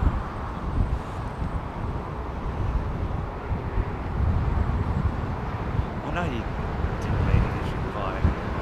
I did whisper sometimes.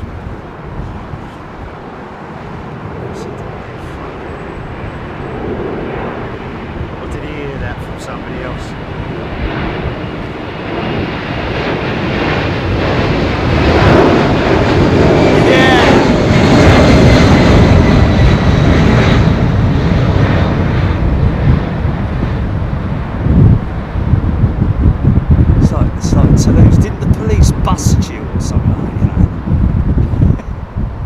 they came and had a great chat with the police at Toulouse, man. Look at that wing flexing away, man. It really is amazing, isn't it? You can say one thing in the morning and by the afternoon it's completely different. He had a cheese sandwich this morning, and by the time it comes to 5 o'clock it's a steak and onion. And he got thrown out. Got thrown out at McDonald's, didn't he? Only a bit of banter, but you know.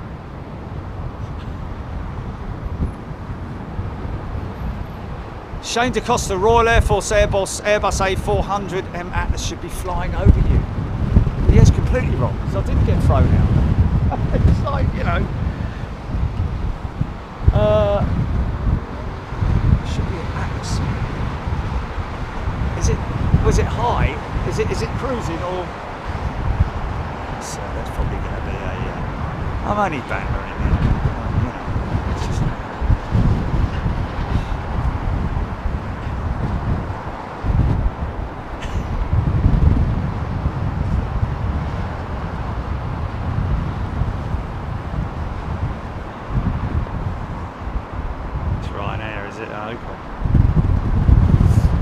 Saturday in Australia, Avro.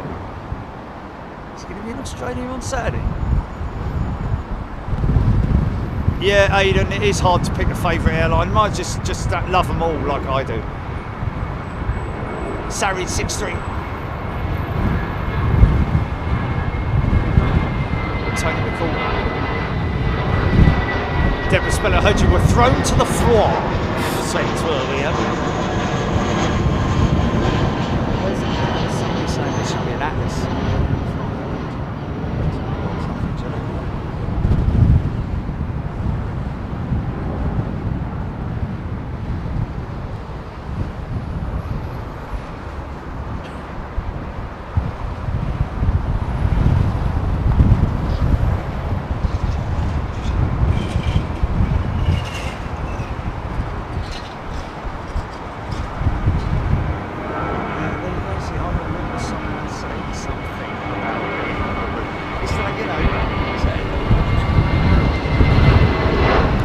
So obviously, no, it wasn't anything. I mean, a mountain out of a molehill they were, you know.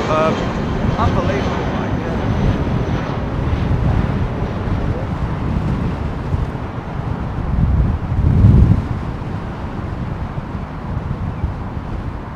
Yeah. Wow, Robbie Kenny, 12-year-olds. My 12-year-old built the Lego Concorde over the weekend. It's really good. Wow, that's really cool, man. We were talking about that the other day about Lego and how sophisticated it is now. You wouldn't even recognise it as being Lego, to be honest with you. They do some great stuff there. Their Technic, is it Lego Technic series, I think, something like that. Anyway, Delta for me, the only airline. Eric Sauder, the only airline company I fly on with down to something being a hub. Okay, so Eric obviously flies with. I like flying with Detroit. Right. Okay. Well, I tell you what, Eric, I'm in agreement with you. I do like flying Delta.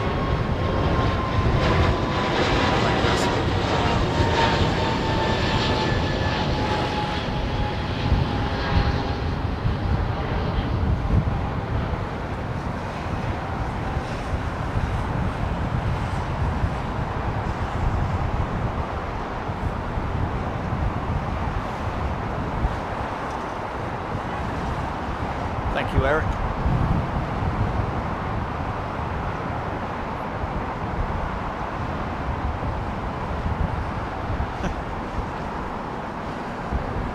Don't mind if he does.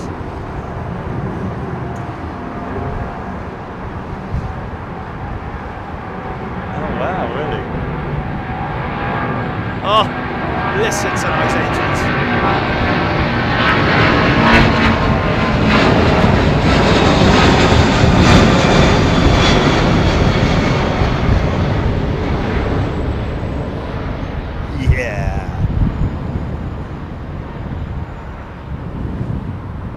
Don't tell me, Chilly. Don't tell me, because I'll read it out on the on-air show.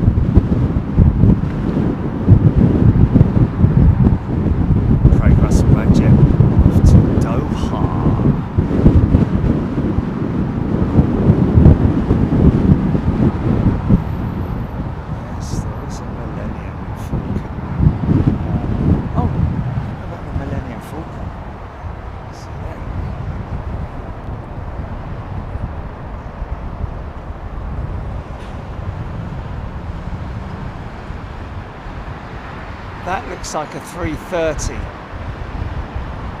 Direct south, north to south, Jilly. It's probably a Dreamliner or something. It was just the bulbous, oh, lovely Air France 777, is it right? Okay. They're brilliant on the cruiser, unless of course they're quad jets. But... oh, look, there's a nice one. There's a nice one. Oh, that, looking at it, I'm going jumbo on this. I'm just getting excited. Sorry.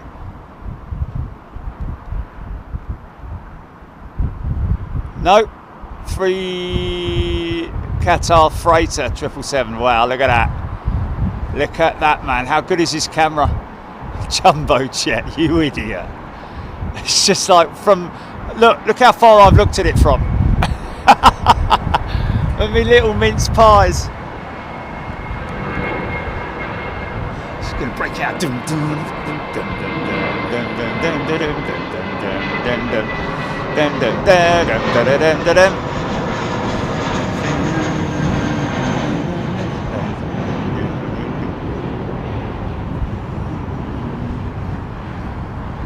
Look at that, man. Yeah. What's that? 380? Nice.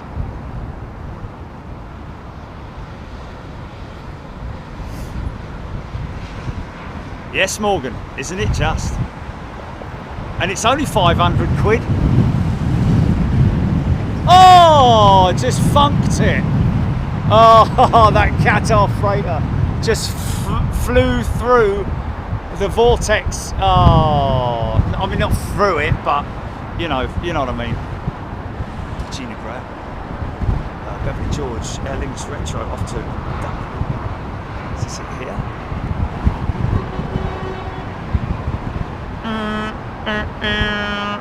This looks retro with the nose. The nose looks kind of, maybe not. Maybe not. Greg, thank you.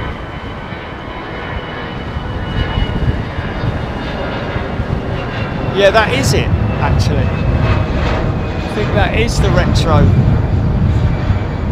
Aer Lingus Retro jet, I think.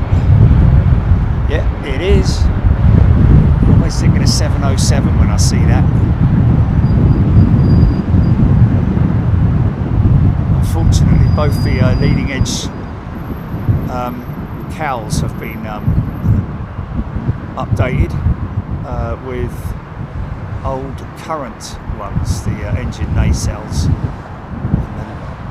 and slightly different green as well, so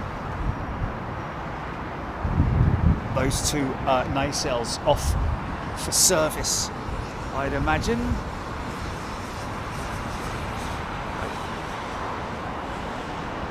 Wow, look at that, right on the nail, Jilly. 359 and counting for the Qatar jet. Well, can I just say thank you to everybody? It seems like it's literally only started an hour ago, but it's been 4 hours, folks. Started off with our good friend Aziz, going out back home, and all you guys coming in and getting involved. Good to see so many new people getting involved in the chat now. I really like that, by the way. I really do. I mean, I want all the current ones as well, but I like a very good eclectic mix of people coming in and getting involved in the chat. So keep that up, folks, because I really enjoy that, because I like to talk aviation. I don't want to have to keep scrolling through. Oh, hi, you know, all hundreds of people all saying hello to one person. You know, it's like, you don't need to do that. They're not going to be upset if you don't say hello to them. Just talk aviation. That's what we like, and that's what we appreciate. And all the new folks who are getting involved as well, that's really good. Thank you to all our pilots. In today, I think was BBLLB and EMU. Thank you to everybody who's brought information and news. Thank you obviously to GP. He's stopping on the runway. He's stopping on the runway. Trish, thank you. I know she was here for a little bit. Thank you to everybody, but really most importantly, thank you to you lot. You guys have been fantastic once again, and I have to say, once again, without wanting to wear an old record out, but if it wasn't for you lot, I wouldn't be doing this. I would not. I just wouldn't.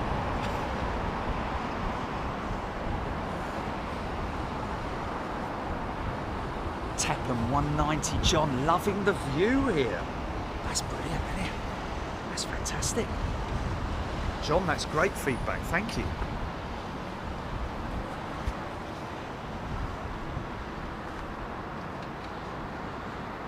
Oh, Trisha's still here, there she is.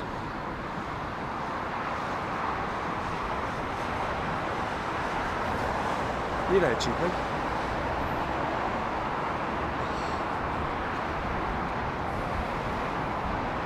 Man, you should check if you...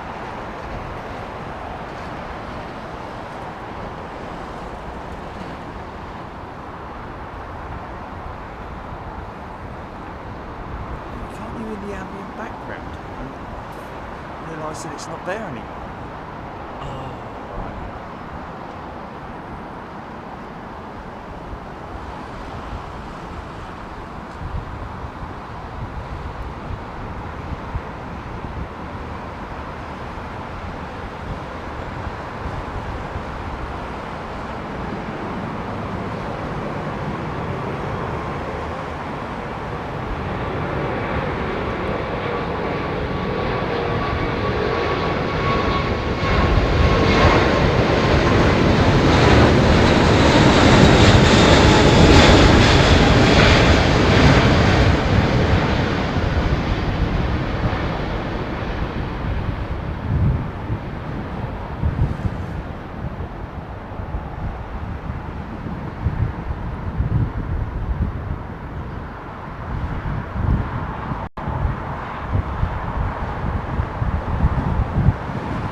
Aileron settling down now, man.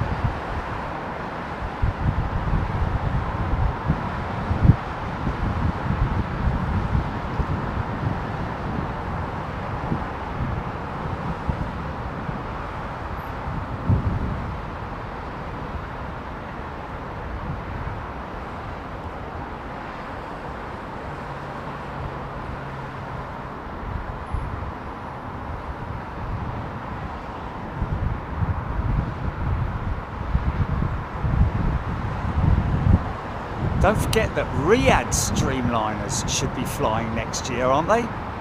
Spending a lot of money in Riyadh, man.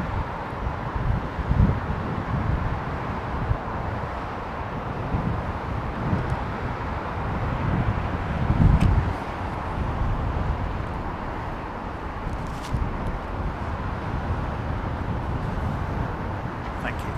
Oh. It's a nice patch.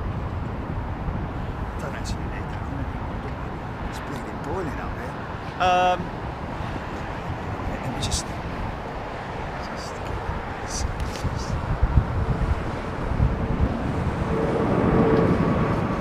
sorry, I thought I'd gotten a really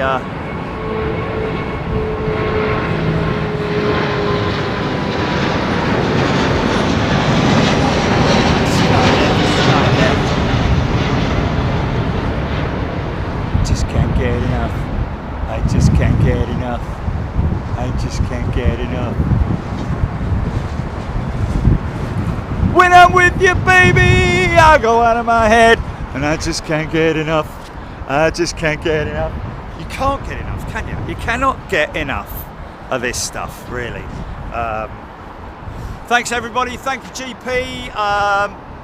What? What's the matter? Oh, okay. Heathrow. Hilton Garden Inn. Thank you to the Hilton Garden Inn folks. Bottom right hand side of your screen. lots of people have given us amazing feedback about the Hilton Gardening right here, so you don't need me to harp on about it. Thank you to Heathrow, thank you to all the teams, thank you to the Heathrow Police, by the way, who I call up every time I go live just to let them know that I'm going to be around. The bloke this morning was like, "Oh, hello Jerry, where are you out playing again today?" He did. I said he did. But we just like to let them know where we're at and what we're doing and that sort of thing. And we get a CAD number as well, which we can use. So if anybody says, "What are you doing up on the roof?" I've got a CAD number, mate. Yeah, thanks to everybody. Thank you to the pilots, the cabin crews, the airlines, the people that work at the airports, everybody involved. It's and don't forget, it's a 24-hour operation, even though there's no flights after 11 o'clock, not normally. But wow, what an amazing city that they run here. But thank you to everybody. Welcome to all our new members. Get involved, have a think about it.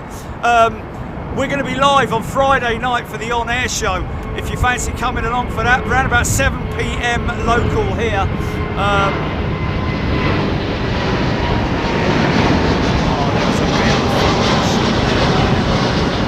Wow, there's a cruiser going that way, going westbound. Oh man. Take care, folks. Look after yourselves. Join us on Wednesday night. On Friday night at 7 p.m. Friday night at 7 p.m. For a little bit of a catch up and a knees up. How's your father?